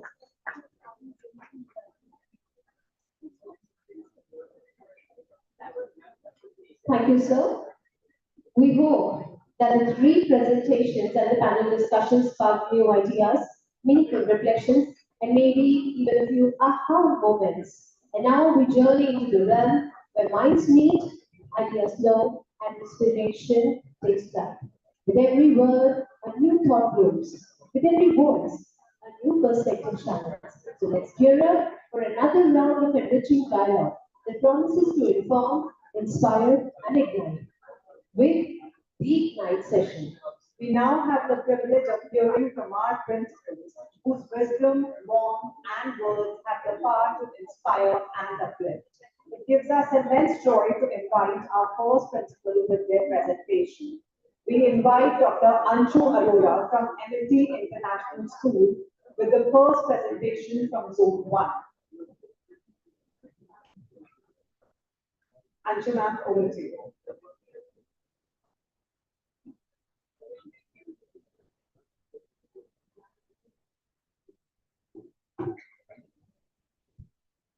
Good afternoon, one and all present here. What a wonderful day it has been. And the topic for our discussion, which was given to 8 schools, was leadership and voice, empowering generation empowered to lead with purpose. It gives me a lot of pleasure how everyone actually contributed in this session. And I think before I give you the conclusion of what we all discussed, the debate has been so clear with the previous panel discussion that we had.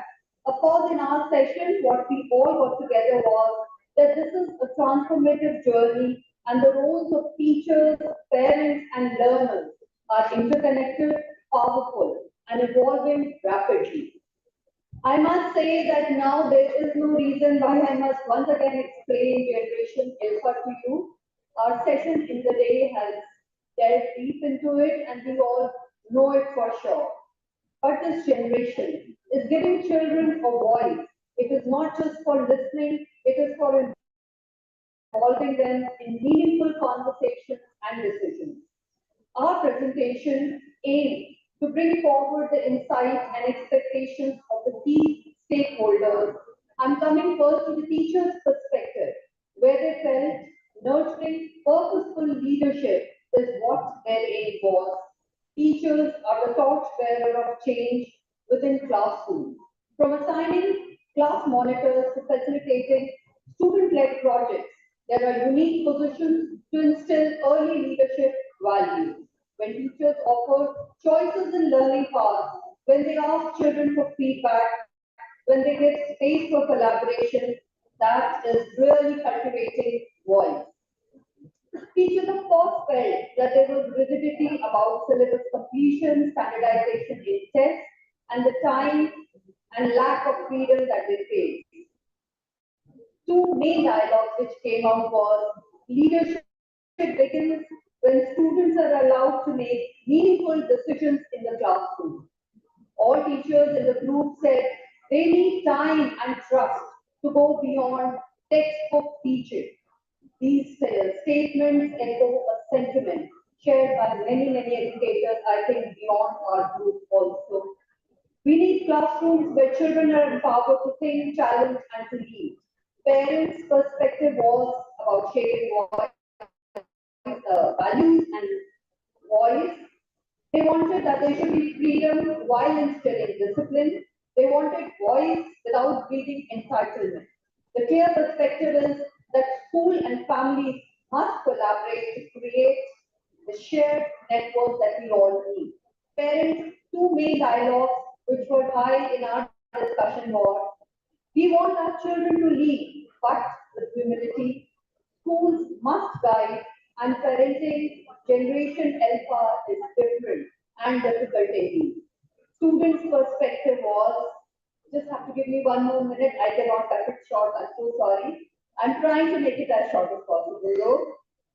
Students' perspective was that they wanted to listen to those around them, their young minds, they being digital natives, were multitaskers and surprisingly aware of the world around them.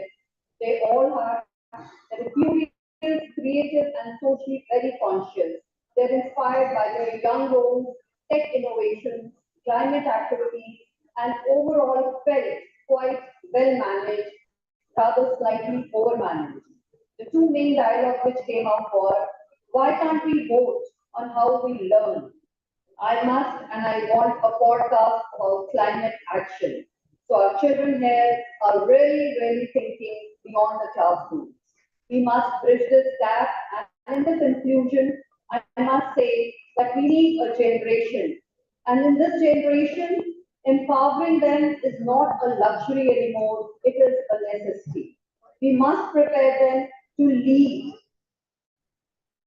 It's not about control, it is about conviction. It is not title, it is a mindset. We need to prepare our children for the future so that they prepare. Thank you so much, ma'am, for your insightful words. As a second presenter from Zone 2,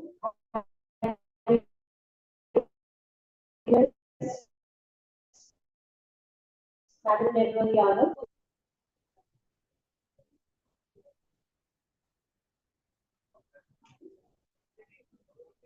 Namaskar. I'm Sharma, wherever you are, please come. I don't have a bad joke. Right. Our group has some wonderful erudite learning principles, caring parents, motivated teachers, and of course the Gen Alpha to form into the digital world.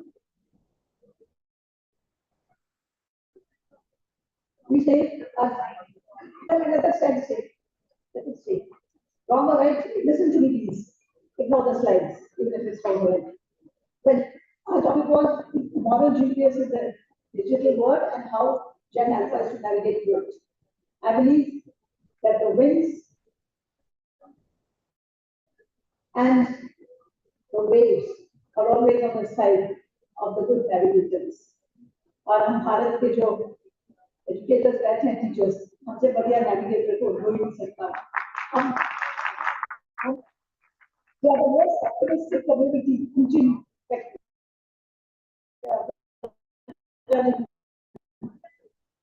हम वो हैं जो do बनाते हैं. So technology evolves and changes with time. Technology evolves and changes, but morals, virtues, they're universal. In the strike from what I spoke about offline and online models. Western countries are now looking for kindness in syllabus.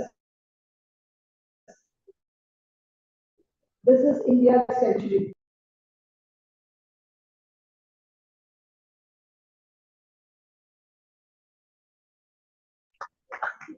Thank you so much. So I'm here to share two perspectives because we had four perspectives. academies, principals, parents, teachers and students. So I'm here to share the two perspectives of the discussion we had online with 8 schools, principals, then 2 teachers from each school and the parents and the students. So first I have the parents' point of view.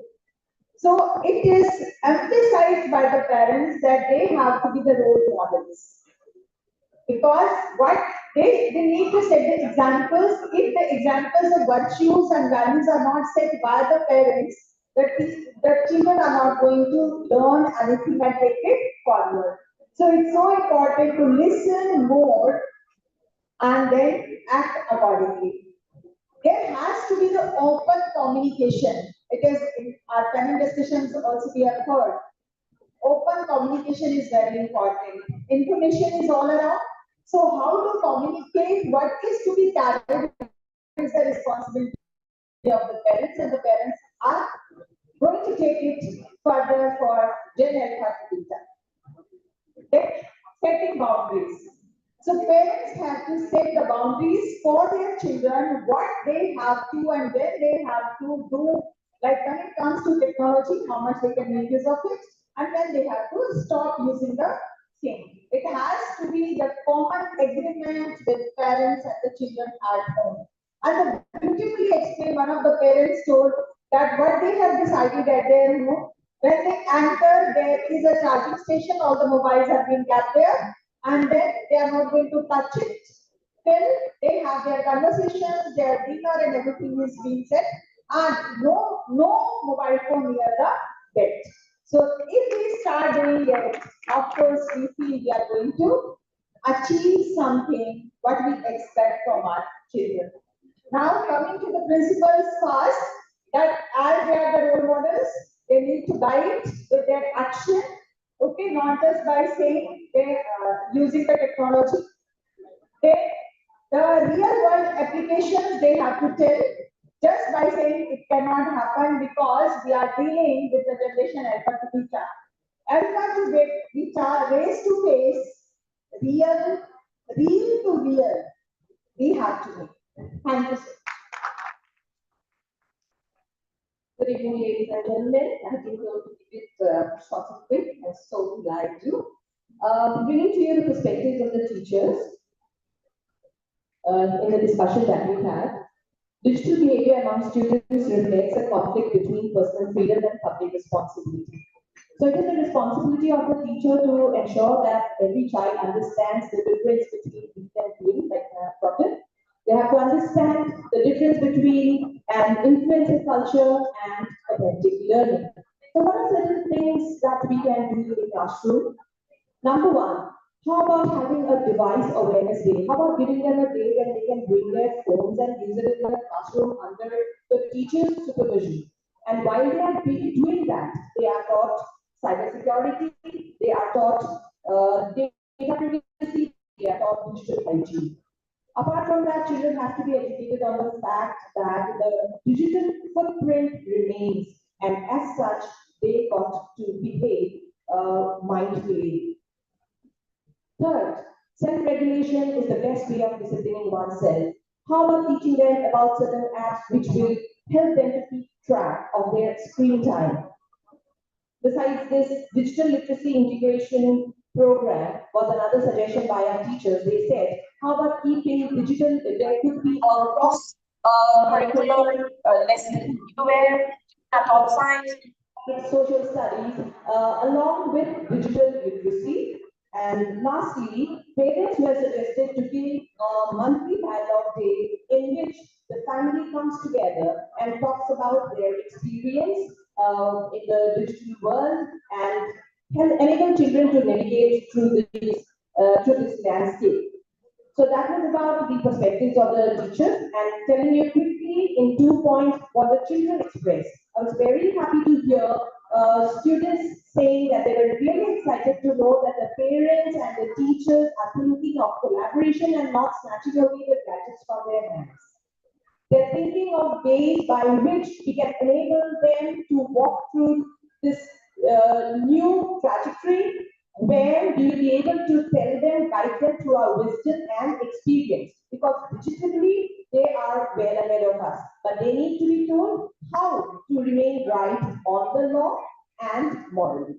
Thank you.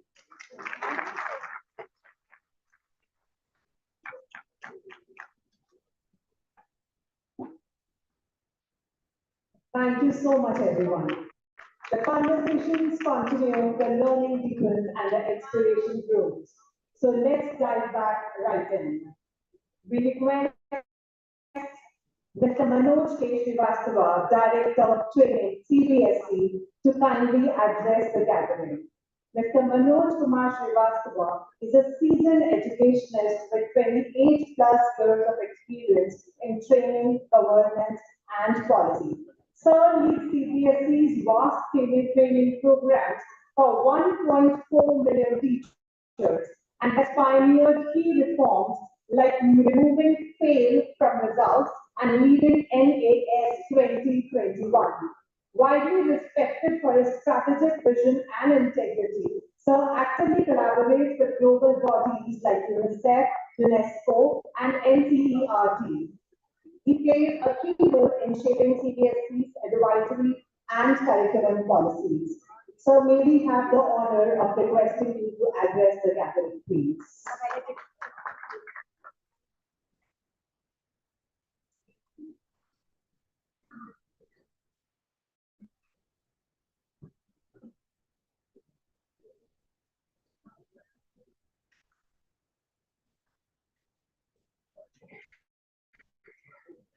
सभी को नमस्कार।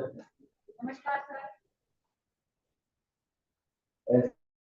Program schedule, I guess, of the summer was supposed to speak prior to me. I gather that you to come into this place.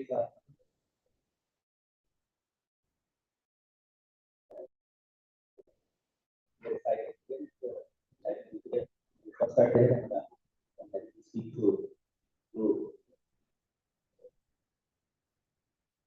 the outset. I must compliment the entire vibrant team for choosing a topic which is very relevant and only shows that we are becoming more and more proactive in finding out an issue that actually concerns the education ecosystem and we as an vibrant education community, we are always trying to find an answer. It's indeed an honor to be here, to be a part of this one-day conference for the Gurugram Sahodaya complex. And when I got this invite, I just asked what is the day of this event, and then she said, Alkaji, I think she can come, and then she said it's on Saturday. Now, most of you must be knowing that our office had respect to Dwarka, and the majority of the staff in the CBSE, they all staying in the River side and the Delhi side. So, coming to Dwarka, it becomes a touristy event. But then it is always, worthwhile to be all of you talking to you, listening to you, and that's the whole purpose that I'm here for. And I'm joined by my colleague of the RPC, my Secretary of School Education, Dr. Sahodaya. You also have, that Mr. Bajaj from the Haryana,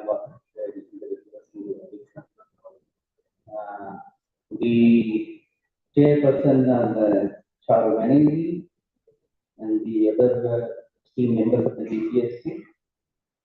And I understand that there have been 3 very insightful sessions today, followed by a roundtable discussion and then fire chat discussion also. And you must have attempted to find some answer related to the beta generation. I also thought that, I would, in order to speak to you, I would gather some information. Therefore, the best thing, which most of us like to do or must have been doing it, to refer our problem to chat. So I go on chat GPT. I'm going to talk to people about this beta generation. Get me some input. They give me a lot of input. Now, when it gives me an input, it tells me, okay, this is how the beta generation would be. The characteristics of the beta generation would be. And therefore, I become more of a kind of a conditioned mindset that this is how I should actually be perceiving the crisis. I was just talking to Dr. R.K. Singh, and was curious to know from him, could we all collectively or individually find an absolute answer for the generation Earth itself? I mean, that itself we are groping in dark for a variety of reasons because of diversity that we are having to deal with, because of the purity that we are dealing with, because of the uh, you know the divide in terms of the resources that we have in this country, and then a number of other things. And therefore, the best way to answer for any upcoming issue is to accept it in the first place. And from that standpoint, I think this is a great initiative taken by the GPSC, and I was complimented. I understand that the whole idea when you must have had several rounds of discussion before you finish a particular topic like this. But you must have, taken a stock of how you have built group of 50, 55 school, day-to-day school life situation with regard to dealing with the presentation. The point is, unless you accept the problem, there cannot be a solution. And when we accept the problem, we start thinking in terms of solution. The generation beta, it is going to be highly tech savvy. It's going to be very, very, less emotionally sensitive. This is what ChatGPT offered me by telling you. The point is, if you, when I thought I would connect to God, and try to find out an answer from him कि भगवान क्या आप generation beta को मुझे बताया गया है ChatGPT द्वारा या किताबों में पढ़ के या अखबार में पढ़ के are you going to do any structural physical change in the degree और कुछ mental wiring में आप change करने वाले हैं? I would have replied no. The degree will be active. Maybe you going to be saying simple, You are the people who give them a chronic. You are the people who are going to give them objective, and you get the branding. For me, it is the same story. Therefore, when we are dealing with the children, previous speaker, someone spoke to me, that we हम पश्चिम की तरफ बहुत आ गए थे. I think that really makes sense. और यदि आप उसको ध्यान में रख के पूरी NEP को टोटलिटी में देखेंगे, तो you will find that how futuristic the recommendations are. We are not discussing about Bal Balika. If we discuss Bal Balika, will NEP came and suggested that no, we are splitting this right to education and we are putting this all into the bracket up to the 18 years of age. Look at the way the whole thing has been so proactively thought of. So this is one part of it. The second thing is it talks about technological integration in day-to-day curriculum transaction in a very, very heavy way. That means that the government of India also realized that unless we ensure a completely technologically enabled education system, the very divide that happens in the society or that remains in the society to be addressed cannot be addressed. And I was talking to another audience somewhere else, and I was mentioning that if you want to see a particular topic, you can ask YouTube a number of times, and the YouTube will continue to offer without getting irritated. But it doesn't happen to us. As a teacher, third time if you come and ask me, I'll say, "Bhai, कितना तुम्हें समझ में नहीं आता?" हम ये जवाब देते हैं. Technology के साथ हमारा रेस है, and you must realize that technology should be used as a force multiplier, and that is where we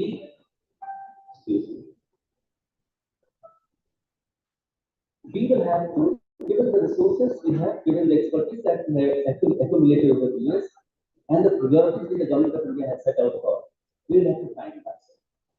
And I'm sure that the discussion, the key speakers must have shared a lot of things to you as to how to formulate a strategy. That strategy might work for a particular category of school for a particular city. I would just like to caution that first set of intervention for a tier 1 city might not work for a tier 2 city or a tier 2 cities. Therefore, the job of the season people is to figure out a policy or a formulation or a strategy which fits into the whole scheme of things. And that is where CBSE, in absolute pursuit of any recommendation, is crafting its policy. That is where we have tremendous focus on capacity building of teachers. Why are we saying it? Yes, that all teachers, regardless of their age or position, they hold PRT, ECT, NTT, or vice principal or principal, everybody should contribute for a regular training program, because that is where I say NEP has been very comprehensively futuristic. It somehow decided that it would strongly recommend for 50 hours of CPD in its whole scheme of things.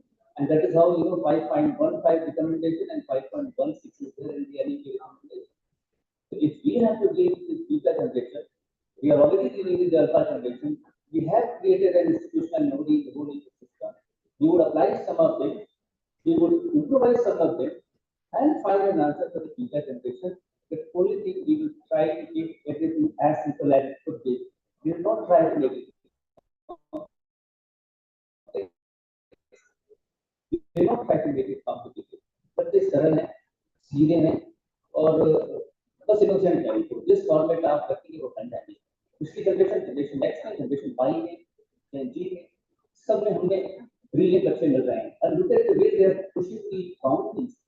I mean, if you see the NEET result or JEE result, the kind of percentile that is coming up every year, it actually makes us think as to what do we do. One side we talked about difficulty, the other side is that kids are doing such a wonderful performance system. So we have to find out the answer for these within this ecosystem. The best part, when you have a context of this nature and this nature, you learn from each other. You have I was talking to Mr. Bajaj and I was mentioning that it's time that we should also learn from the state education machinery also, because they are also doing a lot of innovations. And we also heavily talked about the alliances and the institutional collaborations. This is an era where we cannot spend time and resources for reinventing the wheel. If somebody has already reinvented the wheel, let us use it, let us add value to it, make it more cost effective, make it more accessible and more quality. I'm happy to be a part of this discussion, and we look forward that whatever resolution or the finding that eventually you come up with would be shared, and it will lead to further discussion, so that we have a a better understanding of looking ethics, and we also look forward if you could share those outcomes with us. We'll also find how effectively. Thank you so much. Thank you.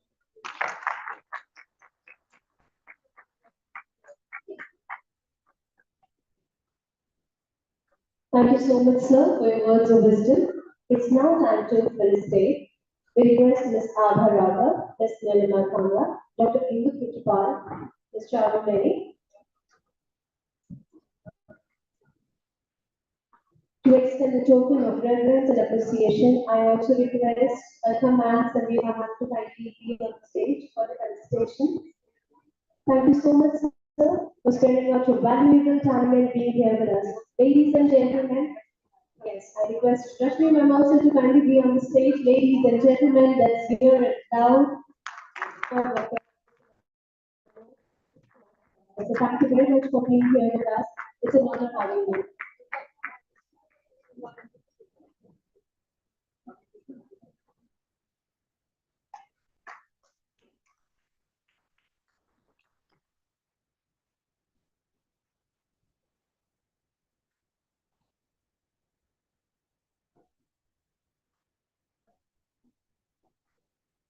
I also request Mr. R.P. Singh, Joint Secretary of Education, CBSE, to be on the stage.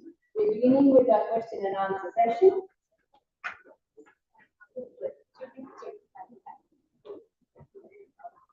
Moving on to the question and answer session, we have Director Training CBSE, Mr. Manoj Dixit with us. Let's make the most of this opportunity and gain some valuable insights. Namaskar, sir. Thank you once again for being our voice at the education curriculum planning and training of teachers.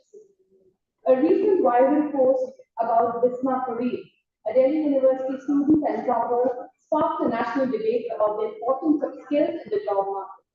Even with a stellar academic record, despite having 50 plus certificates, 10 plus medals, and 10 plus trophies, Fareed struggled to secure an internship, leading her to realize that skills are more crucial than just academic achievement. My recent visit to Sandeepni Ashram at Ujjain, sir, where Lord Krishna learned the 64 skills, raised a question in my mind: how to travel the journey from a teacher to a spiritual guide, And a mentor शिक्षक से गुरु की यात्रा कैसे पूरा करता है? एक शिक्षक गुरु कैसे बनता है? And how does the skill education come in play?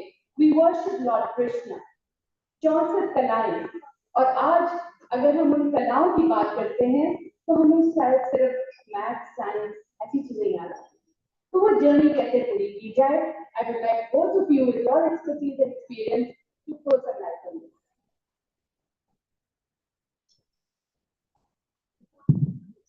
Thank you so much. It took me a while to understand the question. So it was a case-based question. A higher order thinking skills.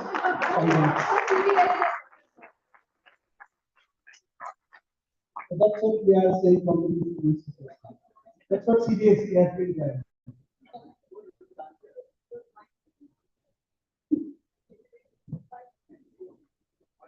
And before you could answer, I am very sure that this room must be having some national awardees. They are the people to be answering you. Okay, so when we talk about skills, if we talk about a child in the school up to class 5, then we are driven by the fact that there is a common outcome that we need to achieve in that class. And if the child achieves that outcome, the child is not allowed to go to the next class. The marks don't play a big role here, but the achievement of outcome does. But what happens when the child comes to class 9, 10, 11? Here the marks come into play. That may be because of the population. As a parent, I would like my child to have a secure future and secure a seat in a good institute. So maybe that's where the shift has changed from acquiring skills to acquiring marks. So the approach of the school suddenly shifts and the school becomes, I will not use the word, but I want for a better word, I should say that it becomes more of a coaching center, which is focused on achieving a particular outcome, which is again based on marks like we discussed earlier in the session. Now, if you look at the national curriculum framework, here the shift is that from class 6 to class 10, skill education becomes mandatory. A child will have to mandatorily study 110 hours in class 6, so that leads to class 10, that makes it 550 hours. Now, from 0 hours of exposure to skills, hands-on working, coding, maybe working with tools, to 550 hours, in the 5 years the child is going to be in the school. So you can imagine what kind of a generation will pass on. Having said that, at the policy health, we are also looking at teachers accordingly, providing the school with the resources accordingly, and making sure that the intent with which this policy has been written for that promotion of skill education is achieved. Thank you so much, sir. I hope the word passes around and we rack our brains to find a solution to that positively and realistically. And I would like to add one more thing to the comment. A child remembers the school teachers, not the college teachers. And that too, not the senior teacher, but the teacher in the middle way and the teacher in the middle. That these teachers already have that impact. It's how you control that. Thank you so much, sir. Before I pass on the questions to the audience, one more question, sir. How does skill training help address skill gaps in industry? That's a very big question here. Let's first understand what the skill gaps are. Will they still continue to be there by the time my child walks out of the school into the workplace scenario? Then only I can bring them into the school scenario. So that means I need to work closely with the sector skill councils and the industry that identifies these skill gaps. So if I work on a skill gap which is there today, but my child is going to pass out of the school, then get into the workforce scenario 10 years down the line, maybe that skill gap still exists. So that means I need to force the people. So one of the main things that the school has to see is the ability to look at what is going to happen down the line when my child is passing out. And we need to make sure that rather than teaching our children what to learn, we make them into a habit of how to learn. So then that will make them a lifelong learner and they will be able to adapt and be resilient to whatever comes through. Thank you so much, sir. We pass on the mic into the audience. Anybody who would like to ask a question? Thank you, sir. Good afternoon, sir. This is Dr. Sunil Tripathi. I want to have one question from Mr. Manoj and one more question from Mr. Aris. So, should I first to Mr. Manoj? Sir, we are talking about teachers training for 50 hours, and there are SCRTs who are made, guides who are made for teachers. So what collaboration CBSE is doing with SCRT so that teachers training can be done at the district level, not at the national, because there are district level requirements, different requirements in terms of finance or in terms of quality.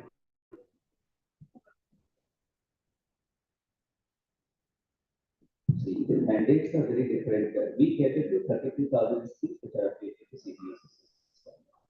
CBSE schools are required to follow the NCERT system. Now, every year we design and develop a curriculum which is largely in the lines of NCERT with 10 or 15% of thinking here and there.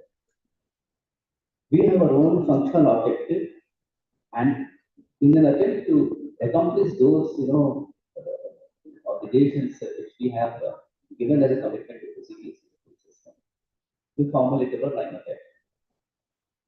If you see the NEP document talks about training, it talks about board of assessment, BOA.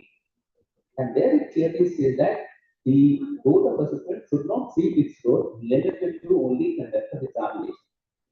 Because for far too long, the board has been only focusing on conduct of examination, so its entire strategy is so concentrated and inclined towards that. So capacity building has been realized as a crucial aspect of it. And from there on, we took it on. So we thought we will implement as far as CBSE 32,000 schools. We really don't know what states are in. But as far as CBSE systems are concerned, we know that we have a pan-India presence, including global footprint. So how do we do it? We adopted a very pragmatic approach. We have decentralized 25 hours to the school.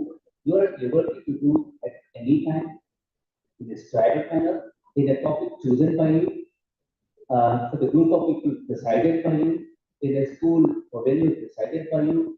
We are not at all interfering in those things. It is only to figure it out that you might have identified your own specific gap area and then formulate a training plan. The remaining 35 hours we have retained with us only to ensure that there is a standardized content delivery, both in terms of content and in terms of methodology.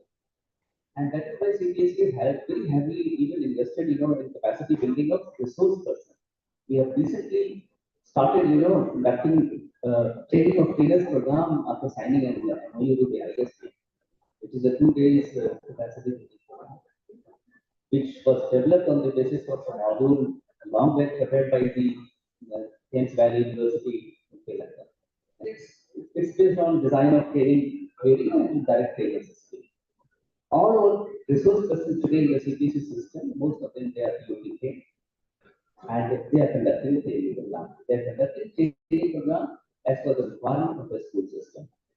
As far as collaborating with SCRT is concerned, we in case of languages, we always reach out to SCRT because SCRT for regional languages and other languages they have an expertise. So we reach out to them. We also engage them in the capacity building module development.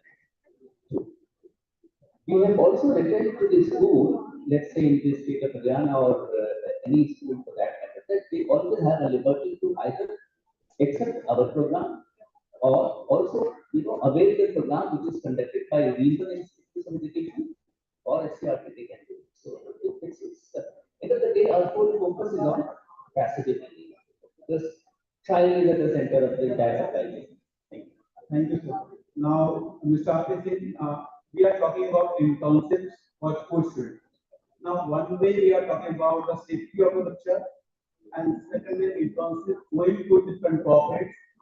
Now, how the viability will come, who will take care of the lecture when they are going outside of the country? Thank you so much. I was waiting for this question because this is what we had a discussion around a couple back in our office also. That if they are going into a partnership with a center of excellence which is located outside the school premises, and I mandate that there has to be an internship, the child goes out in the school bus, but the child goes out for the whole day. What about the other subjects? That means they're losing our time there. So instead of calling it internship, we would prefer calling it a real-time workplace exposure. Why real-time? Because if you're going to go to a workplace and there are no customers there, and they especially open up for you, then the child will not have an exposure. So can we look at a school providing a real-time workplace exposure within the school premises. Can the bank inside the school be used for workplace exposure? Can your account section be used for that? Can your canteen be used for that? Can your front desk be used for that? Can, if your school doesn't have an infra, can the neighboring school be used for that? So the idea here is to give them a real-time workplace exposure, irrespective of where you do that. That's one. But if you want to do it with an industry, will you need to do it physically? Can an online mode be encouraged where they just need to see how it is happening, and then you have questions, and maybe one fine day on a field trip you take the students, have a guided trip, and then come home. So different means can be used, but the underlying thing here is that it's going to be a very relevant and a mandatory part of your new skill education. And we would not like the children to not have an exposure like that. How you do that is something for the schools to figure out. We help them on the way. Aarti sir, I would like to add in here, because we have been experimenting in our school for past 2 years related to the interruption, because these safety and security questions came in our mind also, what we want to do with for the students. For 9 and 10, we're doing online kind of practices, some people and the things. Offline for 11th and 12th, we're taking help from the parents. So parents from nursery to class 12, they're helping us out. They take small group of students in their offices, give them an exposure, come back and give us a report. So this has really worked very well, and I request all of you to use parents for internship, because that becomes very safe. That's it. Thank you. I completely agree with you, man. When we say that educators community, somewhere उसमें हम parents को count नहीं करते हैं. This is the time we should decide if parents का उसको भी हम जरूर उसका part मानें. Good afternoon, sir. I have one question for I'm Kiran. I have one question for Mr. Srivastava. Sir, the 25 hours of ratio for in-house and the CBSE training, is it going to remain the same, or are we going to change this in some way? This will remain so because it is in alignment with the NTST guideline. There is a detailed CPT guidelines issued by the NCRT that we have followed. There is a specific detail with regard to standards which teachers are expected to demonstrate. We call it professional standards. There are areas, there are domain of expertise. We have drafted this particular guidelines defining 25 hours of training in sync with that. And this will stay, and this is what will continue to be in operation. Thank you, sir. Since sir, I have one question for you also, as ma'am was talking about parents' involvement. We did this experiment with our 6 to 8 grade parents for skill education, and it has worked really well. Parents are coming up with financial literacy, printing, and not many areas. So do you think parental involvement can increase the interest of the students? The involvement of parents definitely is going to help increase the interest of the students. Plus, are we only looking at parents contributing to schools activities, or is the school going to do something for the parents also? Can the skill modules that you have, maybe as a skill center, can they be opened up for the parents in the evening also? Can the parents also come to school and use your resources for the betterment also? Because when the parent is giving the child, the whole family is getting admission in your school. Why are you only giving it to the child? Thank you, sir. That's a great idea indeed. Thank you. Thank you, everyone. Okay.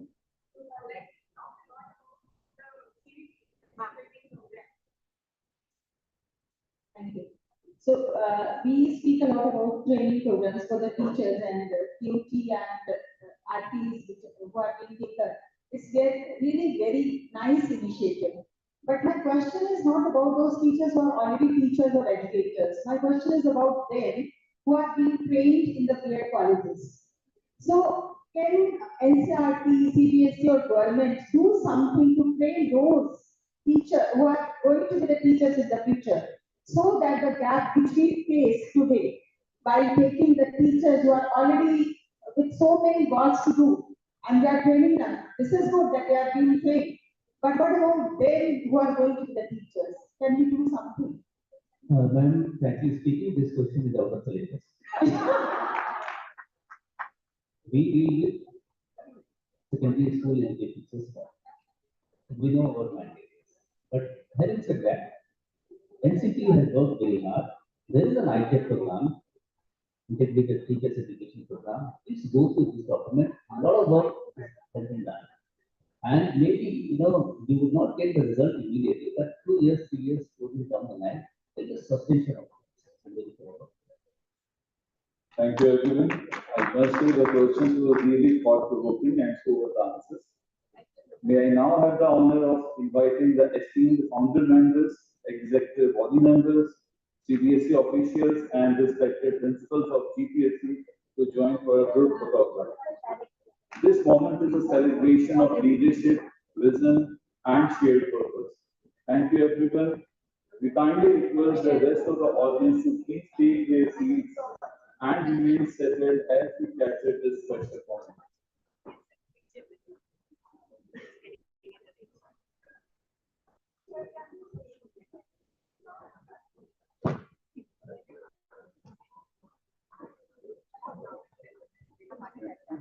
Down the memory lane, I might be wondering how it was. I feel I witnessed the transition and what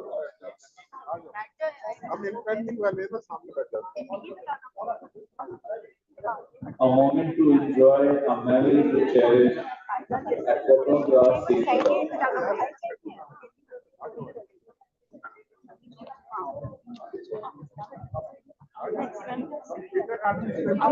This is how it started.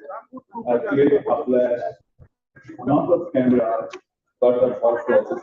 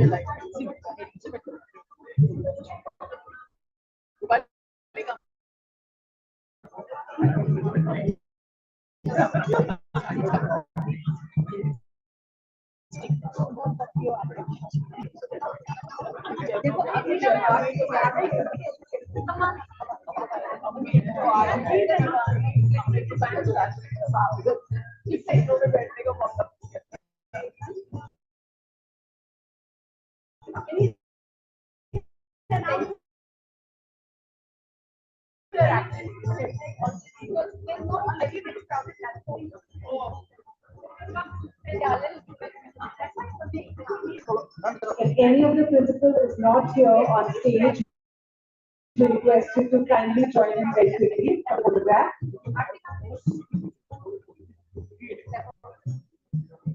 So many cameras capturing smiles.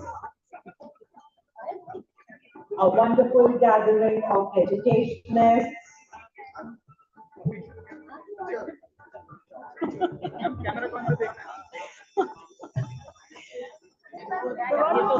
Stand on this one.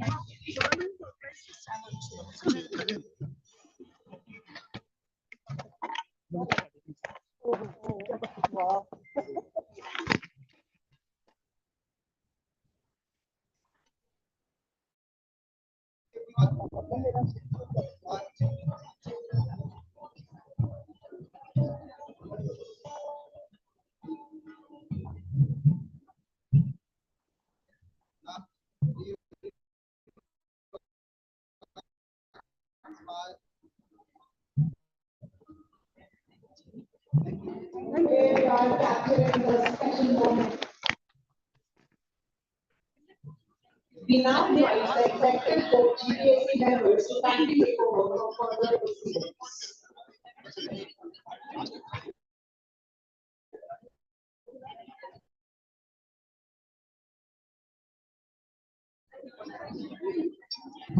Alkaman,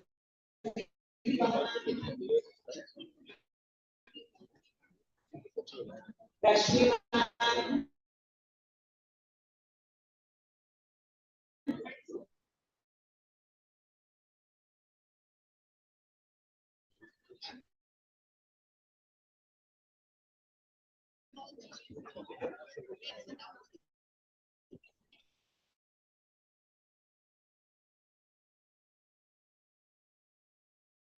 I request you also kindly take seats.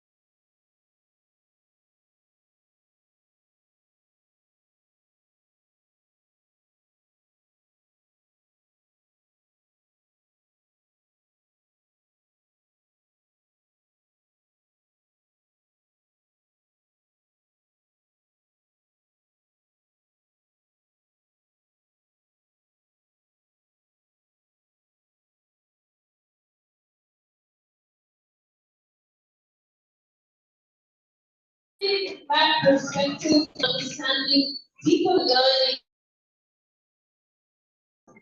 The first session we were talking about Shivani.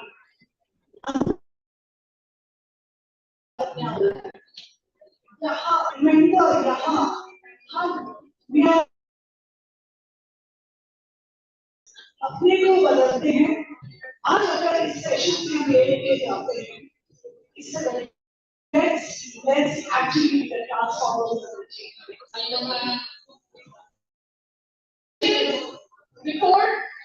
Before the golden words are even spoken, here in the hall to kindly see this picture and it बाकी है मेरे दोस्त और हो सकता है वो आखिरी शब्द मैजिकल हो मिस हो गया तो दुनिया not miss out on these words.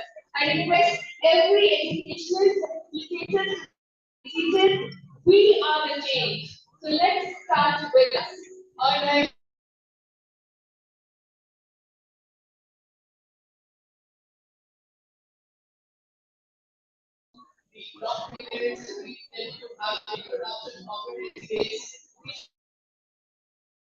We're not finished without assessment of one of yours.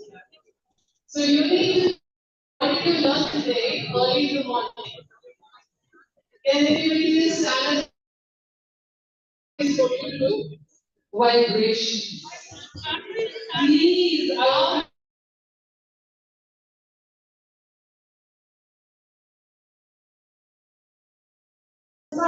Sanskar. Yes, very good. very, very good answer. संसार बनता है अगर आपका संसार आपको अच्छा नहीं लग रहा है कि आपके संसारों की वजह से वो सारा संसार है और अपने happiness की remember that it is not the outside world which is disturbing you, it is disturbed because of the outside world. So संसारों में ना Sharing अपने जीवन का अपने हाथ में रखना है. That is most. Himanshu sir. CBSE is coming about. And when he was talking about, look at it, that CBSE from a global perspective. I think we should all be super proud that Sahodaya Gurugram and look at the CBSE. Thank you for also.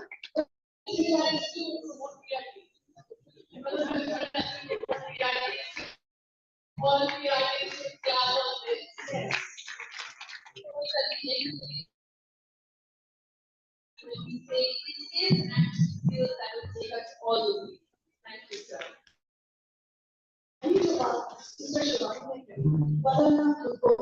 So when we talk transformation from alpha to beta generations, so I think we need to change and for the change of the skills for our are better. I think we should know once the moment we enter the class, we transform. Our vibration should be such. For that, it is the body inside, the concepts inside, and we as training teachers out there. As we come to the end, the only thing that vibrates to me is because in the way the book, because actually you are not very sure for a month. Because on the 30th we came here to Latina just to see the arrangement. That's how we walk. We were trying to walk through this and so proud that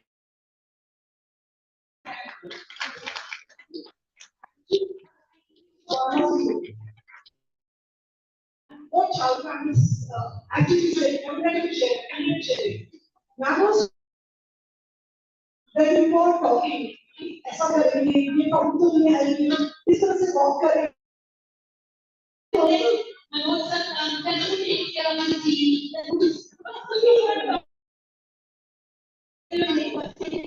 But that's really thing. And obviously we don't have really taking care of the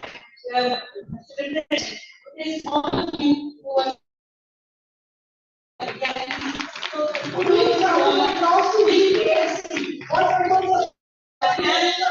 each one. And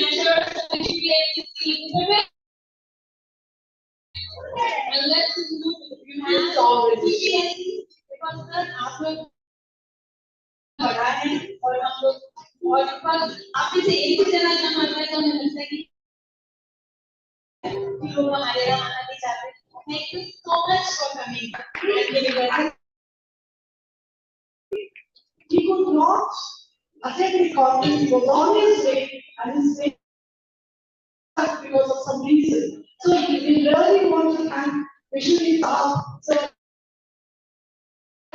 every point is always been supporting us. Thank you so much. Now, what you were saying.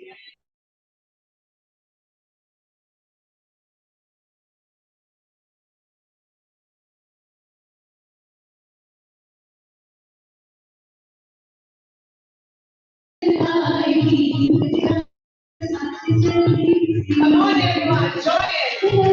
Thank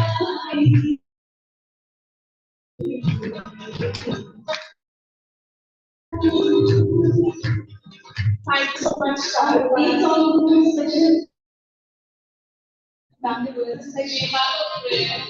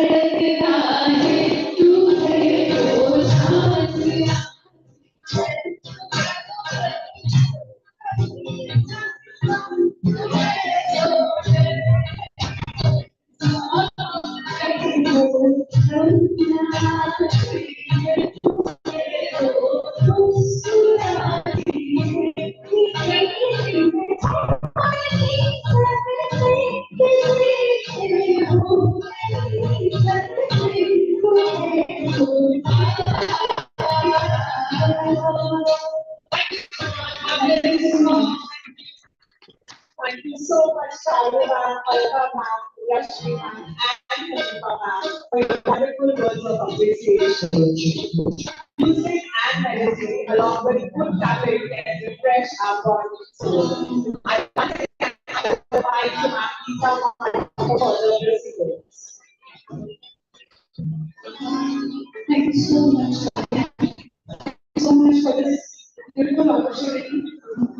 We are really thankful to the Almighty God who gave us this opportunity to come and stand on the stage to work with this beautiful organization called Gurugram. So here we go with a small campaign for all of you. सबसे पहले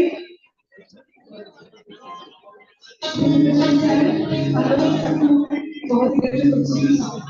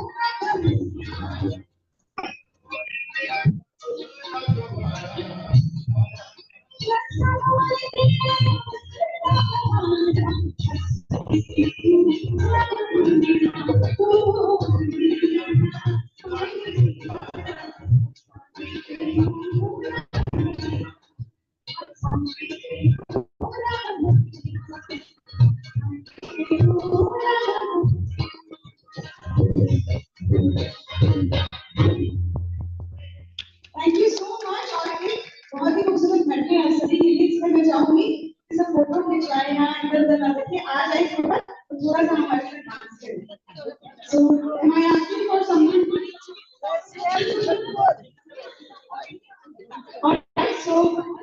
The second beautiful all the gorgeous people over here.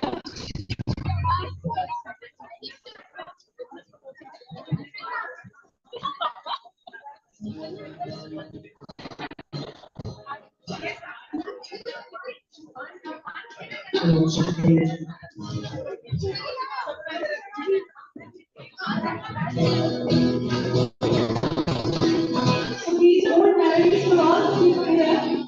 Out here. I would like to request you to join us.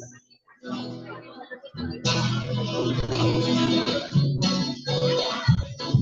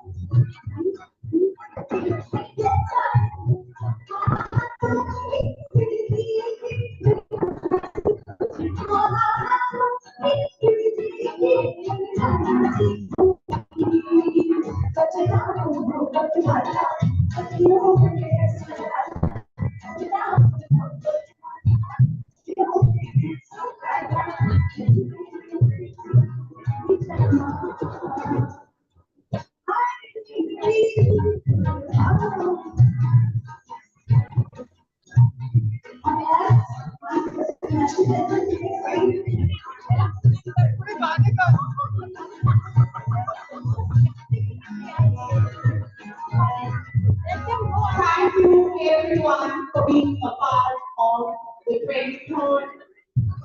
Until good evening, everyone. We cannot end today's conference without a mention for the anchoring team who put their hearts on it. Thank you so much, ma'am. We request the gathering to please rise as we come to the close of this conference.